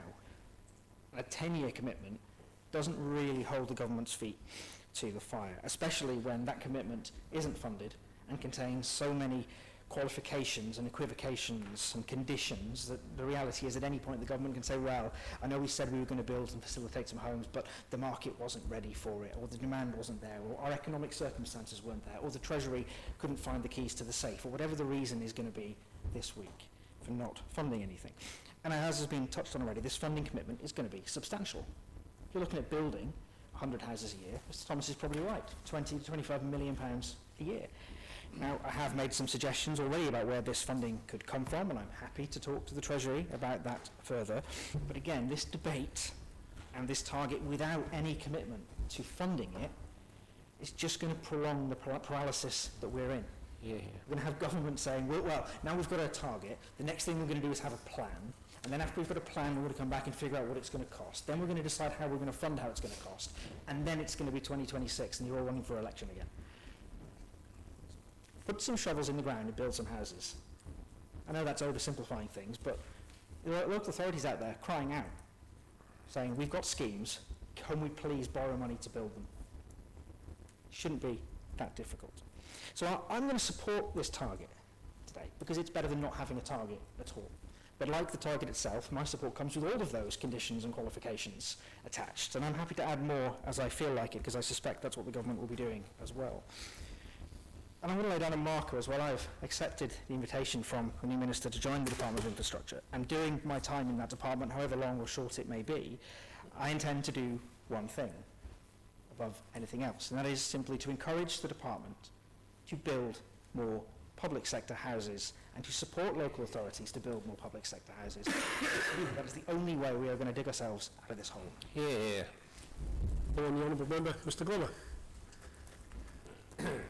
Good reminder, Dr. N, and a lot of the points have just been made there by the member for Ramsey that I was going to make, but I just want to drill down on that and just underline rather than repeat a few concerns that have already been raised. And the first speaker from Onken, Mr. Callister, I share his concerns about the pace of change and the pace of all this completely, totally understand that.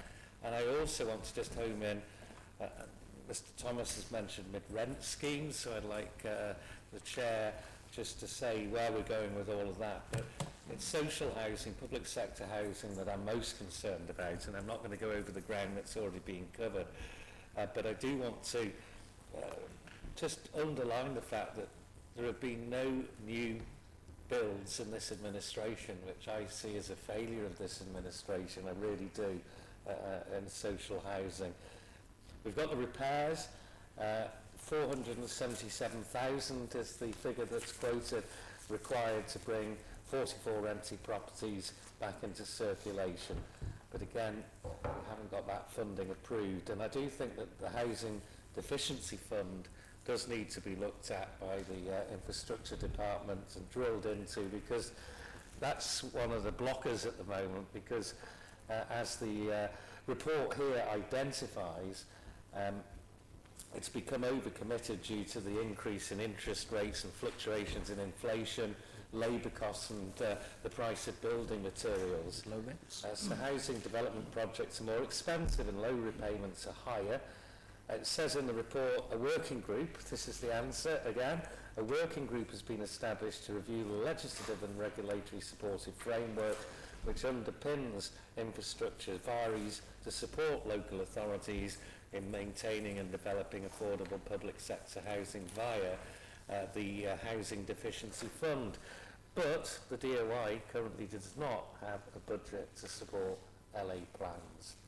So really would appeal to the Minister and the new political members to have a long look at that Housing Deficiency Fund area, because I think there's an awful lot of unblocking that would result from that. But I share wholeheartedly the views that have been expressed, particularly by the members from Onken and Ramsey. Go on, Honourable Member, Mr. Moores.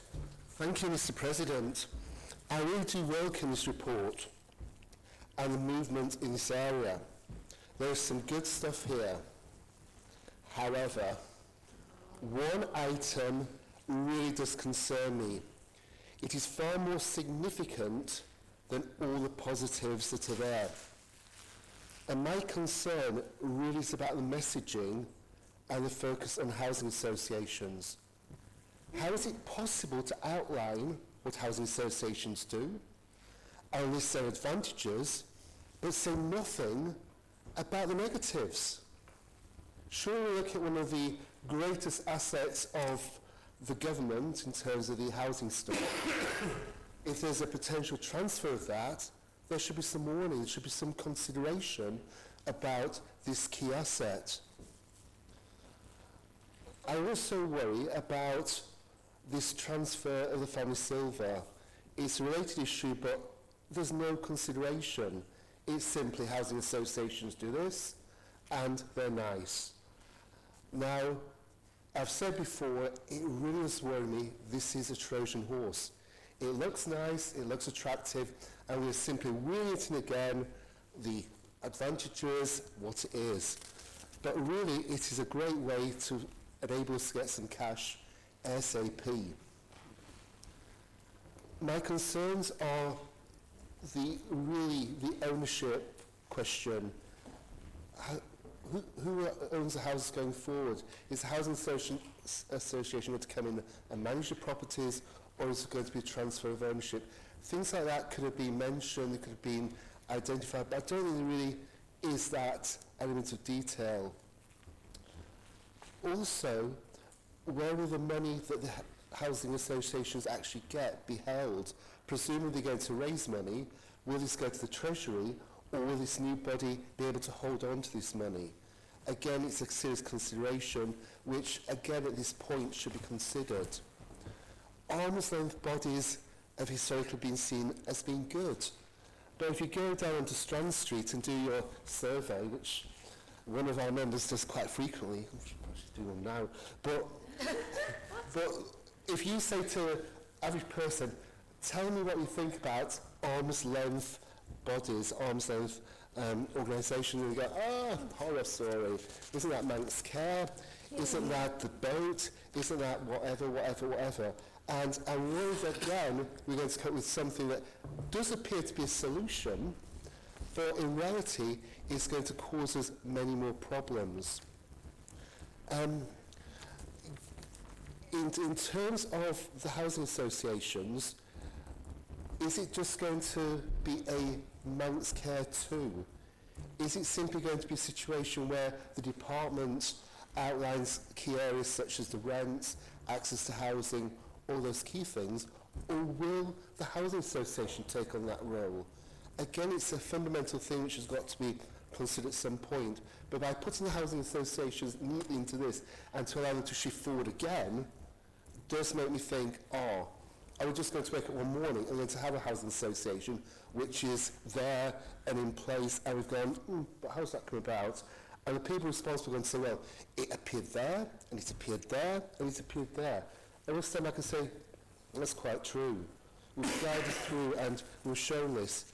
So in terms of good old Mr. Google, if you actually use Google to actually identify the missing part from, I think it's between page 11 and 12, it identifies several problems. And those several problems actually are the problems we've got now, in terms of limited availability of housing, limited choice of providers of social housing, stagnation of social housing provision, dependency on government support, perceived inequalities and stagnation. So it does bring us cash, it does change faces, but in terms of what it offers the tenants, what it produces in terms of shifting assets, there are big question marks. There are real questions. The bit that really gets me over and over again about this is, whereas in infrastructure, housing association was something that ended the table, housing association down there, and the Chief Minister went up to the Channel Islands and he came back with this great idea, housing associations, and then the DI did some research on it, and it's that shift, we're moving towards housing associations, we're moving towards housing associations, and again, it's dropped in there as a nice positive thing, but it horrifies me, and I really do worry about it. So in terms of going forward, I do think that the local authorities' input into the Housing Association could have actually been stronger. Once the ideas are in place, they were invited into the room, supposedly, and able to share their thoughts. But again, it's that focus on the DRI housing stock. If we have a problem with DRI housing, we've got a lovely minister who's amongst us. We can ask questions, we can see what they think, we can hear what they think. But if this is handed over, then suddenly there's going to be a gap between what is actually taking place within the housing, social housing arena, and what is happening in here. And it is a concern. Could it potentially just create a new area of bureaucracy, a new cost structure, and a significant amount of frustration? I do worry in some respects I focus on one minutiae of the report, but in terms of what it says to me, this is the warning bit. This is the bit that really does concern me. And I worry that, again, we just kind of say, brilliant, nice report, lots of good content, but at the same time, we're shifting the housing associations close to reality. I may be wrong, hopefully I'm wrong, but I might not be wrong, and I think it's worth raising considering. Thank you, Mr. President. And the Honourable Member, Mrs. Kelsey. My Excellent. I thank the Chair for bringing this report or response to the Court for discussion and debate. It's really useful. And what I wanted to go to is be very specific. And with my honourable friend unfortunately unable to be here today, I feel I need to speak for vulnerable young people, as I know that Mrs. Sharp would be very much an advocate based on the fact that they are mentioned in your report very well. Thank you. So, on page 14, under 3, equitable access to housing, which obviously is a really good thing, and we should be really supporting the policy aim for access to housing must be and remain to be fair for all individuals regardless of income, gender, age or disability. Now, unfortunately, the next bit is where I now have a problem, because we've just debated and discussed the DOI report that's been brought forward in the previous motion. So the next words say, the DOI on behalf of the board, that's the Housing Communities Board, is working with partners to look at the feasibility of funding supported housing by using commuted sums related to affordable housing. A project is being scoped with the view to carrying out an assessment of current assets and sites for renovation and or new build, so sort of echoing some of the comments that have been made already. The next bit is the crunch though. This project, so the project that the DOI is leading on, will initially consider the development of supported housing for vulnerable young people, particularly those leaving care. But we'll take a wider view to identify opportunities for helping other groups. So I go to the DOI plan because I knew I hadn't seen it in there. And the only place that we talk about housing in this sort of regard in the DOI plan, building great communities on page 7. Create a housing association.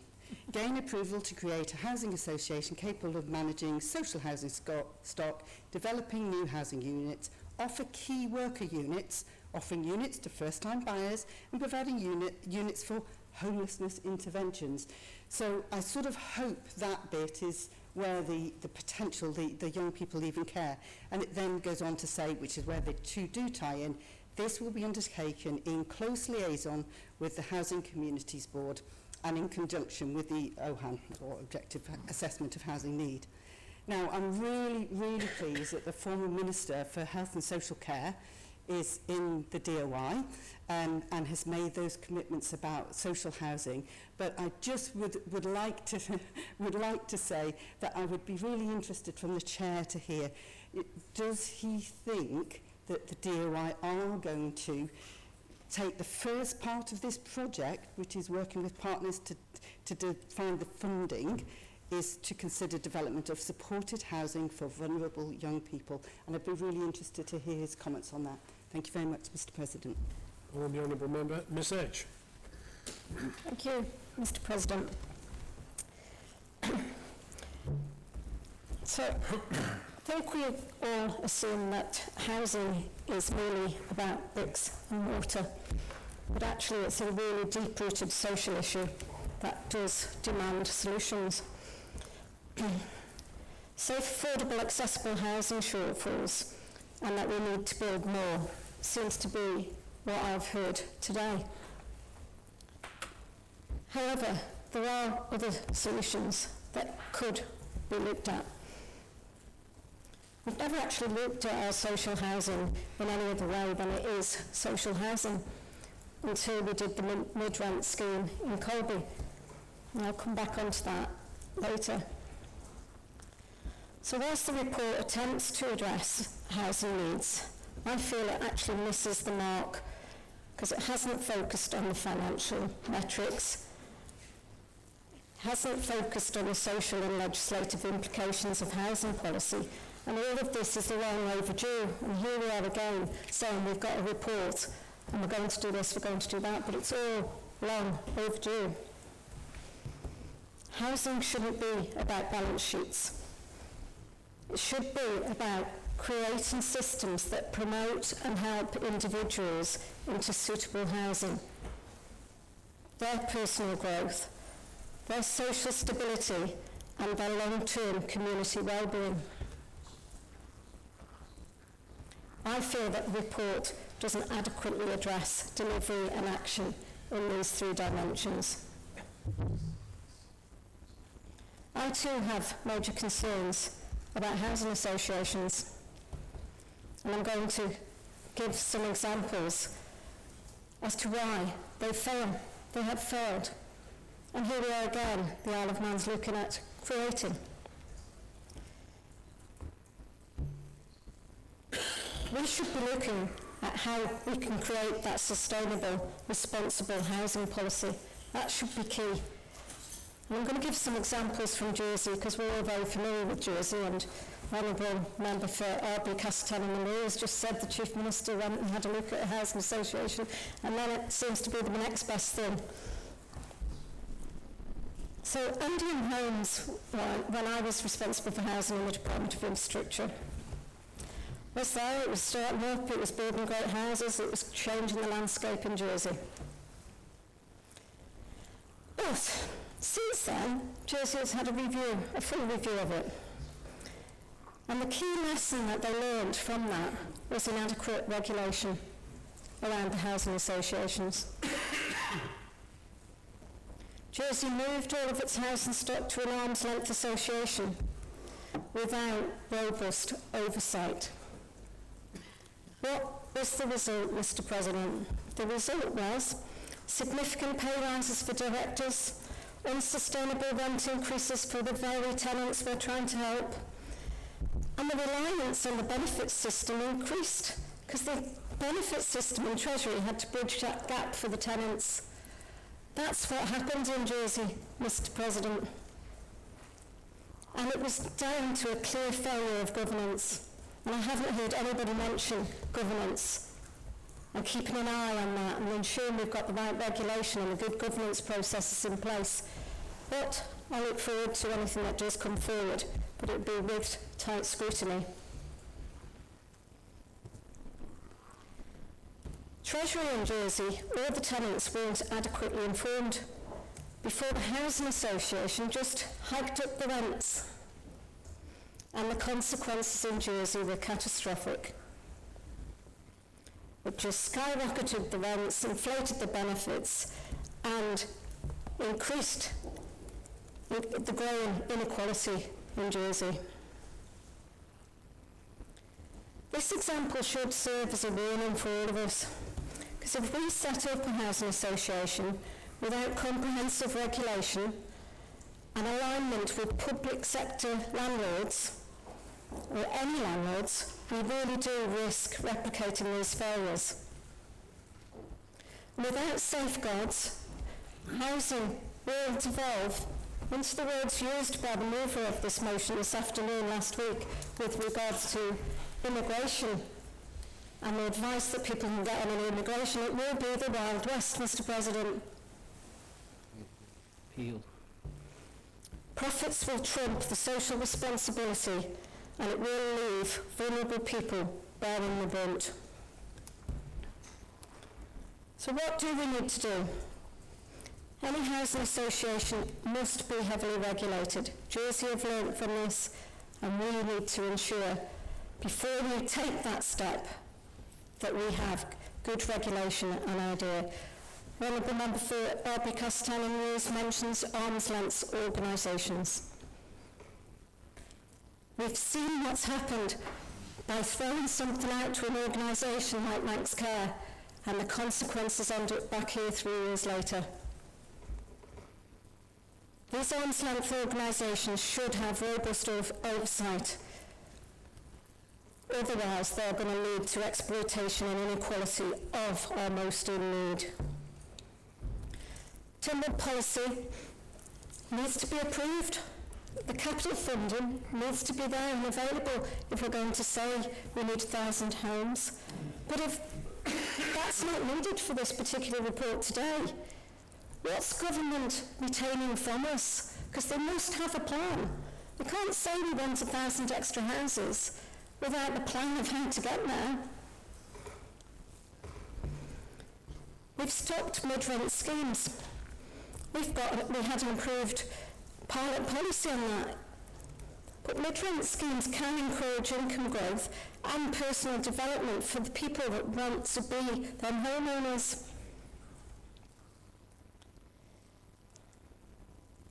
Jersey Government invested £250 million in a bond 10 years ago.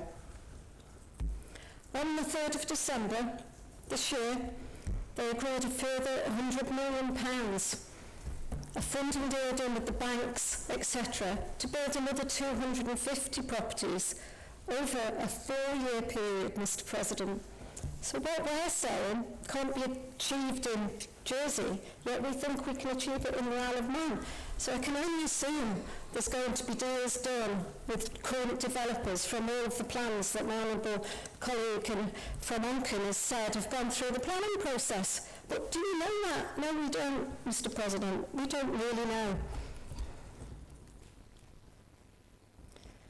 So Jersey have clear policy in place before they build and regulation.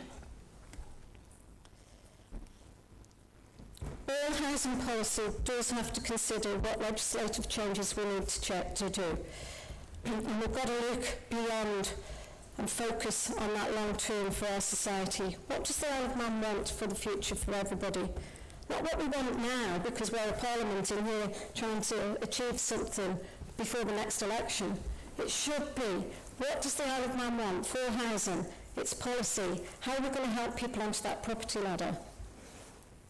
The mover of the motion started talking about migration, and I was pleased when a colleague for council stood up about migration and net migration, because most people that migrate, a lot of them are from European countries where they don't want to own, they want to rent.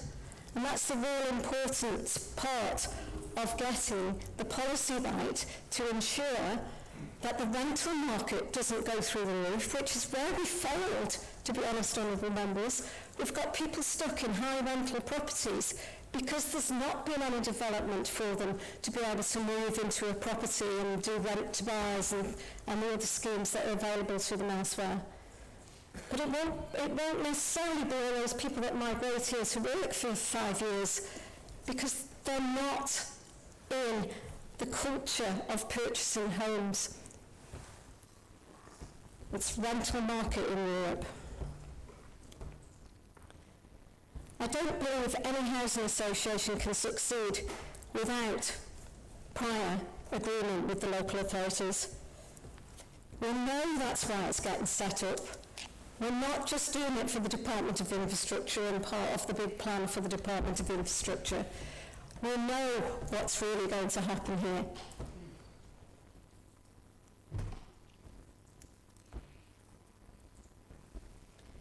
We cannot afford, honourable members, the social consequences of doing poor policy on housing. I can't overstate that more. But we are in that situation right now, which is why we're talking about it, and I'm glad we are. But without proper intervention, planning and good policy from government, we have created a two-tier society where housing becomes unaffordable for all, or it could if we do not get this right.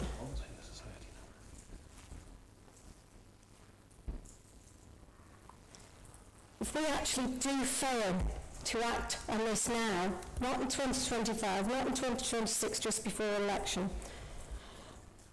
the deliverable policy will not happen. I find it difficult that it can happen from what's actually in this report due to the slow legislative process that we have. But we do need to remember that housing is not just about policy. It's the moral issues around housing that we as an island have always stood proud to make sure that everybody has a home.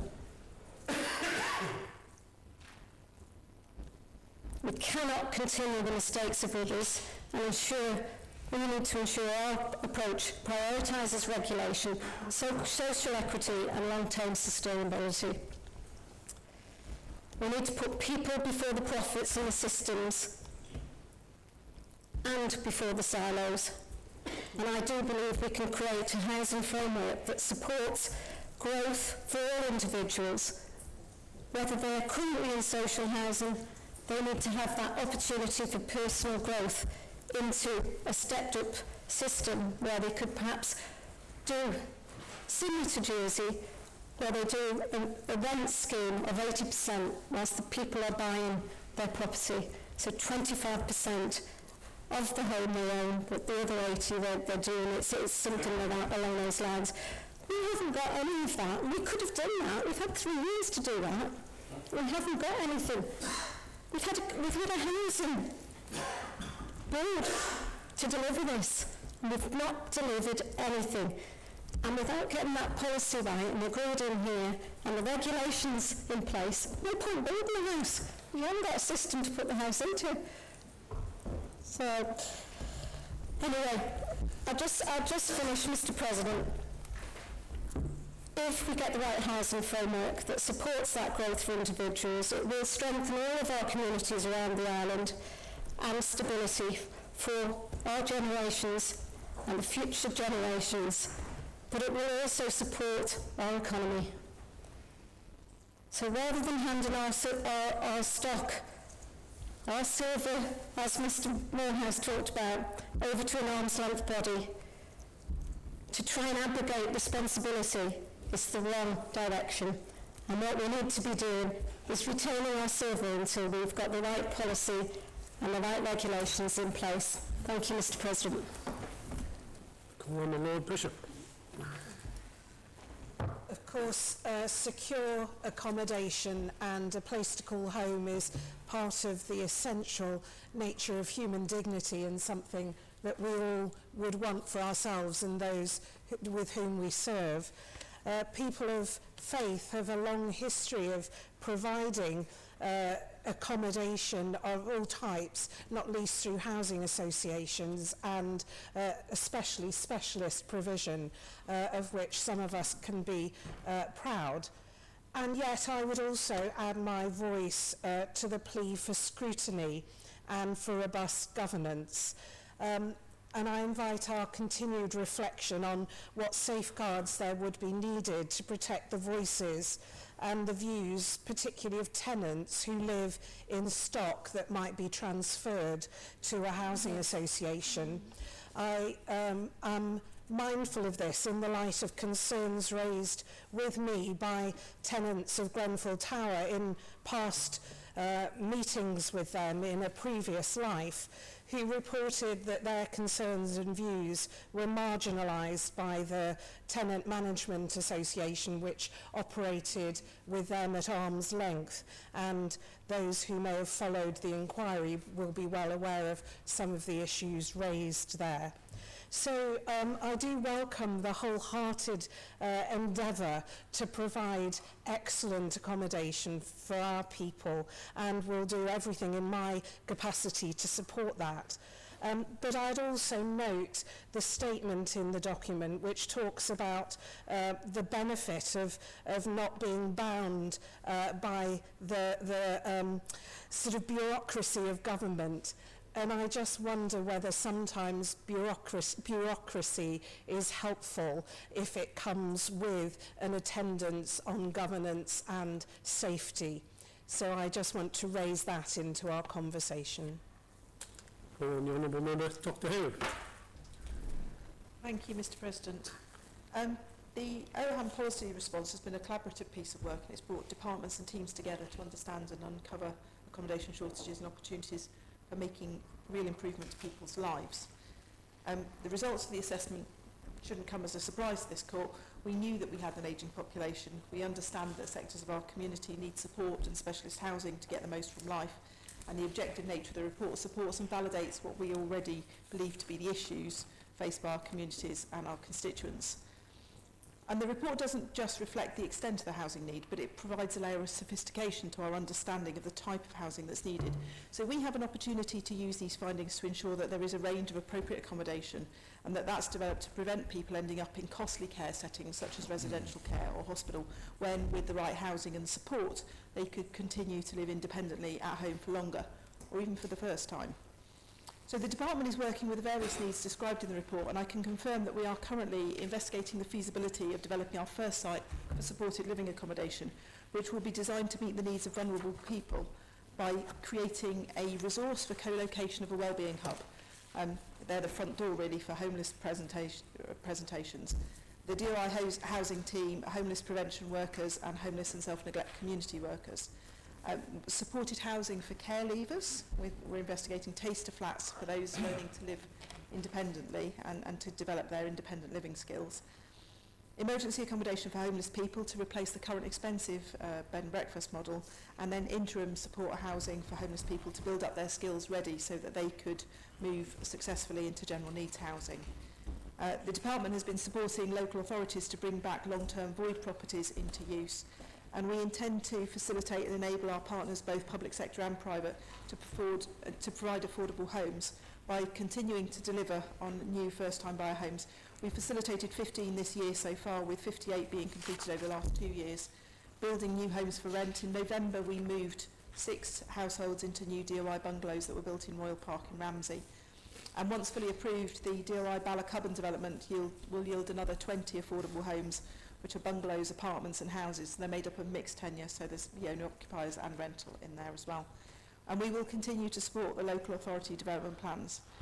Finally, we are continuing to investigate the feasibility of introducing a housing association to consolidate and manage the housing programmes, and there is considerable work underway in my department at the moment to understand what that looks like, what it means and what the disbenefits and benefits might be.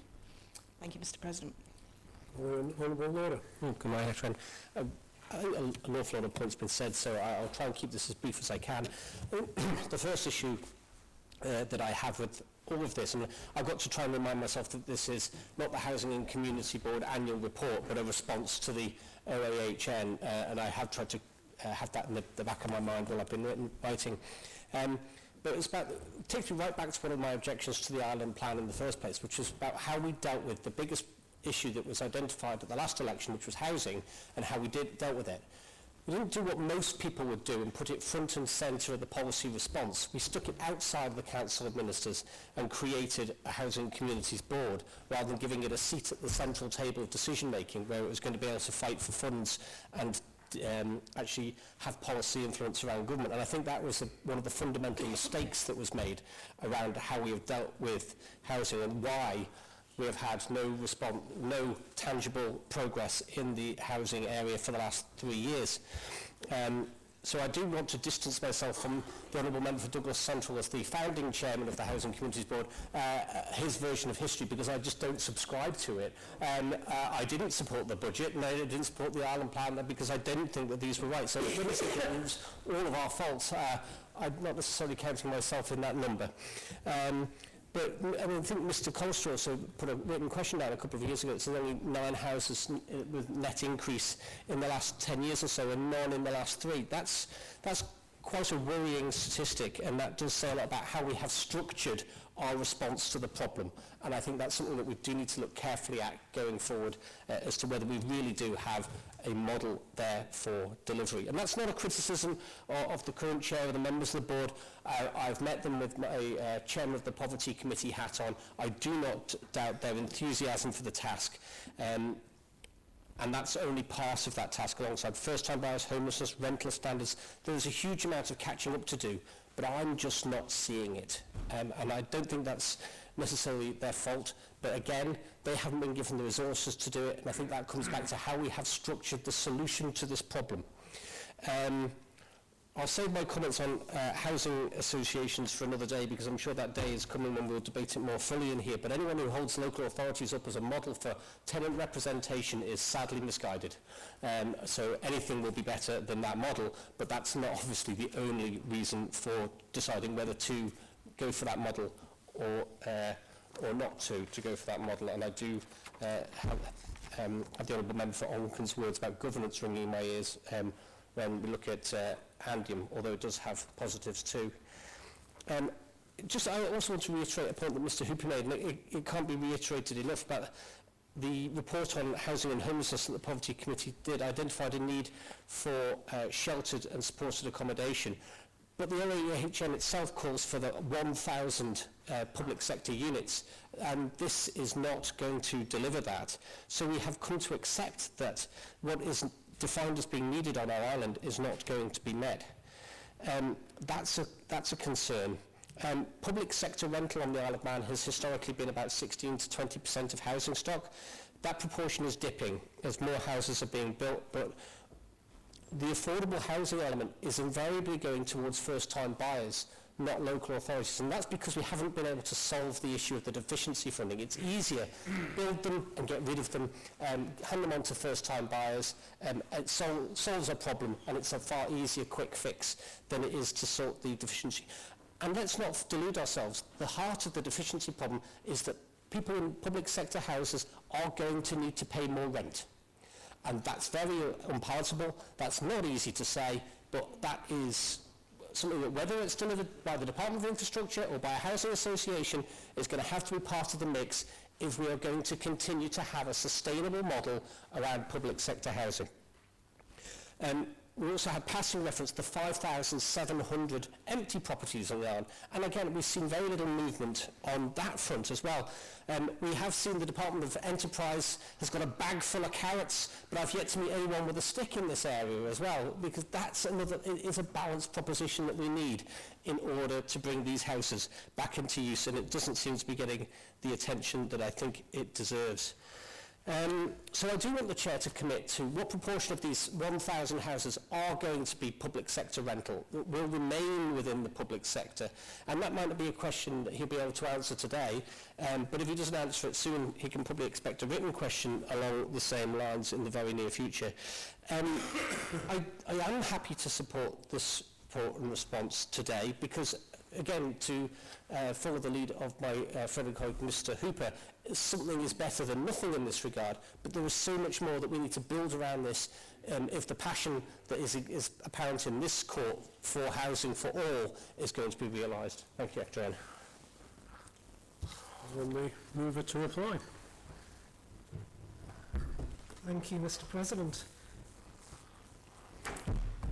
Court just bears with me 1 second because I've decided for once to take a new approach since I can't read my own handwriting. Out my response. So hopefully it should make a bit more sense than normal, Mr. President. Can I first thank everyone for their contributions today, Mr. President? It did become a bit of a housing association debate in the end in some respects. And of course I do need to point out to the Honourable Court that the Housing Association is still to come back to this Honourable Court. So while I will address a couple of points, I'm not going to respond with a full detailed thing around the Housing Association because there are many decisions for this honourable place to take in that regard yet.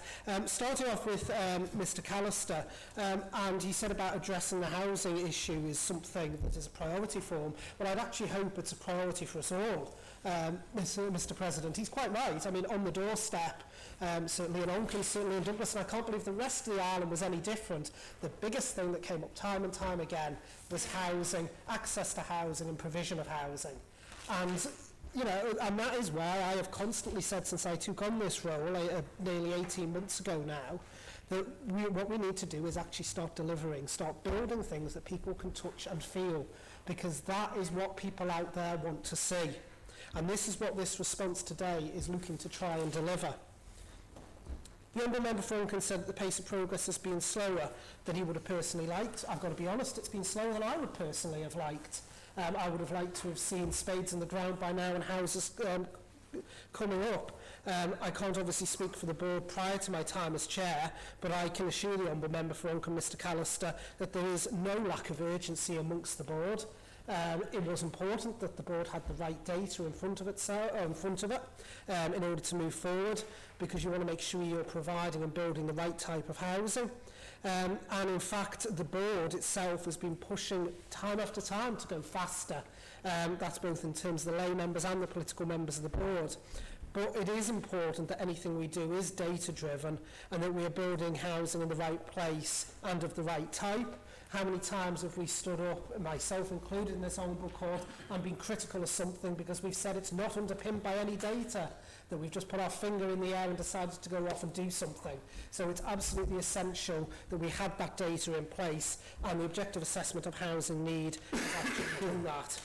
So the Housing Communities Board has made great strides in many areas. One of those areas is in relation to homelessness since the start of this administration.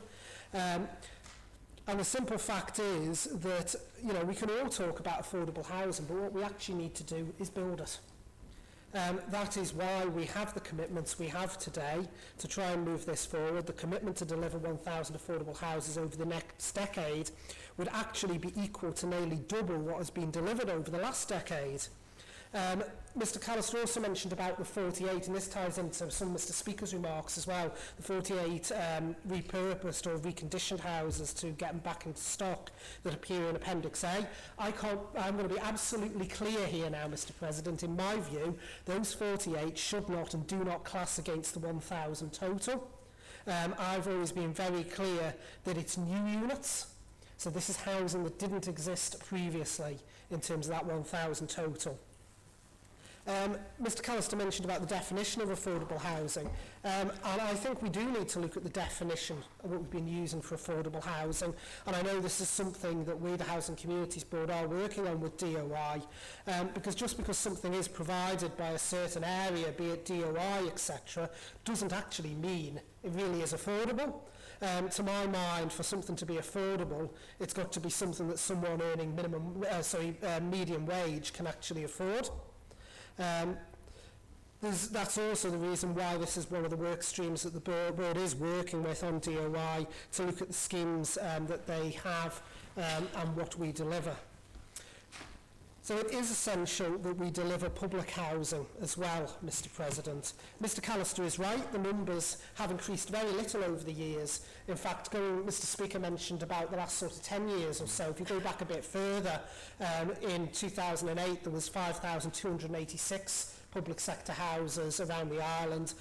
In 2023 it was recorded as 5,570.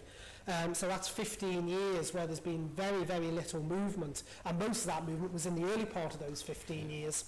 The one thing that I did disagree with the Honourable Member for Oakham, Mr Callister, about is that I think if you wanted a good piece of navel gazing that would slow everything down, it's to take another look at whether we need the Housing Communities Board, a fundamental review of it, a fundamental review of delivery models. We'll happily spend another 3 years talking about process and then scratch our heads about why nothing's actually being delivered.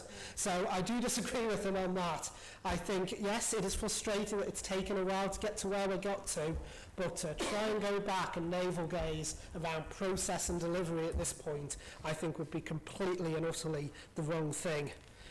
In terms of Mr Crane, I know how passionate he is about population and population policy, and he wins the prize for the page 5 typo. The bit that says net migration should of course say overall population, because that's the calculation for overall population. It doesn't actually affect, as he said himself in his remarks, the body of the report. The calculations and the OHAM projections on net migration use the correct assumption, which, just for the record, and hopefully Mr Crane's not going to disagree with me on this, is basically population minus outward migration plus inward migration, which then gives you your net migration overall target. And it's obviously the difference between I fully agree that it's crucial that we are leaving clear data and policies behind us for the next administration, because I've always been clear, Mr President, this isn't about just this administration in the next 18 months. It's about the next 2 administrations, maybe even 3 administrations, and leaving a legacy that, no pun intended, people can build on. Mr Thomas, as Minister for the Cabinet Office, I'm more than happy to acknowledge the work that colleagues in Cabinet Office have undertaken, and indeed continue to undertake. The work that they've been doing has underpinned and supported everything that the Housing Communities Board has been able to do. Agree with him as well that the OHAN is an exceptionally valuable document. I know we both have a love of data, so this sort of report is actually a dream come true for the both of us. It will be a good evidence paper for the strategic plan and broader housing policy for the island as well. The point of Appendix A was it was meant to show a schedule of what is already in chain. It doesn't have anything else in the report, so I don't see a need to withdraw it, as it is part of the document that's been laid before, and it has no effect on anything else within the other 14 pages of the document. Just to clarify for him, though, it was the Housing Communities Board that actually paid for the OHAM. It did come out of the funding for the Housing Communities Board.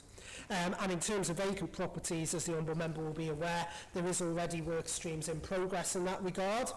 We could have had a very large response to the Housing Communities Board if we'd started including all of the work streams that are ongoing. We've decided, obviously, since this is a response to the OHAM, to focus on the OHAM. And we do have to be honest with ourselves. Mr Thomas has said, you know, if we're going to build it, it's going to cost. I've said this time and time again, and it's not small amounts of money, as Mr Thomas has indicated, which is precisely why I said in my opening remarks we need to quite literally, as a government, put our money where our mouth is if we're going to deliver this. And conversations have already begun with Treasury and the Treasury Minister about how we can actually start delivering that. Mr Thomas also referred to the deficiency payment system and said it's broken. I've been saying that since I became a Douglas councillor in 2008. And I'm delighted that everything seems to finally be catching up, because I think in that time I've seen it switch between 2 or 3, maybe even 4 different departments, and it's never worked in any of them, because it's a revenue fund that then, if it goes overspent, has an impact on the ability of that department to be able to deliver its other tasks. So I know this is something the Treasury is actually looking at, and I know again there's work in that regard as to a better model and a better way of delivering that.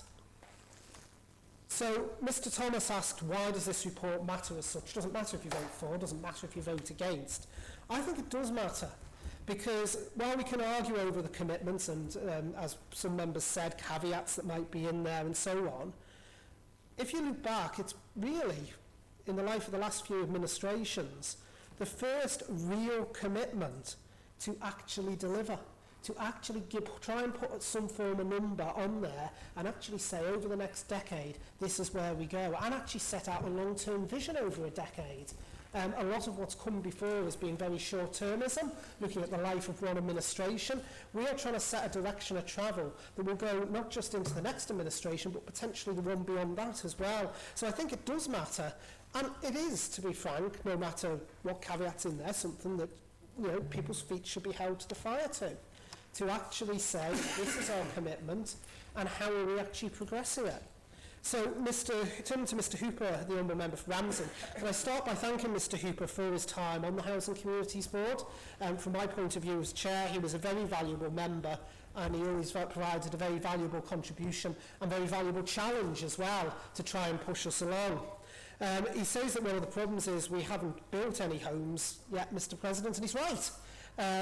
I said, when I came into this role 18 months ago, that what we needed to do was actually build, and this is what today we are trying to do, and the Honourable Member will know from serving alongside me on the board that I've been pushing from day one for exactly that. In fact, actually, his comments when he was talking, it reminded me of something someone said to me many years ago. I can't remember who it was said it to me now, but someone said that if you're not careful, affordable housing can become a bit like a unicorn. Everyone talks about it, but no one has actually seen it. And we need to ensure that that actually doesn't become us. So from my point of view, the 1,000 target is basically a starting point. If we can aim higher, and the funding is available to do so, then we should be aiming higher. And once the Housing Association is formed, should this Honourable Court support such a move, then I believe that can actually help us deliver that. The Honourable Member for Ramsey as well said it also needs funding. And it is important, and I think that's one of the reasons for going for this 1,000 target, is because it is important that we actually strategically aim at what is achievable and affordable. We could turn around and promise several thousand more over the next 10 years, but if we don't know it's a strategically achievable and affordable target, then it's an empty promise really, Mr President. And I don't want us to be making empty promises that aren't going to be met. He also mentioned the old conundrum, being nearly as cynical as I am on some occasions, about lots of people talk about it but nothing ever actually happens. I am delighted that he said he will spend his time in the Department of Infrastructure encouraging the department to push for building more housing, and hopefully with his hard work in the department we will soon have a housing association to help provide that, and I do look forward to working with him in that regard. And if he wants to pick up a spade and start doing something himself, I'm sure DOI's got some hard hats available. And he knows that having served with me on the Housing Communities Board, that in many respects our views very closely align, so I do look forward to working with him in that regard. In terms of the Honourable Member, Mr Glover, in terms of the mid-rent scheme, that has been paused. It has not worked out as expected. I know there's been a review of that as to why that was. Was it because of the way the scheme was run? Was it the timing of the scheme? But that is paused at the moment. And in relation to the housing deficiency, where he mirrored much of what Mr Thomas has said, I refer to my remarks there, that there is already a review and Treasury is looking at better funding models. In relation to Mr Morehouse, the other member for Albury, Castertown and Mallow, Mr President, I want to assure the Honourable Member that any formulation of a housing association still needs to come back to this Honourable Court, along with the details of how any association will actually work. So no, that element of detail isn't there in this report, as it's a separate work stream which will be coming here to this Ombudsman Court for finalisation, and it wouldn't be right for the Housing Communities Board to be prejudicing this report with future decisions that this Ombudsman Court have yet to be taken. He says it may be a Trojan horse, Mr. President.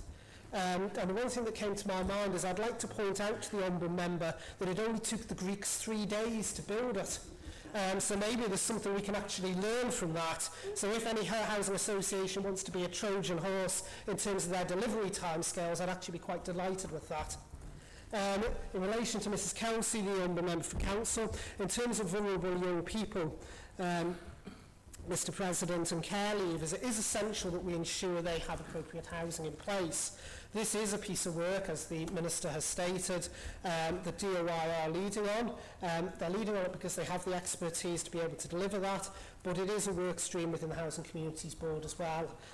So there is work ongoing to provide in that area. But one of the things I would put on record again, Mr. President, is that when it comes to vulnerable young people, it's wider than simply providing a roof over their heads. It's about also providing a support network that can give them ongoing help and support as they adapt to independent living. It was something I was always concerned about back when I was Minister for Health and Social Care, that, I mean, things have changed and moved on now, but there was a hard stop where suddenly it was like, you're on your own now, this is you, and many people struggled. So it's not just about providing roof over their head, it's also about ensuring that those support networks and support and wider support is there for them as well. In terms of Ms Edge, Mr. President, she's right, it's not all about bricks and mortar, it is also about social issues. The two are interlinked in my mind. I always keep saying, and I've said it in several media interviews now, the clue's actually in my role title, that the second half is communities. It's not just housing, it's housing and communities. And what we need to be doing is building communities. In terms of what she says in relation to the Jersey model, Mr. President, I don't think it was down to a failure of governance. I think with Jersey it was down to a quite deliberate policy that rents should be at market rate, with the benefits system being the right way for those who need support to be able to get that support. I don't think it was a breakdown in governance. I think that was a very deliberate policy decision by them, because there is an argument that says by having it the other way around, as we do to a certain extent, and having subsidised rents, it actually deprives public sector housing providers of monies which they can actually invest in new housing. So I don't think in Jersey it was down to a lack of governance. I think it was a deliberate policy choice that the benefit system was the right place for support to be coming from. And it is about societal vision, Mr. President, all of this. She's absolutely right about that, and what we want our society to look like. It's important that we have a mix of housing, and also how that housing is provided by giving mixed communities. And also by developing affordable housing. The Ombudsman member mentioned the rental market. It does have a direct effect on that. Those waiting for first-time buyers in public sector housing are generally stuck in the rental market while awaiting allocation or the availability of suitable housing. And that actually in turn increases the pressure on the rental market demand. By creating affordable housing, you actually release the pressure on that demand and create more availability within that market. The Ombudsman member rightly also talks about people before profit, and that's why, as things stand, any proposed housing association would be not for profit. But as I say, I'm not going to preempt any future decisions that may be made by this Honourable Court in relation to a housing association. In terms of the Lord Bishop, can I thank her for her intervention? In fact, some of the, as she rightly says, some of the early forms of public sector housing and accommodation for vulnerable people were, of course, historically developed and provided by the church and faith-based charities. Governance will be absolutely essential to anything that we put in place, be it a housing association or any other model. And I agree, I think sometimes it is easy to mix up governance with bureaucracy and see governance as a form of bureaucracy, and it's important we don't make that mistake in a rush to find a solution, because the two are very different things.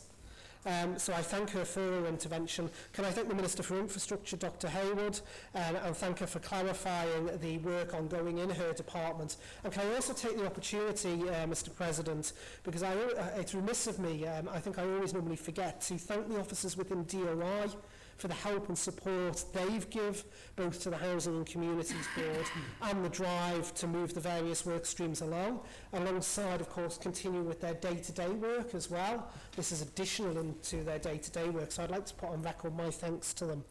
In terms of Mr. Speaker, there is now, of course, a bit of a link in terms of me holding both roles as Minister of the Cabinet Office and Chair of the Housing Communities Board. So there is that direct feed now into Council and Ministers, which perhaps on some previous occasions has been lacking.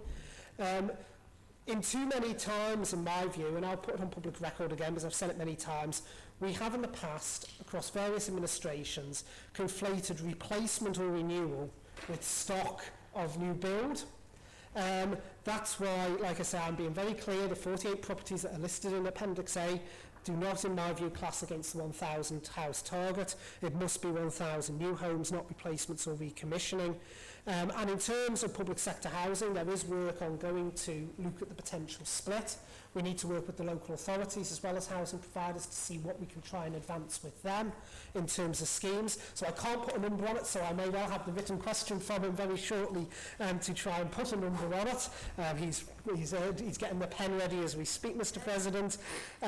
But what I can say is, from my point of view, and I know from the board's point of view, it is important that public sector housing is a large part of that delivery over the next 10 years, because that is the part that has fallen fundamentally behind over the last 10 years, I would say. So in terms of rents, again, it goes back to what I just said in response to Miss Edge in relation to the approach Jersey took, and what my understanding was, I believe it was a deliberate approach to say rent should actually be at market rate or around market rate, and that the benefit system should then be used to support those in need. Yeah. So from my point of view, Mr. President, affordable housing is not just a matter of social justice, it's also a cornerstone of economic stability and community well-being. When families have access to affordable housing, they are better able to invest in their futures, contribute to the local economy, and participate fully in community life. So in conclusion, the motion before us today, Mr. President, is a critical step forward towards addressing the housing needs of our island.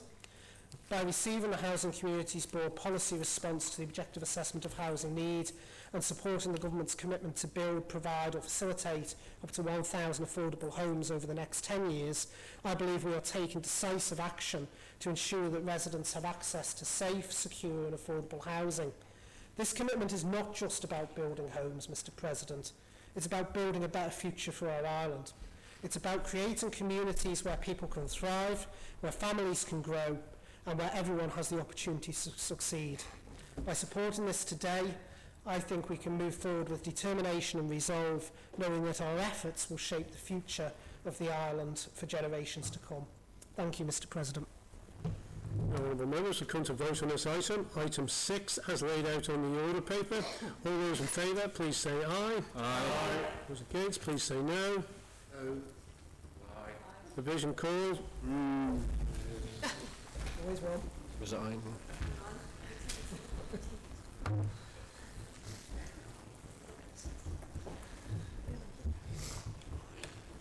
Mr. President, the House of Keys, 19 for, 2 against. Legislative Council, 8 for, none against, therefore motion is carried. Moving on to item 7, Appointments Commission. Call on the Chief Minister to move. Mr. President, the Appointments Commission is an independent body established under the Tribunals Act of 2006. The Commission makes appointments to panels of all the statutory appeals tribunals and other bodies covered by the Act. Mr. President, the 5 members of the Appointments Commission are appointed by the Council of Ministers and approved by Tynwald. Membership of the Commission expires by rotation on the 1st of January each year, which allows the Commission to maintain continuity of expertise. Adverts were placed in the local press to seek suitable applications to fill the forthcoming vacancy on the Appointments Commission. Following the standardised appointments process and in line with best practice, the Council of Ministers agreed to nominate Ms Kim Corlett for appointment as a member of the Appointments Commission for a further term of 5 years, ending on the 1st of January 2030. Ms Corlett successfully demonstrated the necessary qualities detailed in the person specification, and the interview panel agreed that her skills and knowledge would be of further benefit to the composition of the Commission.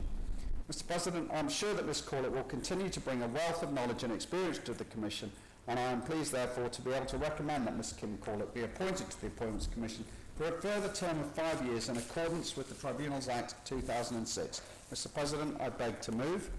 The Honourable Member, Mr Ashford. I beg to second, Mr President. Members, come to vote on this item, item 7, as laid out on the order paper. All those in favour, please say aye. Aye. Those against, please say no. The ayes have it. The ayes have it. Item 8 is to elect a chair of the Economic Policy and Review Committee. I now wish to call for nominations. Lorna? I wish to propose the Honourable Member for Ramsey, Mr Hooper. Ms August Hanson? Nominates Mr Peters? Mr Peters, you're nominating Mr Morehouse? And I second for Mr Morehouse. Mr Smith? Sorry, Mr Smith, did you? Second, Mr Morehouse. We got that second, thank you very much. Already? Close nominations. Ask the clerk to name those who are proposed and seconded. Thank you, Mr President. The members who have been proposed and seconded are 2 in number, Mr Hooper and Mr Morehouse. And now then ask the clerk to run the vote.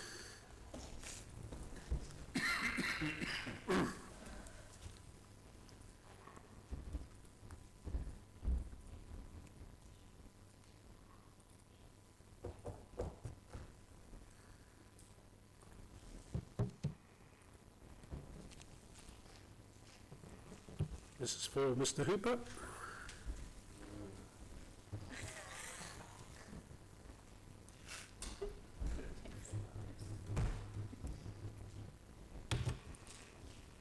This is for Mr Morehouse.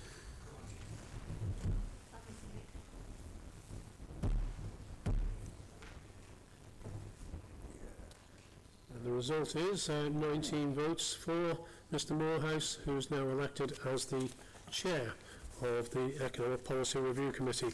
Now, as you've elected one of the ordinary members, this creates a vacancy for an ordinary member, and we will come back to that when we dealt with the other committee elections of the order paper. So we now move on to item 9, and that's to elect the Vice Chair of the Public Accounts Committee, and a call for nominations. Ms August Hanson? I'd like to nominate Mr Hooper. A nomination from Mr Hooper. Mr Ashford? Thank you, Mr President. I would like to nominate Mr Wannenberg, and for clarity, since we have 2 of them in the chamber, Honourable Member for Douglas North. Second, Mr Wannenberg. Mr Ellison, sorry? Second, Mr Wannenberg. Mr Wannenberg. Mr Cookle? Second, Mr Hooper.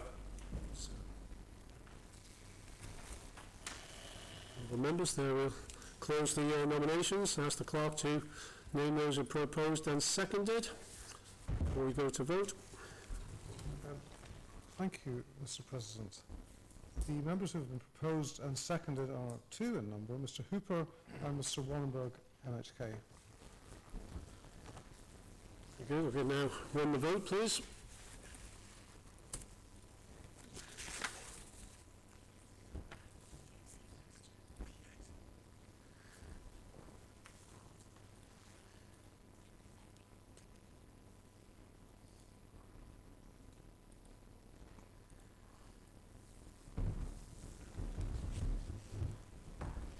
For Mr Hooper.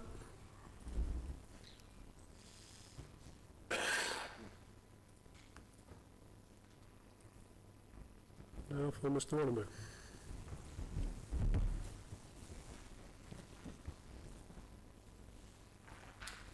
And we have a result. It's Mr Hooper, who with 15 votes is elected to Vice Chair of the Public Accounts Committee. Moving on to item 10, to elect a member of the Environment and Infrastructure Policy Review Committee. Call for nominations. Mr Mercer? I'd like to nominate Chris Thomas. I'd like to nominate Mr Thomas. Ms August Hanson? I'd like to second that nomination. Second, Mr Thomas is agreed. What a setup that is. There is no further nominations. Therefore, Mr Thomas, I believe you are now a member of the Environment and Infrastructure Policy Review Committee. Congratulations. Yeah. Good. Moving on to item 11. This is to elect a member of the Committee on Constitutional, Legal Affairs and Justice. I call for nominations. Mr. Mercer? I'd like to nominate Mr. Hooper. I nominate Mr. Hooper. Mr. Ashford? I'd like to second Mr. Hooper. Second Mr. Hooper. Well, we can have a debate on that. Agreed. No further nominations. Honourable members, Mr. Hooper, congratulations. You're now a member of the Constitutional Legal Affairs Committee. Now, we do need to now elect an ordinary member of the Economic Policy Review Committee. So can I call for nominations? Ms. August Hanson? Mr. Hooper. No, Second that, Mr. President. he's just been as chair of this committee.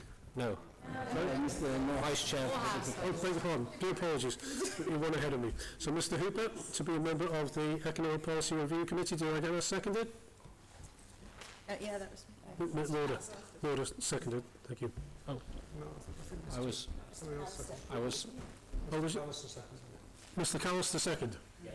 Right. Mr. Thomas? I'd like to nominate Julie Edge. You'd like to nominate Miss Edge? Happy to second, Mr. President. Seconded. Mrs. P. Wilson? Brennan. A nomination for Ms. Laura Brennan? I second that. We'll close nominations. Ask the clerk to name those who are nominated and seconded. Thank you, Mr. President. The members who have been proposed and seconded as ordinary member of the Economic Policy Review Committee are 3 in number: Ms. Edge, Mr. Hooper, and Ms. Lord Brennan. Now on the vote, please.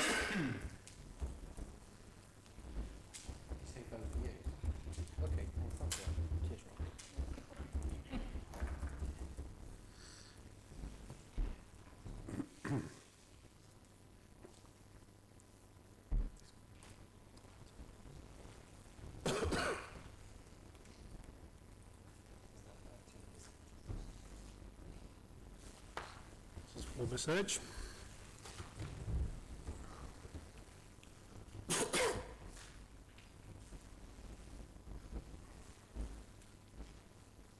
Mr. Hooper.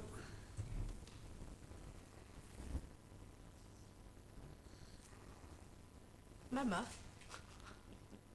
Mr. Smith. Ordinary member.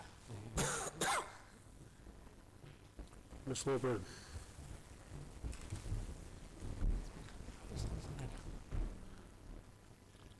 And Ms. Law-Brennan, you're duly elected with 15 votes. Congratulations. So, honourable members, this seems appropriate time to take a tea break. The court will now stand adjourned till 10 to 5.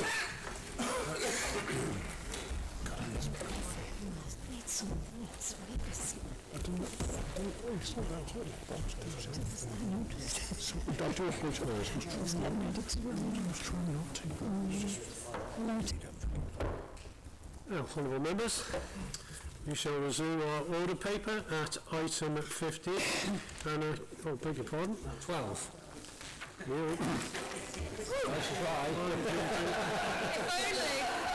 Somebody turned my papers upside down. Yes, thank you very much, whoever that was. Anyway,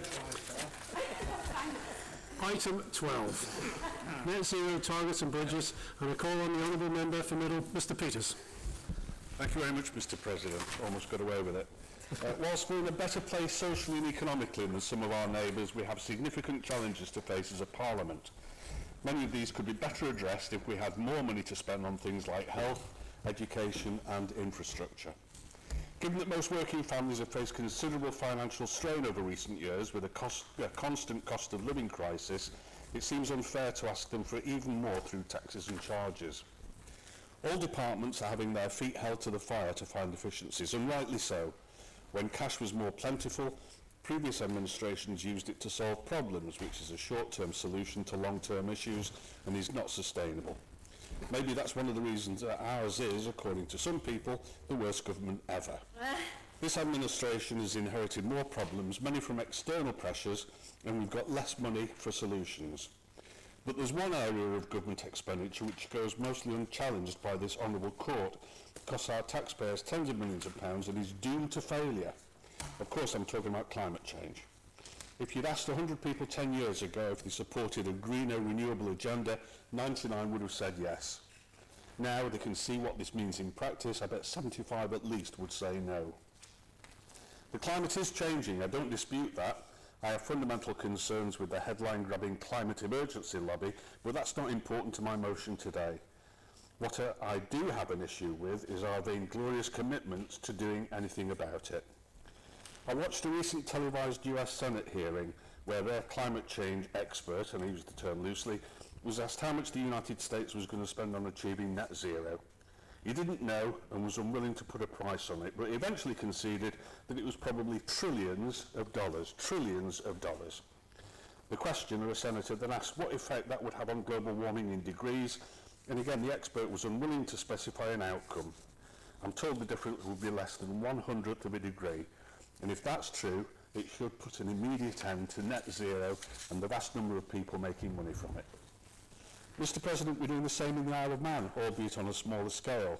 We're committing money that we can't afford to something that we can't change. We're proudly strutting the world stage as though anything we do here is going to make a jot of difference to climate change. It's not. Our CO2 output is almost immeasurable in the great scheme of things, yet we're budgeting tens of millions on reducing it further. And what have we actually got to show for it? Worse still, we're punishing our own people who can see that the emperor's got no clothes on and rewarding those who can afford to toe the global boiling line with their heat pumps and electric dodgems.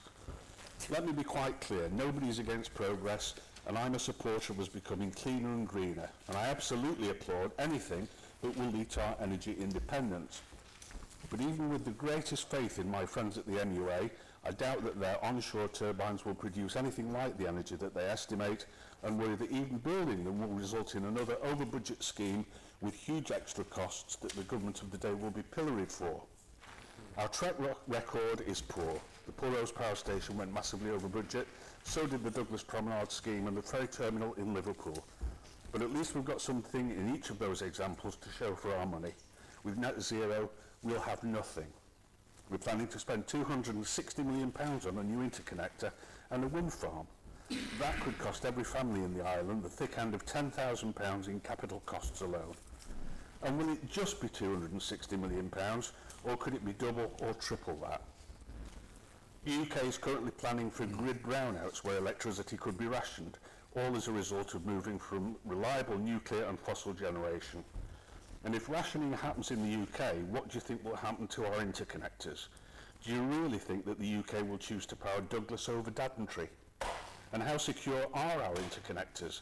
In recent weeks, it appears that the Russians have been mapping them, and that's got to be a great worry to us all. My point is that renewables alone are not the answer, and the plan to effectively sideline a perfectly good gas power station in Pulrose is sheer madness. Properly maintained, it could feed the entire Manx grid for decades, and if gas is found at the Cogger Field, we're guaranteed cheap fuel for it well into the future. Yet the recent energy plan makes little mention of this possible game changer, as though it's a dirty secret unworthy of consideration. I disagree. We should defer any plans for renewables until the test drilling identifies this potential source of energy. Many European states have reclassified natural gas as a green fuel, yet we're treating it as the new Zyklon B. It makes no sense to sideline the Pulrose gas power station by an arbitrary date in pursuit of a futile target. And that, Mr. President, is the thrust of my motion today. This whole net zero scheme is a religion, a cult even, based on unproven science, motivated at a very high level, I suspect, by bad actors and with a congregation of billions of people who've been exposed to more propaganda than the Kremlin could even ever dream up. Anyone with eyes can see this daily, starting with the televised Met Office temperature charts being coloured bright red, so that what we once simply called a hot day is now full of fierce red shading to make it appear that the world's on fire. And it isn't. It didn't make headlines because it upsets the narrative, but I did read a month or so ago that this summer was allegedly the coolest since 2015. We're being lied to. Naturally sinking land masses are being used as examples of rising sea levels. The Great Barrier Reef and the polar bears are thriving. The increase in CO2 levels is actually greening the planet and increasing crop yields, turning the world into a fireball. No wonder our children have mental health problems. We're allowing green zealots to terrify them in pursuit of their own globalist agendas. What I'm proposing is that we revisit the way we achieve net zero, not that we abandon it. It's too late to stop us insisting that homes are made even more expensive by forcing them to have heat pumps, but it's not too late to roll back on key dates like 2030, 2035 and 2050. Ah yes, you say, but we signed binding agreements on the world stage that we'd aim for those dates. Most of our neighbours around the British Isles and Europe signed the same agreements, and many have announced that they're no longer achievable or desirable, not least because we're all in danger of destroying our economies in pursuit of the unattainable. The UK, Scotland, Germany, Poland, even Albania have decided on a more pragmatic approach to net zero targets, and so should we. It's time to stop and think about this rationally, rather than continue to run headlong into a global recession brought about not by climate change, but by our response to it. I'm not a scientist, I'm just a working bloke, but I've had doubts about climate change ever since Al Gore's film in 2006. That wasn't a documentary, it was a very expensive propaganda mission.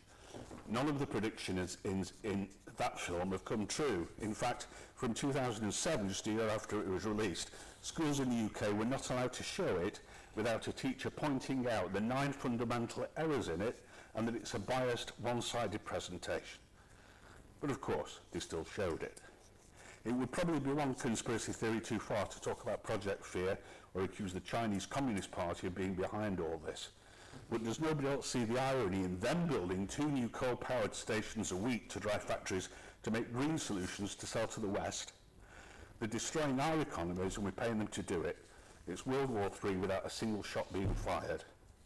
We'll get to net zero anyway as technology matures. People will replace their gas boilers by choice when the green alternative is a similar price or is more efficient or convenient. People will buy electric or hydrogen cars when they make more sense.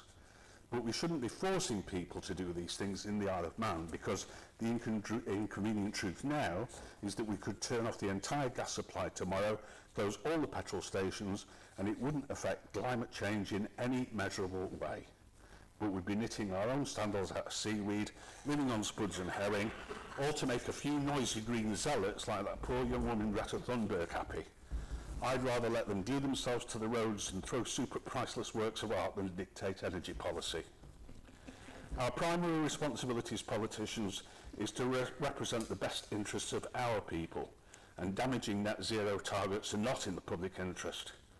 We should be spending our taxes on our own economy and not on signalling our virtue to an international audience. We're not here to appease the net zero cult on the world stage. We're here to provide a vibrant economy with the schools, a health service and the infrastructure to make the Isle of Man a better place.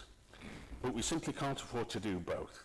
We need additional air traffic controllers and dentists, much more than even more highly paid civil servants with the words climate change in their job descriptions.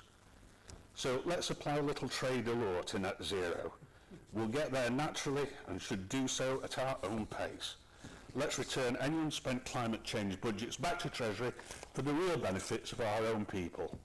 And let's do it now before the economy is ruined and our money runs out. For the final word on this, let me read part of an email that I got yesterday from David Doricott, who spearheaded making the Mountain View Technology Centre in Ramsey as renewable and green as possible. He told me, whilst there are undoubted benefits to consumers in reducing their energy costs, this only works when there's a reliable backup from the public grid. Renewable energy is unpredictable and quite unstable, therefore cannot afford energy security. The cost of mitigating this is massive and probably outweighs any benefits. Mr. President, I respectfully commend my motion to this honourable court. Well, the honourable member, Ms. Lord.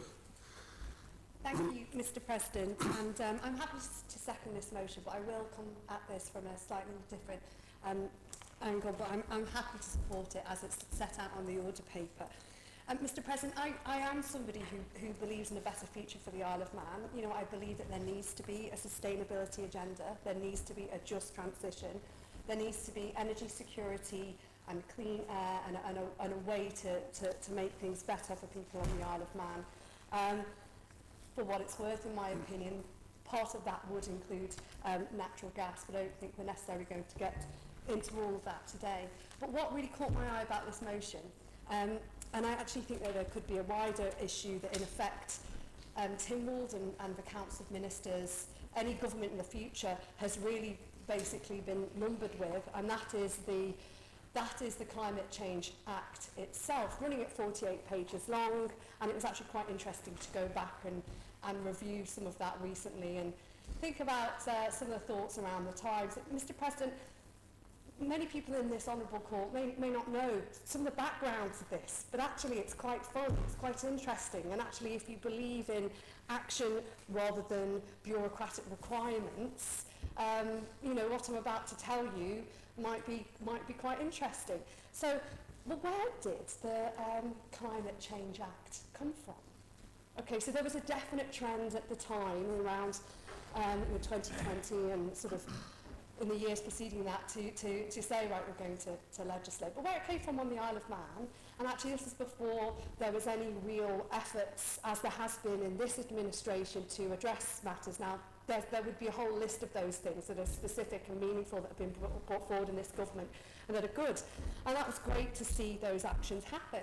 But of course, the last parliamentary session, that really wasn't the case. So understandably at that time, the Honourable Member for Garth, Mrs Kane, you know, wanted to bring forward a passionate motion to this Honourable Court to recognise and declare a climate change emergency.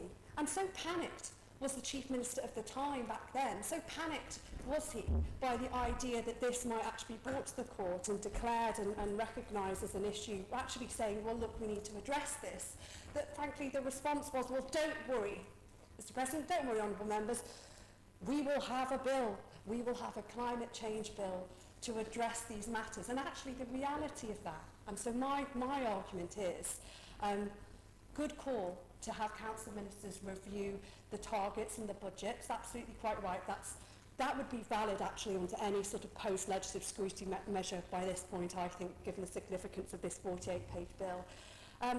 But that was the call. It was to introduce the bill. What the reality of that happened, and I know that the Honourable Speaker is nodding because actually he had been calling for meaningful climate change action and things to do with energy for a long, long time. But the reality of what having a proposal for an act meant was, of course, it just seized up the entire system even further.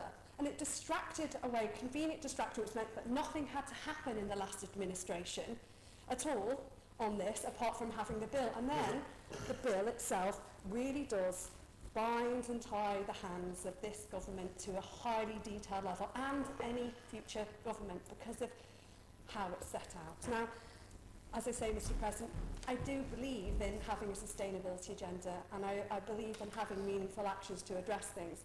But as I said at the time in Legislative Council, when it was just a bill, the only green thing about this bill is the paper that it's written on. And I warned then at that time that it would bind things in bureaucracy and requirements. And actually, if you go back and look at the Act, it's quite staggering that it does that. And of course, it goes even further now, because the regulations that are made under the Act, and I'm afraid to say some of them that were probably made in even January of last year, we're in a real danger of scope creep, which is actually not about solving the issues that actually, on the face of it, you would want of action would want to achieve. So, you know, one of the reasons why I would say actually elements of the Act need to be reviewed, because it leads to lots of busy work within the government system, reporting, etc., that doesn't actually lead to any tangible outputs. And that's a risk, because we don't, in the end, we get to social impacts. And all of a sudden it means that through legislation made for climate change, the system, the bureaucracy, is being required to assess through this mechanism, apparently for climate change, things to do with health and well-being, housing, education, and it goes on. to cultural community, safety and crime, equity, democratic voice. Well, where is the democratic voice in all of this, Mr. President? Because I think that unfortunately what happens is if we don't stop and take a bit of account on this, it actually undermines the political ability to see what's needed in a fit and proper way in the short and long term. It makes people feel that there is no other way of doing things apart from what the system itself has dictated. And it does, I'm afraid, lend itself to individual kingdoms of activity. So my prediction, because I think I was perhaps right in what I said about when the bill went through Legislative Council, my prediction is that these issues in the future, it will be the requirement on governments and the fit with climate change legislation and the impact on society that will become a big issue. As well as needing to address things, the distraction in the issue will be the requirements that governments have been told to meet with not enough thought in the past. So that's why I'm happy to support it and to second it, Mr. President. It is quite straightforward, review all net zero targets, so those are basically set within the regulations of the Act, and budgets. Now I think that's also responsible and fair. I think the points around strengthening the wider Manx economy, I don't really get the arguments on those points either way necessarily, because those can be used in lots of different ways, but I'm happy to support it. I think that Mr. Peters was right to bring it, and I hope that the Act itself will get reviewed in some form. Thank you, Mr. President. And the Honourable Member, Mr. Hooper.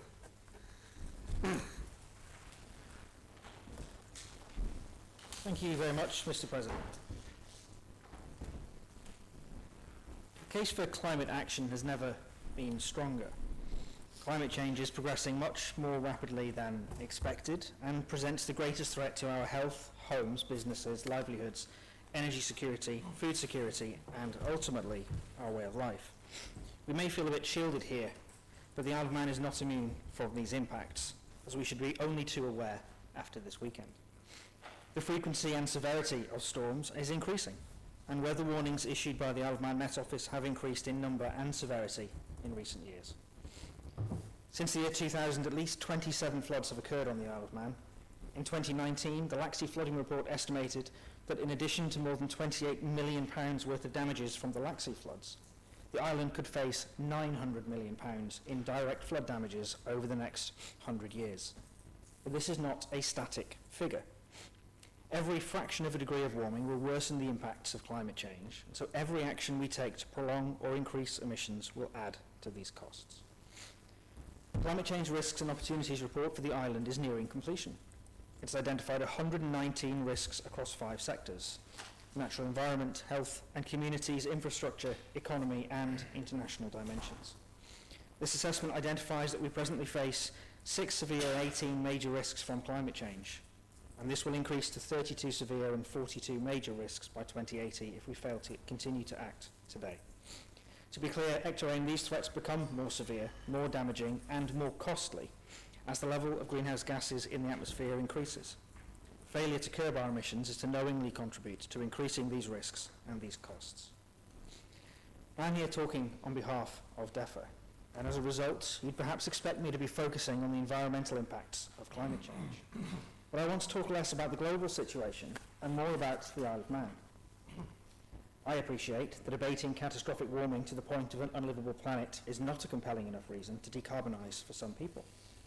So I will park that and talk instead about how climate action is central to our security, health, quality of life, cost of living, and economic success.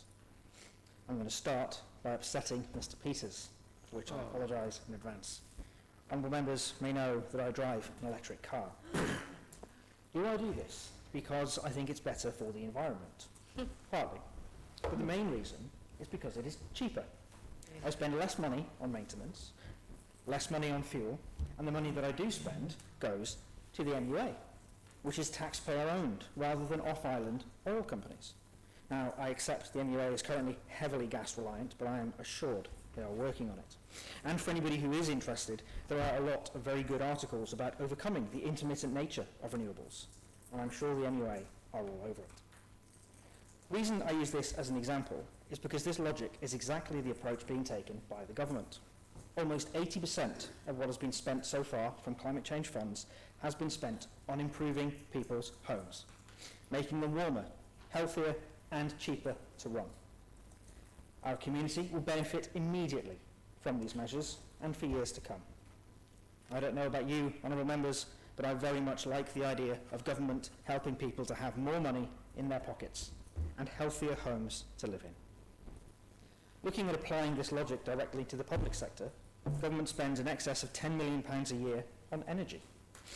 Energy efficiency and retrofit measures on the government estate could significantly reduce that bill. The £5 million annual fund allocated for these measures are savings waiting to be realised and would pay for themselves in just a few short years. Even if emissions were not an issue, we would be fools to miss the opportunity to reduce costs in the public sector. I touched on health. Reducing the burning of fossil fuels improves air quality. Active travel reduces diseases related to inactivity, like heart disease. Healthy and sustainable diets, which support both people and planet, contribute to lowering instances of a huge range of ailments and diseases. The challenges around healthcare budgets need solutions like these. Solutions which lock in future savings by improving our health, not just providing more money in the short term to treat our illnesses. You didn't think I'd get a comment in here about the health service. The benefits of climate action are not limited, though, to health. Protection of our natural environment supports a huge range of ecosystem services on which we rely, including air, soil and water quality, pollination, and natural flood defences that protect homes, businesses and agricultural land. Ramsey is in desperate need of revitalised flood defences. Mr. President, whether you believe in climate change or not, whether you believe in man-made contributions to climate change or not, you can be absolutely sure that when it comes to flooding, we all get wet just the same. It's true that funds are tight. It's also true that healthcare, education, our roads and a myriad of other concerns are vitally important. But reallocation of climate funds to these areas would likely only provide a short-term relief, whereas climate action, following the approach the government is taking by investing in our island and our people, will have long-term benefits in these areas, in particular on healthcare spending, by protecting our community from the causes rather than just treating symptoms. The fact is that climate action saves money. It is an investment in the future of our community, our environment, our economy, our health, our livelihoods, our children, and future generations. Climate action is central to ensuring that we can maintain and develop a robust and diverse economy. Now, I believe our net zero commitments are complementary to, and not in conflict with, the island's economic ambitions. This is made clear in our economic strategy, which states that we must put sustainability at the heart of our economy. Businesses need certainty and a clear path forward. The world is moving towards net zero and we have little choice but to keep pace. I could talk at some length about the interactions of net zero policy and economic growth, but I know my friend, the Honourable Minister for Enterprise, is going to talk to this a bit more, so I will leave this up to him. Therefore, given how important climate action is on the ground, I would like to take Mr. Peters' motion as an opportunity to reaffirm Tynwald's commitment to our climate targets. Mr. President, the amendment that I have tabled would leave this motion reading that Tynwald recognises the role that net zero targets play in strengthening the Manx economy for the benefit of all island residents, as evidenced within the economic strategy, and notes the continued focus on delivering the island's emission reductions targets. Acting in support of this motion about practical delivery, about climate action focusing on our economy and on our citizens, I want to leave you with the wise words of a Manx statesman. Climate change, whether you believe it's a natural occurrence or man-made, needs action, but common sense action that helps us, the people, adapt and change, like grants and support for reducing household and transport emissions. It was the Honourable Member for Middle, Mr. Peters, that laid down that call to arms, and he will no doubt be pleased to learn that this sort of practical, common sense support for reducing household bills and protecting our island from the damaging effects of climate change is exactly where the government is focused. Actrain, I beg to move the amendment that's been tabled in my name. And the Honourable Member, Mr. Johnson. Thank you, Mr. President, and I rise to second the DEFRA amendment. And I respect there are alternative views on this topic, and I don't disagree that we should be taking a pragmatic approach to climate change. However, I believe we are doing this already, and our current direction does not warrant an urgent review. When resources better spent delivering those things we already set out to do. The Department for Enterprise is highly supportive of the ambitious net zero target set out by businesses and our own government target to meet net zero by 2050, allowing ourselves with our closest neighbouring jurisdictions. It is absolutely critical that we, as policymakers, have an understanding of how important this commitment is to business, both those businesses we have on the island currently and the ones we hope to attract. The world is changing, and the Isle of Man must not be left behind. We must take decisive action to ensure that our residents and businesses are adequately prepared for the future. I hope by highlighting the following examples, honourable members can see how these commitments are indeed strengthening and future-proofing the Manx economy, contributing to the objectives of our economic strategy. Firstly, to our local economy. The island's local economy strategy is guided by a number of principles, including the island's net zero commitments to encourage sustainable practices in transforming spaces across our communities. The Business Emissions Savings Scheme has just been relaunched and assists those businesses across a huge section of our economy looking to reduce their emissions, supporting skilled contractors and in turn reducing energy costs, freeing up capital to allow them to invest in their businesses in a way that suits them and meets the needs of their business. In our homes, the Department has administered the Green Living Grant Scheme, where over £3 million of funding has been claimed to assist in decarbonising homes, reducing energy costs for our residents and contributing to demand for skilled contractors. We sit on the Skills Board, where we advocate the need to upskill, reskill and endorse the essential training required to transform our industries, ensuring no one is left behind. We recognise there is a skills shortage in some of these areas, particularly construction, which can result in struggles to keep up with demand. For this reason, it is important our industry develops with the support of government.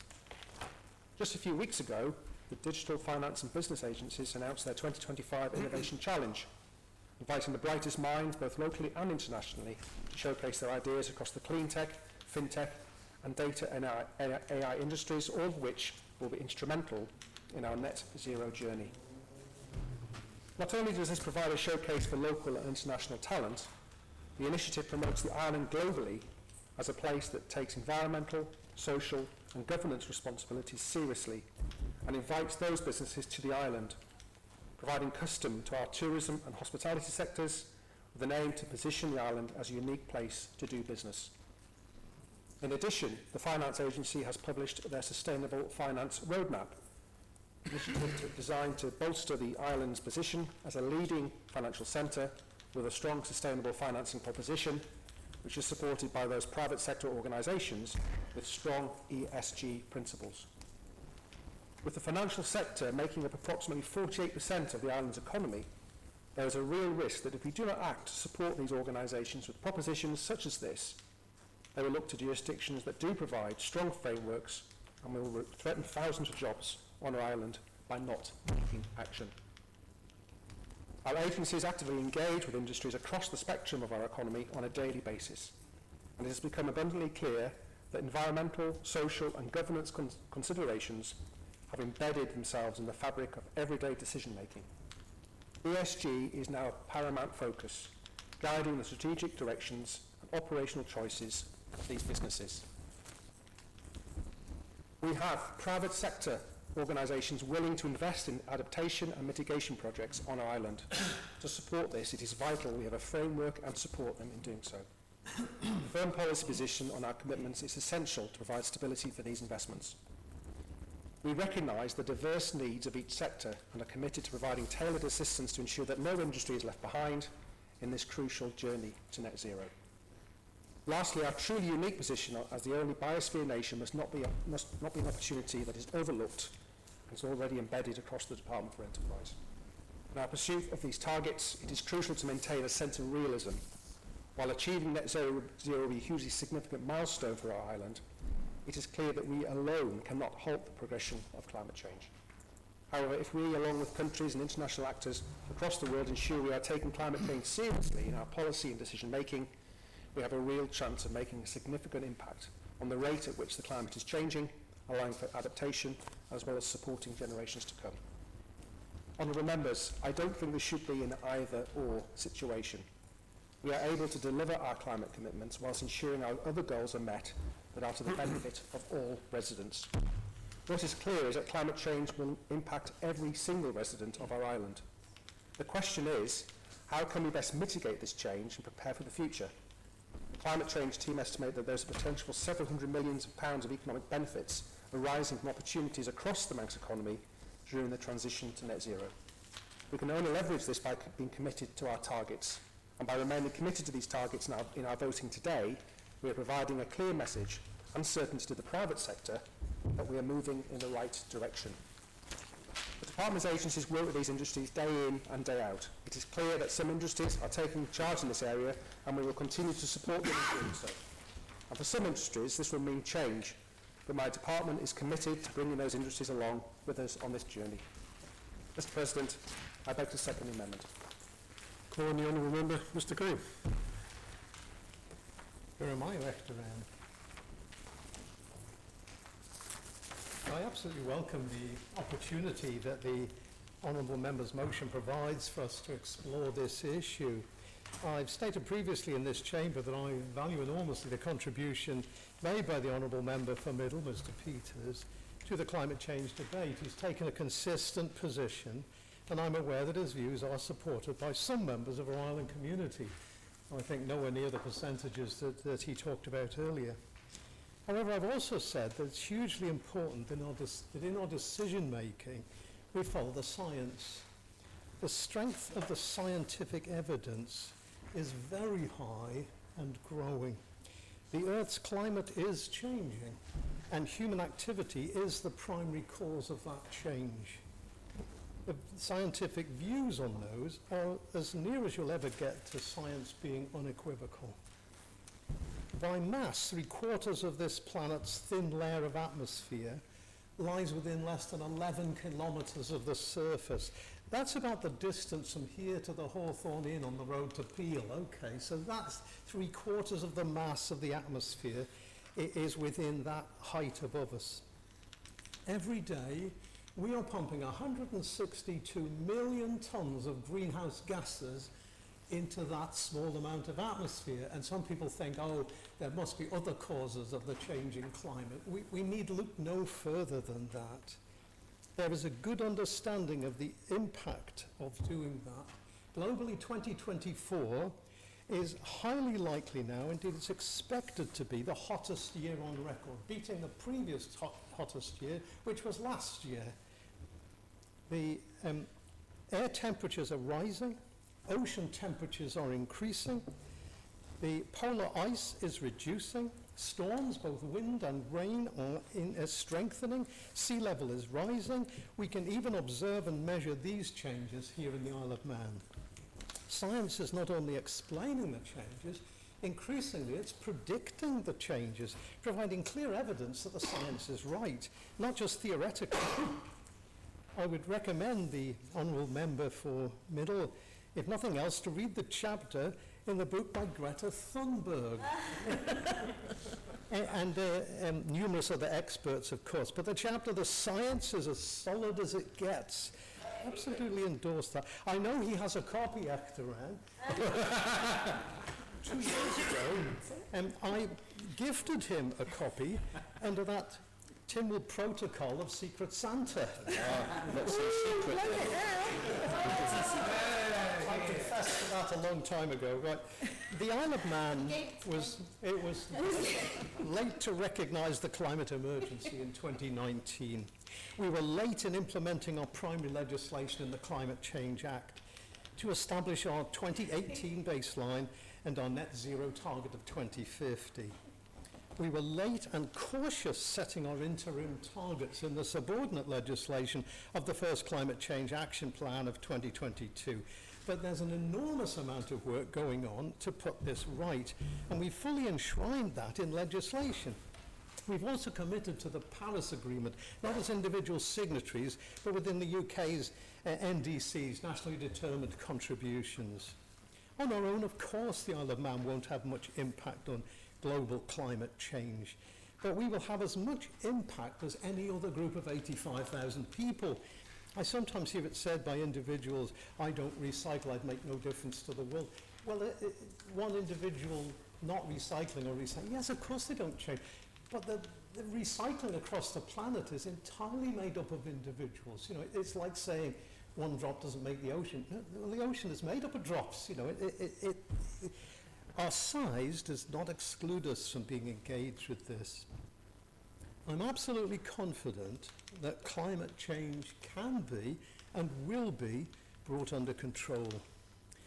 In the Department of Education, Sport and Culture, it's taken a considerable amount of time to gather together the emissions data coming through the schools based on their oil, their gas, their wood chip, where they're using it, or their electricity and so on.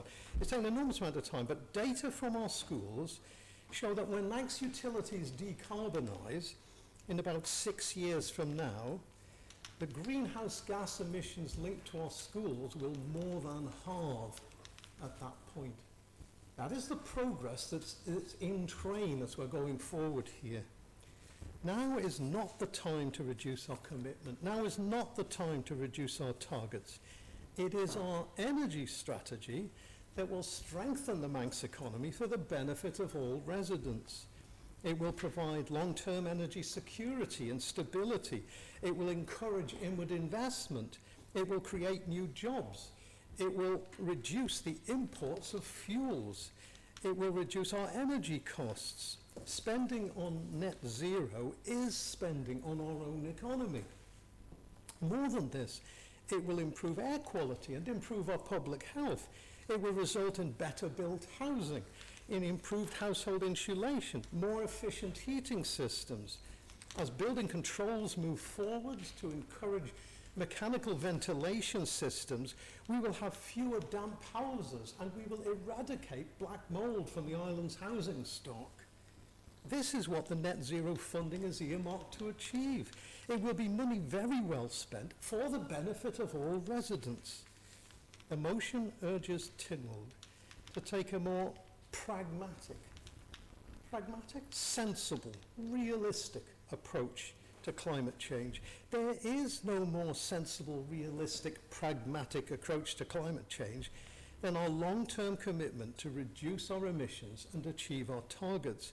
It is so important over the next 5 administrations that we carry with us the climate deniers and doomers and maintain our resolve.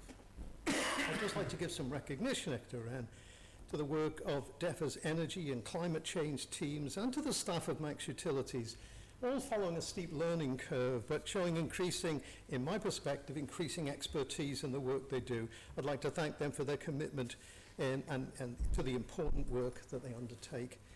Call on the Honourable Member, Mr Mercer.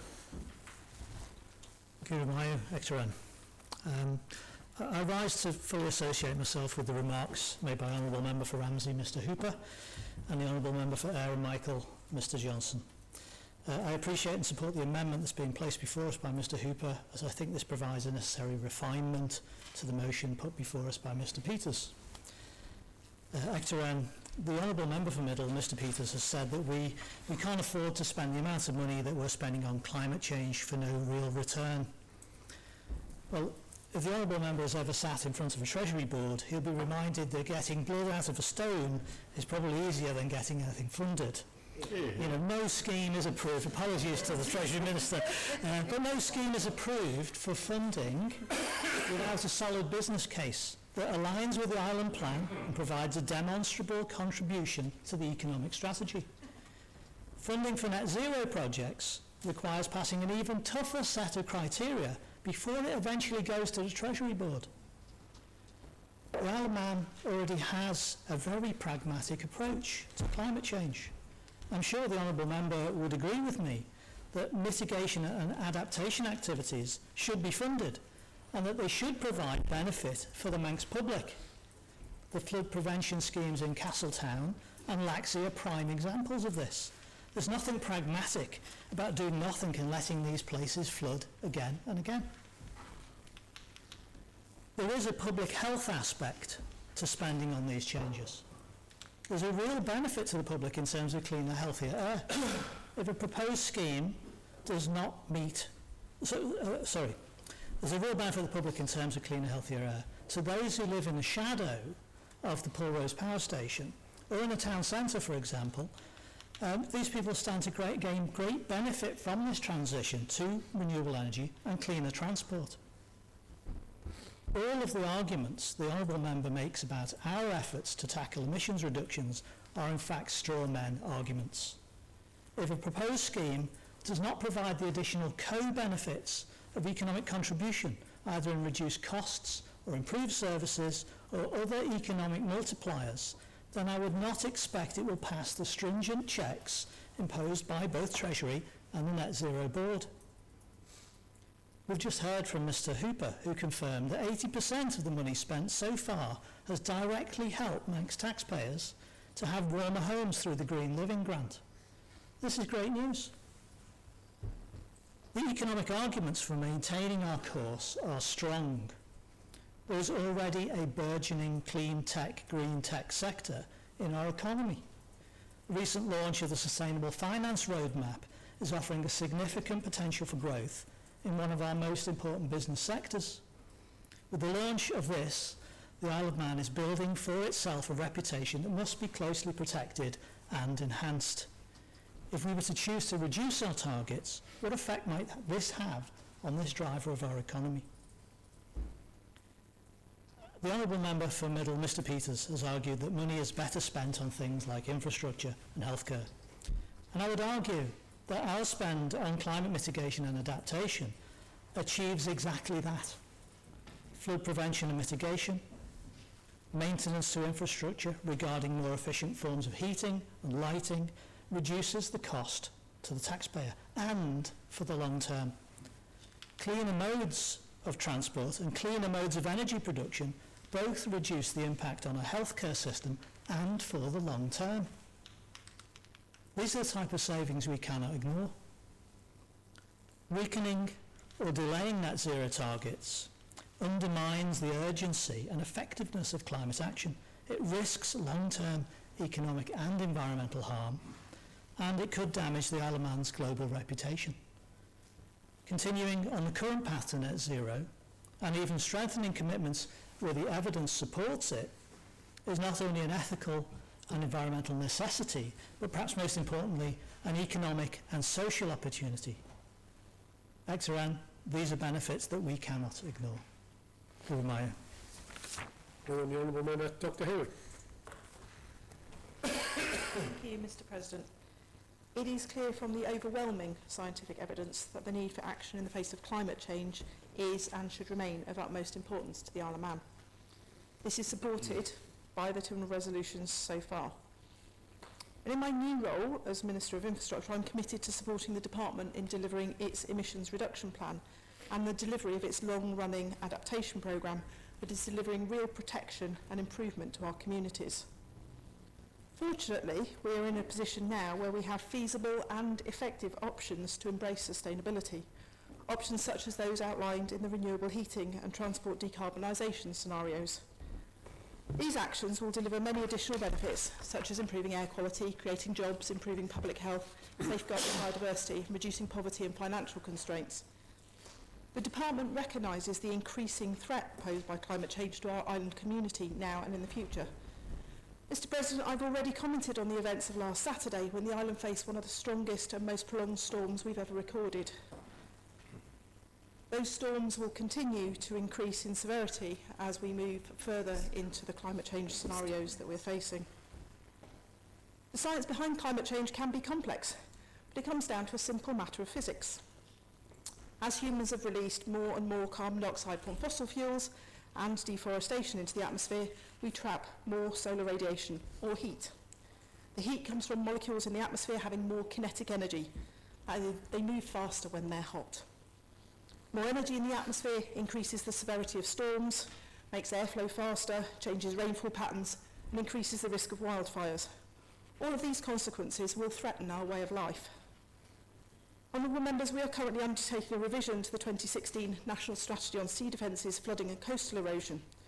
This revision will make use of the recently updated National Flood Risk Mapping and the latest climate projections.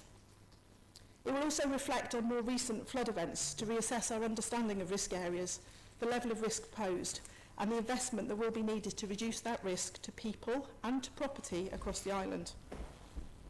Our ongoing programme of adaptation work includes projects to protect the priority areas that we've identified. In the Douglas catchment, the Department has recently constructed a flood defence to protect the Tremode industrial estate from being inundated.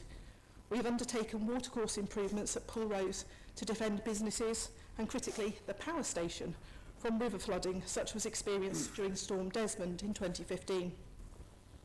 Our work in Laxey has significantly reduced the flood risk from the Laxey River and its tributaries through the construction of a formal river flood defences and reinforcement to the existing northern riverbanks from the Woolen Mills to the tennis courts and on the southern bank at the Shore Hotel. These developments facilitate economic development and provide reassurance to residents in a historically flood-prone area. The debris catcher on Glenroy tributary demonstrated its effectiveness during Storm Bert, and members of my department would like to thank the members of the public that provided us with photographs of the large amount of woody debris that built up against that defence. It behaved exactly as we'd planned it to. Extensive surface water drainage improvements include works on Baldoon Road, the MER Track and Mines Road, Lower Minorca Hill and Quarry Road. We are nearing the end of works to install new highway drainage on Ramsey Road, and all of these schemes help control water and reduce the risk of flooding now and, critically, in the future. Flood and coastal risk management requires multi-agency and cross-government approach to be successful, and focus across this government should be on practical and achievable actions bringing real benefits to the community. Benefits that can be felt now because they reassure people about being in their homes and being in their businesses, but also benefits that work into the future. The Department has invested and continues to invest in climate adaptation and initiatives to protect the communities that are most at risk of weather events. This will continue to impact on us unless we do so. Mr. President, following earlier feedback, I can commit that our next department plan will indeed include reporting on these actions. We are past the point of no return on the need for climate action. Now is the time to come forward to protect future generations, and that protection comes in two parts. Firstly, there is the part we're facing here and now, the increasing cost to us of responding to what is happening in the planet-wide system. That extra energy that I spoke about will drive these changes faster and faster. Our recent summer may have been cool, but 23 out of 25 of the hottest summers in the Isle of Man ever recorded have occurred in the last 29 years. That's an astonishing record. From 1994, it's quite clear from the data, we can see the effects of climate change accelerating. So it's the here and now, the fiercer storms, the more concentrated rainfall, and the extreme summer heat that will start to challenge us as we act. The most urgent and immediate challenges that we can face to our quality of life, our economic well-being, and how we function as an island.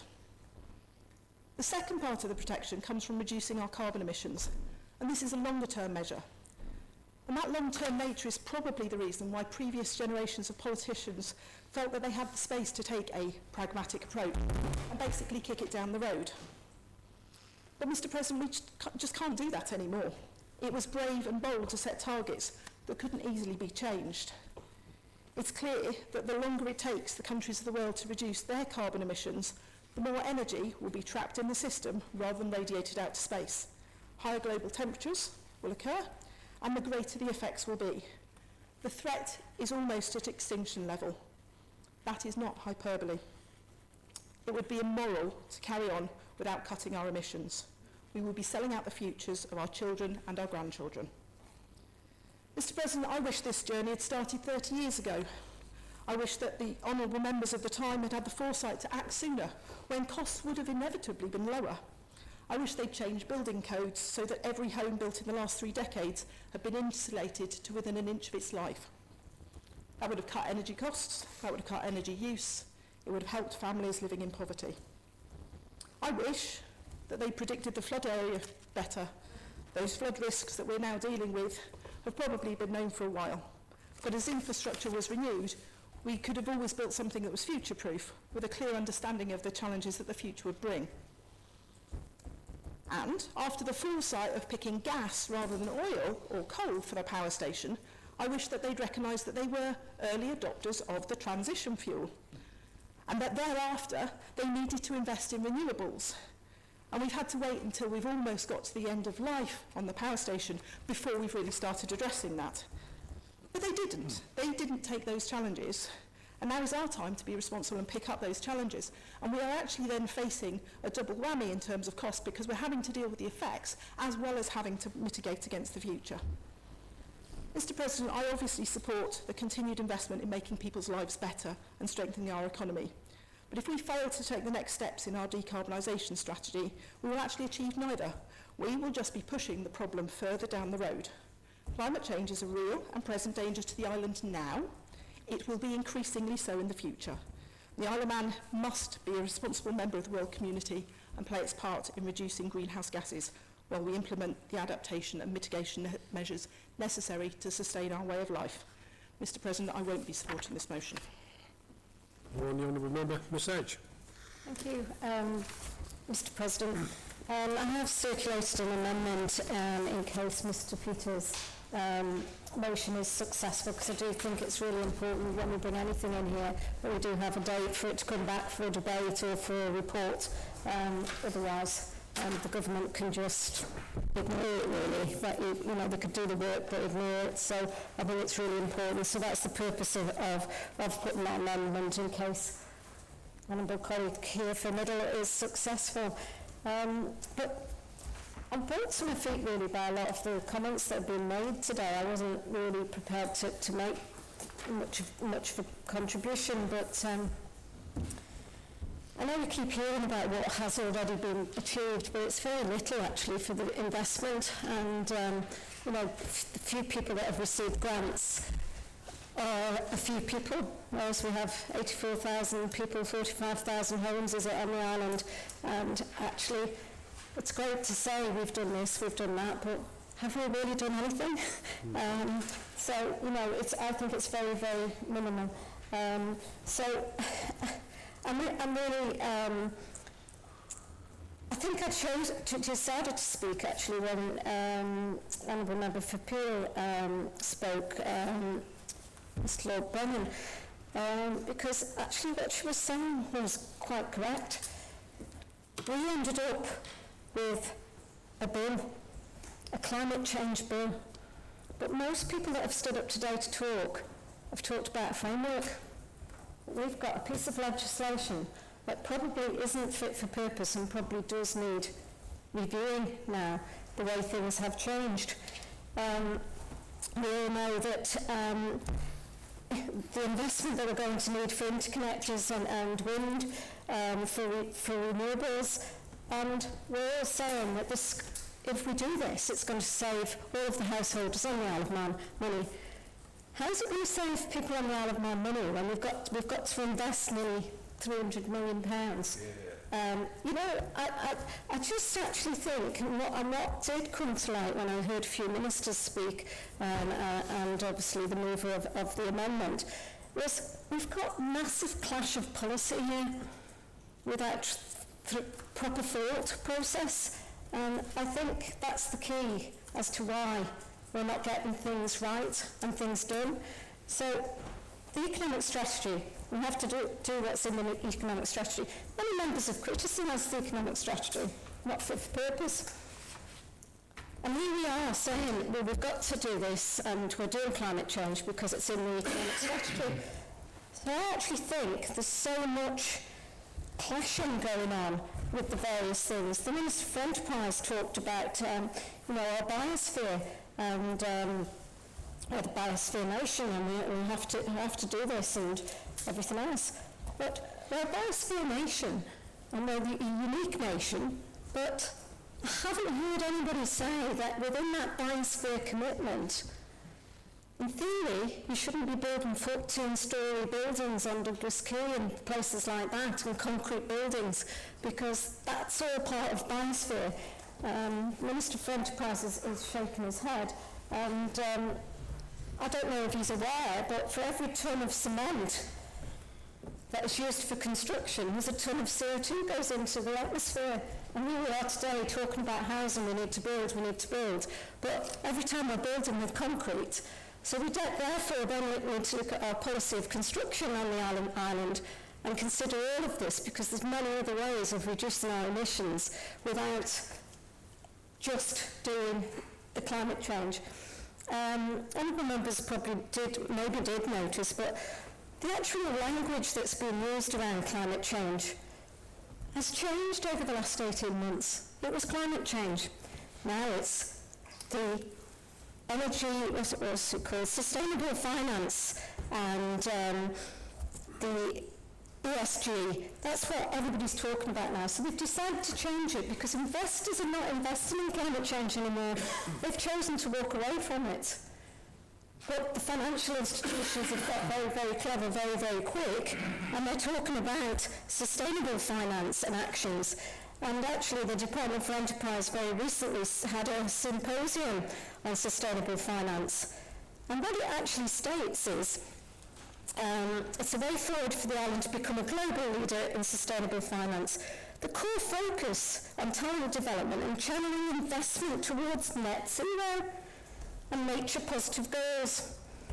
So basically it's the financial institutions knowing that the investment in their climate change and all the rhetoric around climate change has gone that way. So we've created a new language, and it's now the energy sustainable goals, and everybody will invest in it, which is great if people want to invest in it, but don't be fooled by some of the things that are going on here, because it's just all policy shifts and movement that certainly is not joining up in here. I don't believe it's joining up in here. I didn't actually hear our Chief Minister talk about climate change or net zero at the government conference this year. It wasn't a priority for this government. It's not a priority for the government. Within the key priorities that were getting talked about then. I'm not sure who actually said this, but there was £10 million on energy it costs per year. I think it was Honourable Member for Ramsey, Mr Hooper. So he said that we're spending £10 million on energy per year, but we're all quite happy to stand in here and think about spending 20 million on 3 or 4 windmills. And I just cannot grasp where the policy direction is going and joining up, because we've still got to pay for that 20 million. No matter what, it's not going to provide the 10 million energy change that we need if we're going to be completely saving £10 million. And I do feel that all I've heard in here today is, but it will save this, it will save that. Actually, it's going to cost the Manx public millions and millions of pounds. The savings won't be in our generations. I'm happy that they're coming for later generations, but there'll be very few and far between. We've got a massive bond for the MUA still outstanding. Massive. How's that going to get paid for if people aren't using the normal electricity usage, because we've reduced every house on the Isle of Man to 50% of their energy contribution into the MUA? Who's paying that debt? It's going to take longer to pay that debt and therefore cost us all much more money. So I really am struggling to say I'm not against us looking at this properly, but I don't think the policies that we've got in place at the present time align enough for us to be able to say to the Manx public, if we invest 100 million, say, for instance, this is when we'll get the returns. I've not seen a roadmap. I've seen a sustainable roadmap focus for the finance sector of the Department for Enterprise, but I haven't seen it for how the Manx people are going to see the return on their investment, and I've not seen it from the start of climate change at all. So, and for the Enterprise Minister to stand up and say there's a £700 million economic benefit if we do this. Where's that? What is it? What's it in? What's it in? You stated that in the speech. Thank you for giving way. Just to confirm, I said several hundred million. I didn't say 700 million. Thank you. Thank you. Sounded like 700 over here. Thank you. Thank you for that clarification. So then that leads me on to what the economic strategy states about having 100,000 people here for our population. Surely that's going to cause more CO2 emissions, Mr. President, because we're going to have to build houses. So there's too many clashes in all of the policy for me at the moment, and I think it's a sensible thing to review what's currently gone through. There's also been comments about, it would be beneficial to people's health. Where's the analysis on this? Again, we've been asked to look at something and we don't have any of these facts in front of us. So I do think a review is the right thing to do at the right time. We have had horrendous storms on our island all my life. I've lived here. I know. Last weekend wasn't the worst storm I've seen. Certainly wasn't. I bet honourable members, not many of you know, but we did have a red warning back in 2018. We've not had a red warning this weekend. Stop using situations that have just happened to try and get people to be persuaded in this way. We need to be making sure that we're aligning all of our policies and that they work for the island. We've got a social housing stock of 6,000, majority with gas boilers. So they're all going to have to be replaced. 6,000 boilers at £1,200 is 7.2 million. If we're replacing them with gas, Mr. President, if we replace them with air source heat pumps at £6,000, £12,000, 6 times the amount of money we need for that. So what is the plan around our social housing and how we're going to heat them? The most vulnerable in our society are in these houses, and they've all got gas heating.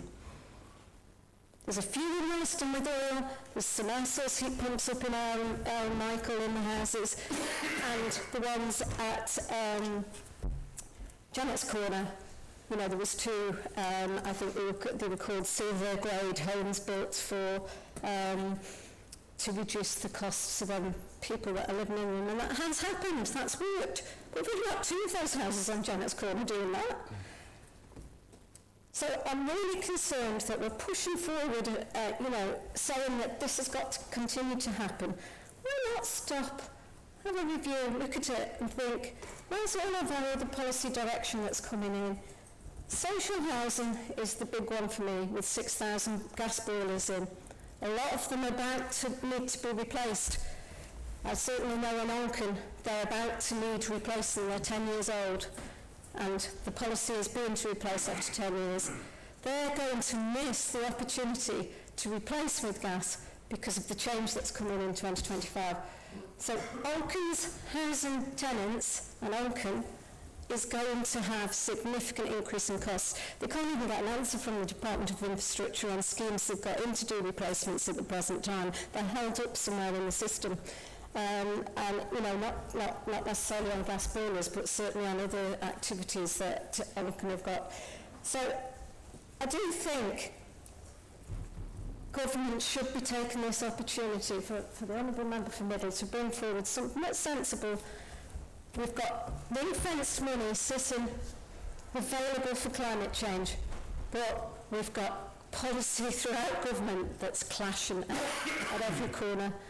And I just think to myself, it would be wise to just stop, look at this, and come back with the real way forward, that roadmap for climate change or ESG for the future, rather than actually what we've got at the minute is we're carrying on with a bill that's really old.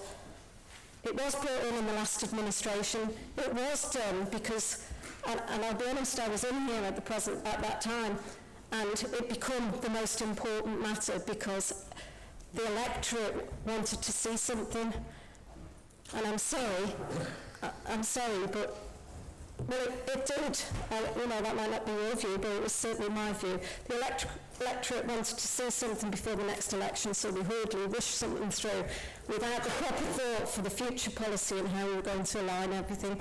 But as I say, 6,000 gas boilers needing replaced, that's a very expensive cost to the people of the Isle of Man and certainly to the tenants in there.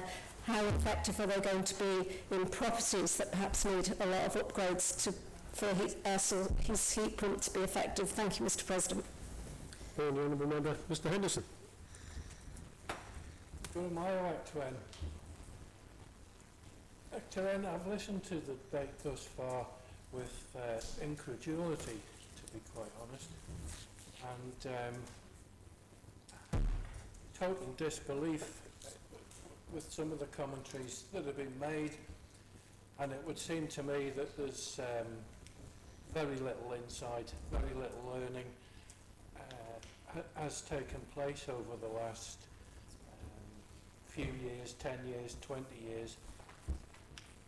And some of the commentaries I'm quite shocked at, actually. And if I was to go down that road and belief system, I would have never got my children vaccinated, I would have never got myself vaccinated against COVID, and a myriad of other things. So, if we listen to the doomsday scenarios, and the fact the whole thing's a pack of lies, I would, my words, I think the word was used in the introduction, I would ask the mover, and I've invited him before, to go out to the Pacific Islands in particular, and to the areas that don't exist anymore, and travel to where the populations have been evacuated to, which was, my comments were supported by the Lord Bishop at the time. Well-known fact, their homelands have completely disappeared. They didn't sink, the sea rose, honourable members. Go to some of the worst famine-hit areas in Africa, and you tell those people who were screaming out for help from the Western communities about assistance to combat climate change. Go to Delhi and ask those people in the streets there how are they coping with the thick, dense pollution smog that's covering the entire city on a daily basis. Go to the hospitals there and to the doctors who are reporting a huge increase in health problems, heart disease, lung disease, and all the rest of it, shortened lifespans.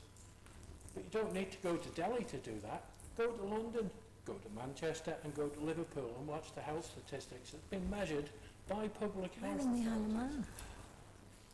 That's where I draw my observations from. And when it comes to climate matters, I draw my observations from the likes of NASA, and there's banks of scientists there who have been measuring the world since time immemorial almost. Ever since I was a kid, NASA have been at the forefront of scientific discovery and measurement and producing facts and figures for the world's politicians to use and make their own assessments from. And the International Climate Change Group, that's packed full of the best world-renowned scientists that I can think of anyway. And they're producing their own scientific documents, measurements, and so on. And they're all coming to the same conclusion as already been pointed out by quite a few contributors, luckily, of which I support Mr. Hooper's views, and I support the Honourable Member for Rushen, this is Dr. Hayward's views. They're absolutely spot on and something we need to bear in mind. It's all very well saying what a load of rubbish, but I think you need to look at what's really happening. And the other one, Actoren, is that's thrown out, oh, there's been climate change events before through the eons of Earth's history. That's very true, Actoren. But what the naysayers aren't telling us is that those were natural events when there was no human habitation here, and there was no industrialisation, and there was no man-made pollution or CO2 emissions. So we had natural events that the Earth could just about handle. If we'd put humanity into that equation, with factories, with power stations, ICE vehicles, internal combustion engines, and so on, I think going back in those days then, with that equation, we would have seen a very different scenario altogether. And as for the Honourable Member for Middle is polar bears, I can tell you quite categorically, Honourable Member, that the polar bears actually are doing terribly, according to the measurements that have been taken by such outfits as the National Geographic, Sir David Attenborough, and so on. And I'm receiving and seeing on TV and reading in reports completely different texts than what you're telling me. The polar ice caps that they hunt off, for instance, and the sea ice that they need are all disappearing, and it's causing mayhem amongst that population and a decrease. Same in the Antarctic with the penguins, if you want to go down that route.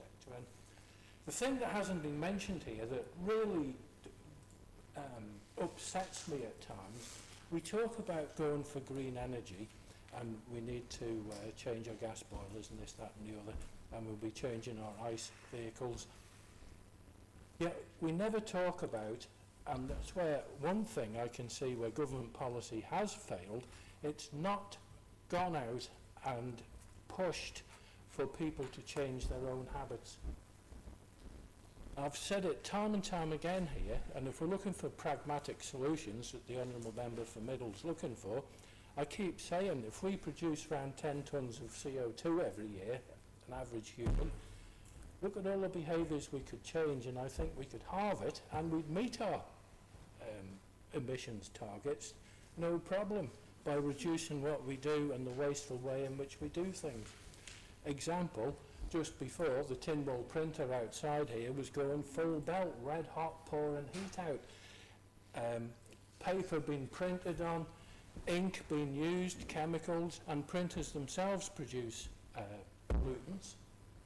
Why do we need to print off hundreds of bits of paper in the middle of a sitting when we've all got computers and laptops? The amendments can be sent round electronically, and standing orders can be adjusted to account for that, same as standing orders were adjusted several years ago when the huge wad of Tynwald packs, a forward-thinking clerk of Tynwald at the day and the Tynwald Management Committee decided, hang on, we'll do it electronically, and it was just done. So if we can do that for the giant Tynwald pack, we can do it for lots of other things. So it is absolutely possible, Ectoren. Ectoren, as I say, there's been some excellent commentaries made here, but I would urge members to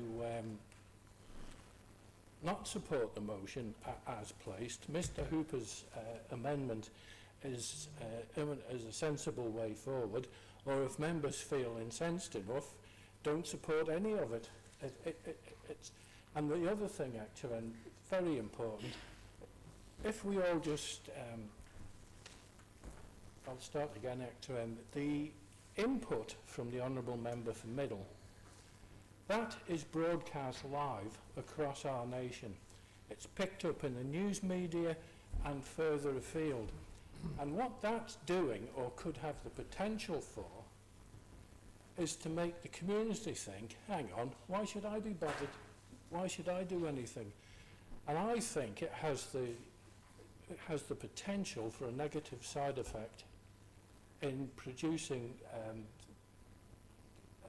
not negligent behaviour exactly, but behaviour we need to be promoting positive climate change behaviour. People get the message with regards to energy saving, energy efficiency, what we do about our home, recycling, etc., etc. This rhetoric will only set that thinking back, and it won't set people on the course that they should be on. If we end up just relying on the fact that, oh, we'll reach net zero by changing our power generation and how we heat our homes, there's another side to this, actually, very important, and that's how we treat our own communities, our homes, and our planet ourselves. I keep going on about it, but it's an absolute fact. The shops in Strand Street with all the heating on, full belt, doors wide open and wedged open. And then the industry, the retailers, complain about high energy. Well, of course you're going to get high energy costs if that's a behaviour you want to stick with. Yeah, doors open means it's more welcoming for customers, but there's got to be a balance here.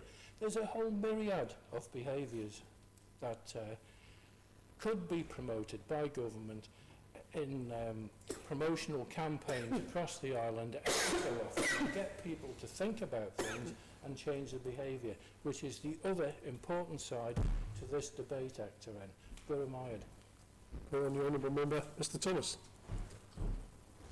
Thank you, Mr President. I'm very pleased to second Sedge's amendment to Mr Peters' motion so that there is a report back from government if it's successful. And they keep looking up at the top shelf. Mr President, just to the left of you, and I'm going to think about Mr Greenhill and Mr Crane's positions and all of this. And I'm just going to start with going back to the Pink Book in February 2024. Because in the Pink Book you actually have details of what's going to be spent from the Consolidated Loans Fund. And the MUA has already got £22 million approved by Treasury at 31st of March 2024, according to the Pink Book this year, to spend £7 million in 24-25 on the combined cycle gas turbine. Expenditure dips off a little bit, it's only £3 million for a couple of years. Then it jumps up to £10 million in 27-28 and 7.6 million in 28-29. So why would you be spending all of that money from the Consolidated Loan Fund on the combined cycle gas turbine if Mr Crane thinks it's all going to stop in 2030, which is what you said, more or less, Mr Crane? You know, we've got to have some pragmatic understanding about this. I asked the MUA about this, and they just said, well, look, you know, they didn't. Well, the idea being we've got to plan for the fact that politicians don't actually manage to get the alternative energy working in the Isle of Man, and in any case, we'll still need power for when there's no wind and when there's no solar, and we haven't actually found financing for the interconnector as yet. So what we've got up there on the sitting next to each other is we've got a sort of positive view, meaning something that's describing what's happening, and I'll explain now how Mr Peters' motion is positive, and it's a positive argument. It's just describing what's happening. And then a sort of normative argument, which is what Mr Hooper is arguing for. Basically, it's about faith, it's about believing things are going to happen, and it's about being incredibly optimistic. It's religion, it's modern day religion. It's about values, and this has got to happen, and so on. So we've got a practical, pragmatic motion, a positive motion in the arguments of philosophy and rhetoric, that Tynwald is of the opinion that the Council should urgently review all net zero targets and budgets. Well, that's true, because although all the money's going on housing, it's only, I think, 4 million or something that's been spent as yet. So perhaps you could support this motion if you think more money should be spent on doing something about housing and power and transport, because it's just saying we should have a review of budgets and targets with the aim of strengthening the wider Manx economy. That's good. That's what the aim should be, to help people, because people have jobs and people need incomes for their households. Instead, we've got the faith from Mr Hooper's side and Mr Johnston's side that this is good for the economy.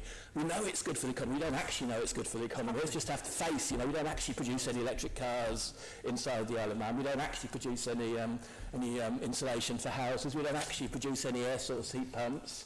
We just got to have faith that somehow it's good for the economy. Whereas Mr Peters is more of a practical, positive thing to say that why don't we have an investigation about what the impact is? In the UK, they give £7,500 per household for air source heat pumps, and they have an air source heat pump industry. In the UK, they support electric vehicle owners much more than we do here, but they have a massive car industry that's trying to stay up there with electric vehicles, which we don't have here. So we've got to actually start talking in terms of what real people want us to hear about real evidence and real analysis and real conclusions based on that evidence. So it seems to me, if you just either want to spend more money, or what Mr Peters says doesn't really matter. It's what we're voting on the paper. We're voting on what's the paper, and here we've got a very positive statement from philosophy, which is that we should urgently review all net zero targets and budgets with the aim of strengthening the wider Manx economy for the benefit of all residents with a more pragmatic approach. I can't see what's wrong with that. You know, leave aside the denying, leave aside all of those other things. It's just this is a confession that things haven't gone right since 2019 when the Chief Minister, Minister Crale, rushed down to the Noah Bakehouse to hijack the active travel presentation because he had to be there before Mrs Kane stood up in Tynwald. Nobody could hear him because they didn't actually have any chance to set up any speaker equipment that actually worked, so you couldn't actually hear him, but the press said he said, and it was all fine, you know, and then the rest is history. I mean, I was living it, and that's actually what happened, you know. Yep. That's actually what happened. So therefore, you know, in that sense, you know, unless you want to associate yourself with the new religion, with faith and all of that, we've got to be pragmatic about this, and we really ought to be looking at the practical things that MUA is doing and can do in the timescale for power generation, not just having a faith that Tynwald will be better protected and polar bears will be better protected if we do something. We've actually got to work out, you know, pragmatically what we're going to do with our power supply.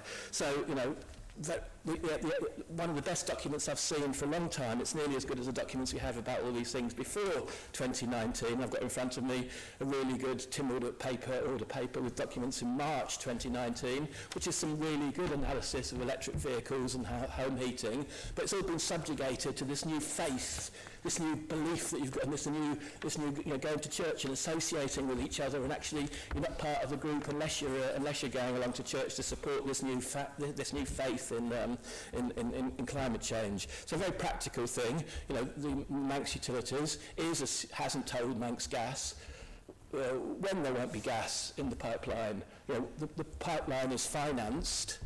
It doesn't need to be repaid.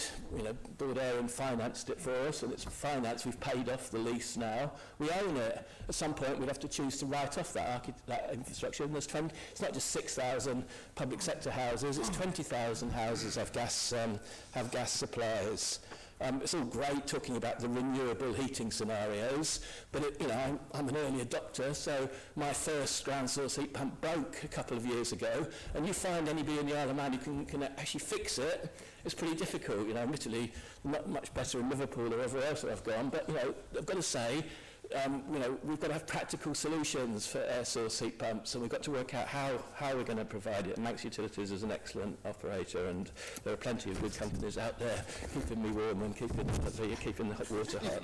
So, in terms of housing, that's by segue into the housing comment. I've already mentioned that we don't have the £7,500. Instead, what we've got is some schemes, both of which are being reviewed, which have mostly given money to people to do assessments and analysis and to build up the bureaucracy that Mr. Brendan's talked about. Not really, you know, that practical stuff yet for most people. And it comes down to that principle that's in the Climate Change Act, the first principle of a just transition. Look, we needed to do things much faster since 2019 to benefit the 41,000 households who can't take advantage of the schemes that are available for housing, to benefit the countless motorists who wanted to get a payment to scrap their old vehicle, their old ICE vehicle, but haven't had a chance to scrap their old ICE vehicle. Instead, they've got to put together the capital to be able to buy a vehicle, you know, which those who've got more money are already using to have cheaper motoring than they've got in their older vehicle, which can't be right. So the basic question we've got to ask and tell the public clearly at the end of this session is what exactly happens if we do miss the interim targets? What exactly happens? As far as I know, it's nothing, but I just wanted to know what exactly happens from somebody who can pronounce about this ex cathedra, especially as the interim target was set on a flawed basis inside the law. So, for instance, one of the key factors in Section 11 of the Act is that it's got to take into account energy policy. Well, we now know from the official government document that we debated last month in this place that energy policy is nowhere near being secure, because they're still gathering information about the costs and the fundings and the alternatives. And by next summer, which will perhaps probably be more towards the autumn, according to the Minister, because it says summer 2025, we'll start knowing what the energy policy and the energy strategy and the energy plan will be.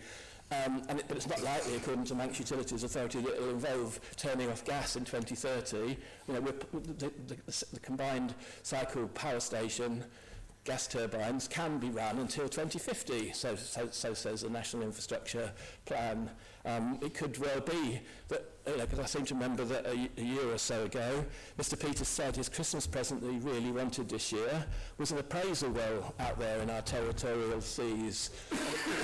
It could be that it's the next operator of the licence, which exists till 2048, because the case for hydrocarbon development and production is pretty secure and solid. The next holder of that licence could actually be able to get Mr. Peters his Christmas present perhaps by 2030 or something like that, according to the real evidence and the real procedures and practices that go on in the hydrocarbons world. So that's that in terms of transport, of housing and of power. Infrastructure, adaptation in terms of flood defences, making rational choices about building and where we build and flood chains is all very, very rational. So in summary, Mr. Peters' motion is a positive motion. It's describing what's happened since 2019. If you want to go faster on a faster pathway, you should be supporting Mr. Peters' motion because a review of budgets and targets is necessary to get us on that faster pathway. If you are sceptical like him, you don't need, would also be helping to review the budgets. But this is a very, very expertly drafted motion, especially as it's the first motion that Mr. Peters has worked. And it's basically a statement of fact. Given the end of a very badly executed climate change transition that's more or less ignored the just transition principles and never really defined them in practical terms if you're a householder, if you drive a vehicle, if you do, and if you are thinking about your own everyday lives. Most importantly, somebody more knowledgeable than me needs to stand up and say what happens if we miss the interim target. I mean, a plain reading of the law is absolutely nothing. But I just wanted to know what another person thinks who's considered what it means. Just on the honourable member, Mrs. Skinner. Point of order. Yeah, it's just about the amendment that's been here by Ms Edge, and both Ms Edge and Mr Thomas have said it only applies to Mr Peters' original motion. My understanding is actually that would be added on to either the original motion or the amendment. I just wanted to clarify that. It can be. It's worded that way. It can be, and we will take. And just to let members know, at this moment in time with the two amendments, I intend to take Mr Hooper's amendment first and then Ms Edge's amendment. So I now call upon Honourable Member Mrs Skirmish. Thank you, Mr President. I can't claim to be more knowledgeable than Mr Thomas in this regard, but what I would like to say to Mr Thomas is that I do support the new religion you refer to, and I say hallelujah to that new religion. I'd just like to touch on the science, really, building on my honourable colleague for Council, Mr Crane, who quoted Greta Thunberg, the science is as solid as it gets. And I do believe that. I believe you have to trust in the scientists.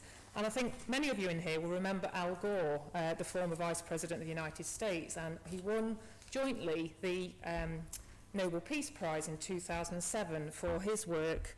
If I can just get that up, it was for their efforts to build up and disseminate greater knowledge about man-made climate change and to lay the foundations for measures that are needed to counteract such change. And I think he got a lot of traction because he was well known, he was famous. He delivered a video, I think many of you remember the video, it went viral. I remember that. What I don't remember is that that Nobel Peace Prize was jointly shared. It was shared with a team of scientists, and one of those scientists lives on the Isle of Man, Dr. Douglas Fox. He has been a lead scientist in in assessing data and analysing data for over a quarter of a century, if not longer, which analysed the warming of the seas. Now, he graciously presented that that research data at the UCM Research Festival a couple of years ago, and I went along to that and learnt a lot from that. And I have to say, I didn't really know a lot around data at that point in time. But by gosh, I came away from that with a great deal of respect for that gentleman and all the scientific research that he delivered to the group there that day. And I went on to read some of the academic papers that he's written. So I don't think you can dismiss the science. I wouldn't myself. But if you don't believe the scientists, come and ask my family. I'm blessed to live in a house where my children are the 5th generation of the same family to live in that house, and we live on a promenade. We live very close to the sea. We have memory from family, our ancestors, who have shared the stories, and some of them I've met, who have told us 100 years ago that the sea never came to the front door of the property. Now we see the front door regularly meeting the sea, or vice versa. There's been a change.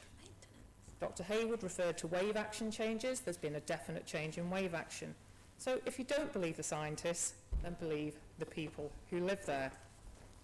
I'd also like to just touch on economic impact. If we think about environmental, social and governance policies, suppliers are requiring people in their contracts to meet those ESG demands, those climate change policies. You have to demonstrate that you are meeting targets. You will not achieve economically, you will not be competitive, and we would therefore stand to lose. So we have to evolve and we have to change. I'd like to touch next on the Climate Change Fund. I think the Climate Change Fund has had a bumpy ride from the start initially, and I think when reviewing the requirements of that fund, I don't think applications came in as they should, changes weren't made. And I'll give an example from that fund. LED lighting projects were not initially accepted because they weren't showing sufficient carbon savings. Now, changes to those requirements are now seeing changes to those projects, but putting in LED projects across the government estate will save 70 to 80% of electric consumption. That's a significant financial saving on our energy. And what you also see in those applications is those governments who are not paying, those departments who are not paying for their energy costs don't seem to be that bothered in making those applications. So recharging and making people accountable might generate a shift. The next point I'd just like to touch on is the energy efficiency scheme. 3,635 households benefited from that scheme in 23-24. That's real people feeling the benefit of those schemes, reduced costs. Green Living Grant Scheme, I accept that's come to a close, but nearly 5,000 homes have been assessed. I take the point about bureaucracy with some of those schemes, and I think the department has reviewed that and is making changes, and that's good to see. I'd like to touch on electric cars. Mr. Hooper touched on having an electric car himself. I would regard myself as one of the Nissan Leaf gang that parks in the government building. But I've had an electric car now for 6 years, and I will support, economically, that has been the cheapest car I've ever had to run. Now, often I'll end up in a social media war with people who will say, these are really expensive cars. For me, it was a second-hand car. It was not expensive, but by gosh, it paid for itself within 3 years, and I feel now that I'm running it for free. Health and well-being. Health and well-being is important when it comes to climate change. And I speak as a cyclist. If I come up behind a car on my push bike and it's an electric car, I feel euphoric because I'm not breathing in the fumes. I come behind a combustion car, it's pretty horrific, and you're trying to get away from the fumes. This is the birthplace of Sir Mark Cavendish. We can sell this. We can attract people to come here. They can come and enjoy the cycling on the Isle of Man.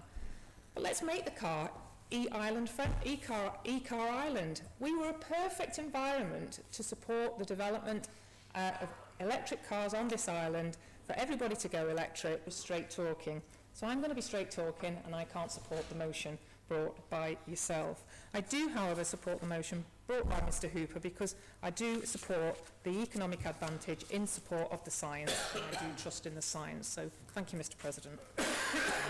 Honourable Member, Mr. Glover.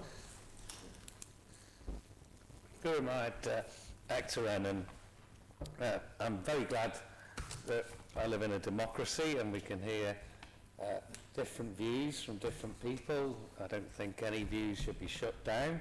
So I respect the mover for bringing this here. It's a very simple motion, and unfortunately we do have strayed a little bit from the motion, to be quite honest, in that we will hear, and we have heard in here today from both sides, including the mover, I will add, the project fear language. And that's what I want to steer through, and I get that from very many people in the public as well. We did have a bad storm this weekend, but we have had bad storms throughout history. What was different about this one, and if you talk to the Met Office, I'm lucky I've got Adrian Carrum, the former chief of the Met Office, is a very close neighbour. This was unusual because of the direction of the gale. So we've got to break through this language. The health is important, but talking about the smog in Delhi and the difference we're going to make to that is not that relevant. The mental health of the people at Eristane and Scarred matters to me, and that's been a direct consequence of all of this that we've been going on. So I just want to shrink this to what we are doing here on the Isle of Man, and this is a simple motion. I support us in doing our bit, obviously. I think most people, apart from perhaps the mover, do. But it's not a blank cheque. We have to be able to afford it, and it has to be costed. Now, I've made this argument repeatedly in all my time in here, the 3 years I've been here. Where is the costing behind this? I also support what Mr. Johnson was saying about the economy and how important it is that we keep policy in place to attract business here. I get all that. I get both sides of it, but we've got to steer through. This motion is just asking us just to pause, just to reflect and look at those targets, look at the costs. Let's be honest with the public about what the costs are here. We've heard plenty of calls and claims as to what the costs will be here in this Honourable Court, but let's have that out in the open. We can't bankrupt the island just to fulfil this, so it has to be costed. And I've said along the way as well that we've got to involve private as well as government. Government is not going to be able to afford to do everything. Again, a line I've said many, many times in here. So we shouldn't just plough on without taking the time just to pause and reflect. And that's not just maybe now, that's something we should be doing all the way through this process as we're developing where we're going. There is no harm in pausing and reflecting. So let's just keep, we've gone into a massive debate about climate change and global warming and away from the motion, which is actually quite a simple motion. It's more about the economics and the targets and about pausing and doing due diligence, which you should be doing anyway. Let's not shut down anyone's view in here. That's dangerous, I believe, Mr. Henderson. He's entitled to whatever narrative he wants out there. We're in a democracy. Point of order. I've no intention of shutting Mr. Peters' view down, Honourable Member. Far from it. I'm expressing mine in opposition. He's perfectly entitled, and it's the principle I've always been elected to this place. Everyone is entitled to their view. Back to you, Mr. Clement.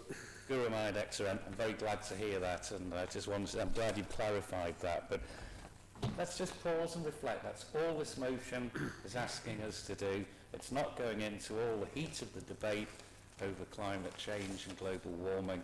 It's just saying let's do our I think let's say it, diligence. Thank you. Guru Mahad, excellent. Honourable members, we've reached the allotted hour. Chief Minister. Thanks. I was going to speak, Mr. President, but hearing those words, could I propose to the Honourable Court that this evening we sit for a further hour, conscious, of course, I think we're probably drawing towards the end of this debate, but also just to inform the Court, there is some disruption tomorrow because there is a funeral of a police officer in Bath, and 3 ministers for various reasons will be going to that, and there is a further minister away. So I just wanted to let you know that. But, Mr. President, I'd like to move that we sit for further 1 hour and then assess matters at 7:30. And it's seconded by Mr. Henderson there. So the proposal is that we now move, we'll sit for 1 further hour. That will put us to, say, 7:30. I'll ask the court, is the court content? Divide. Division. Divide. Division called.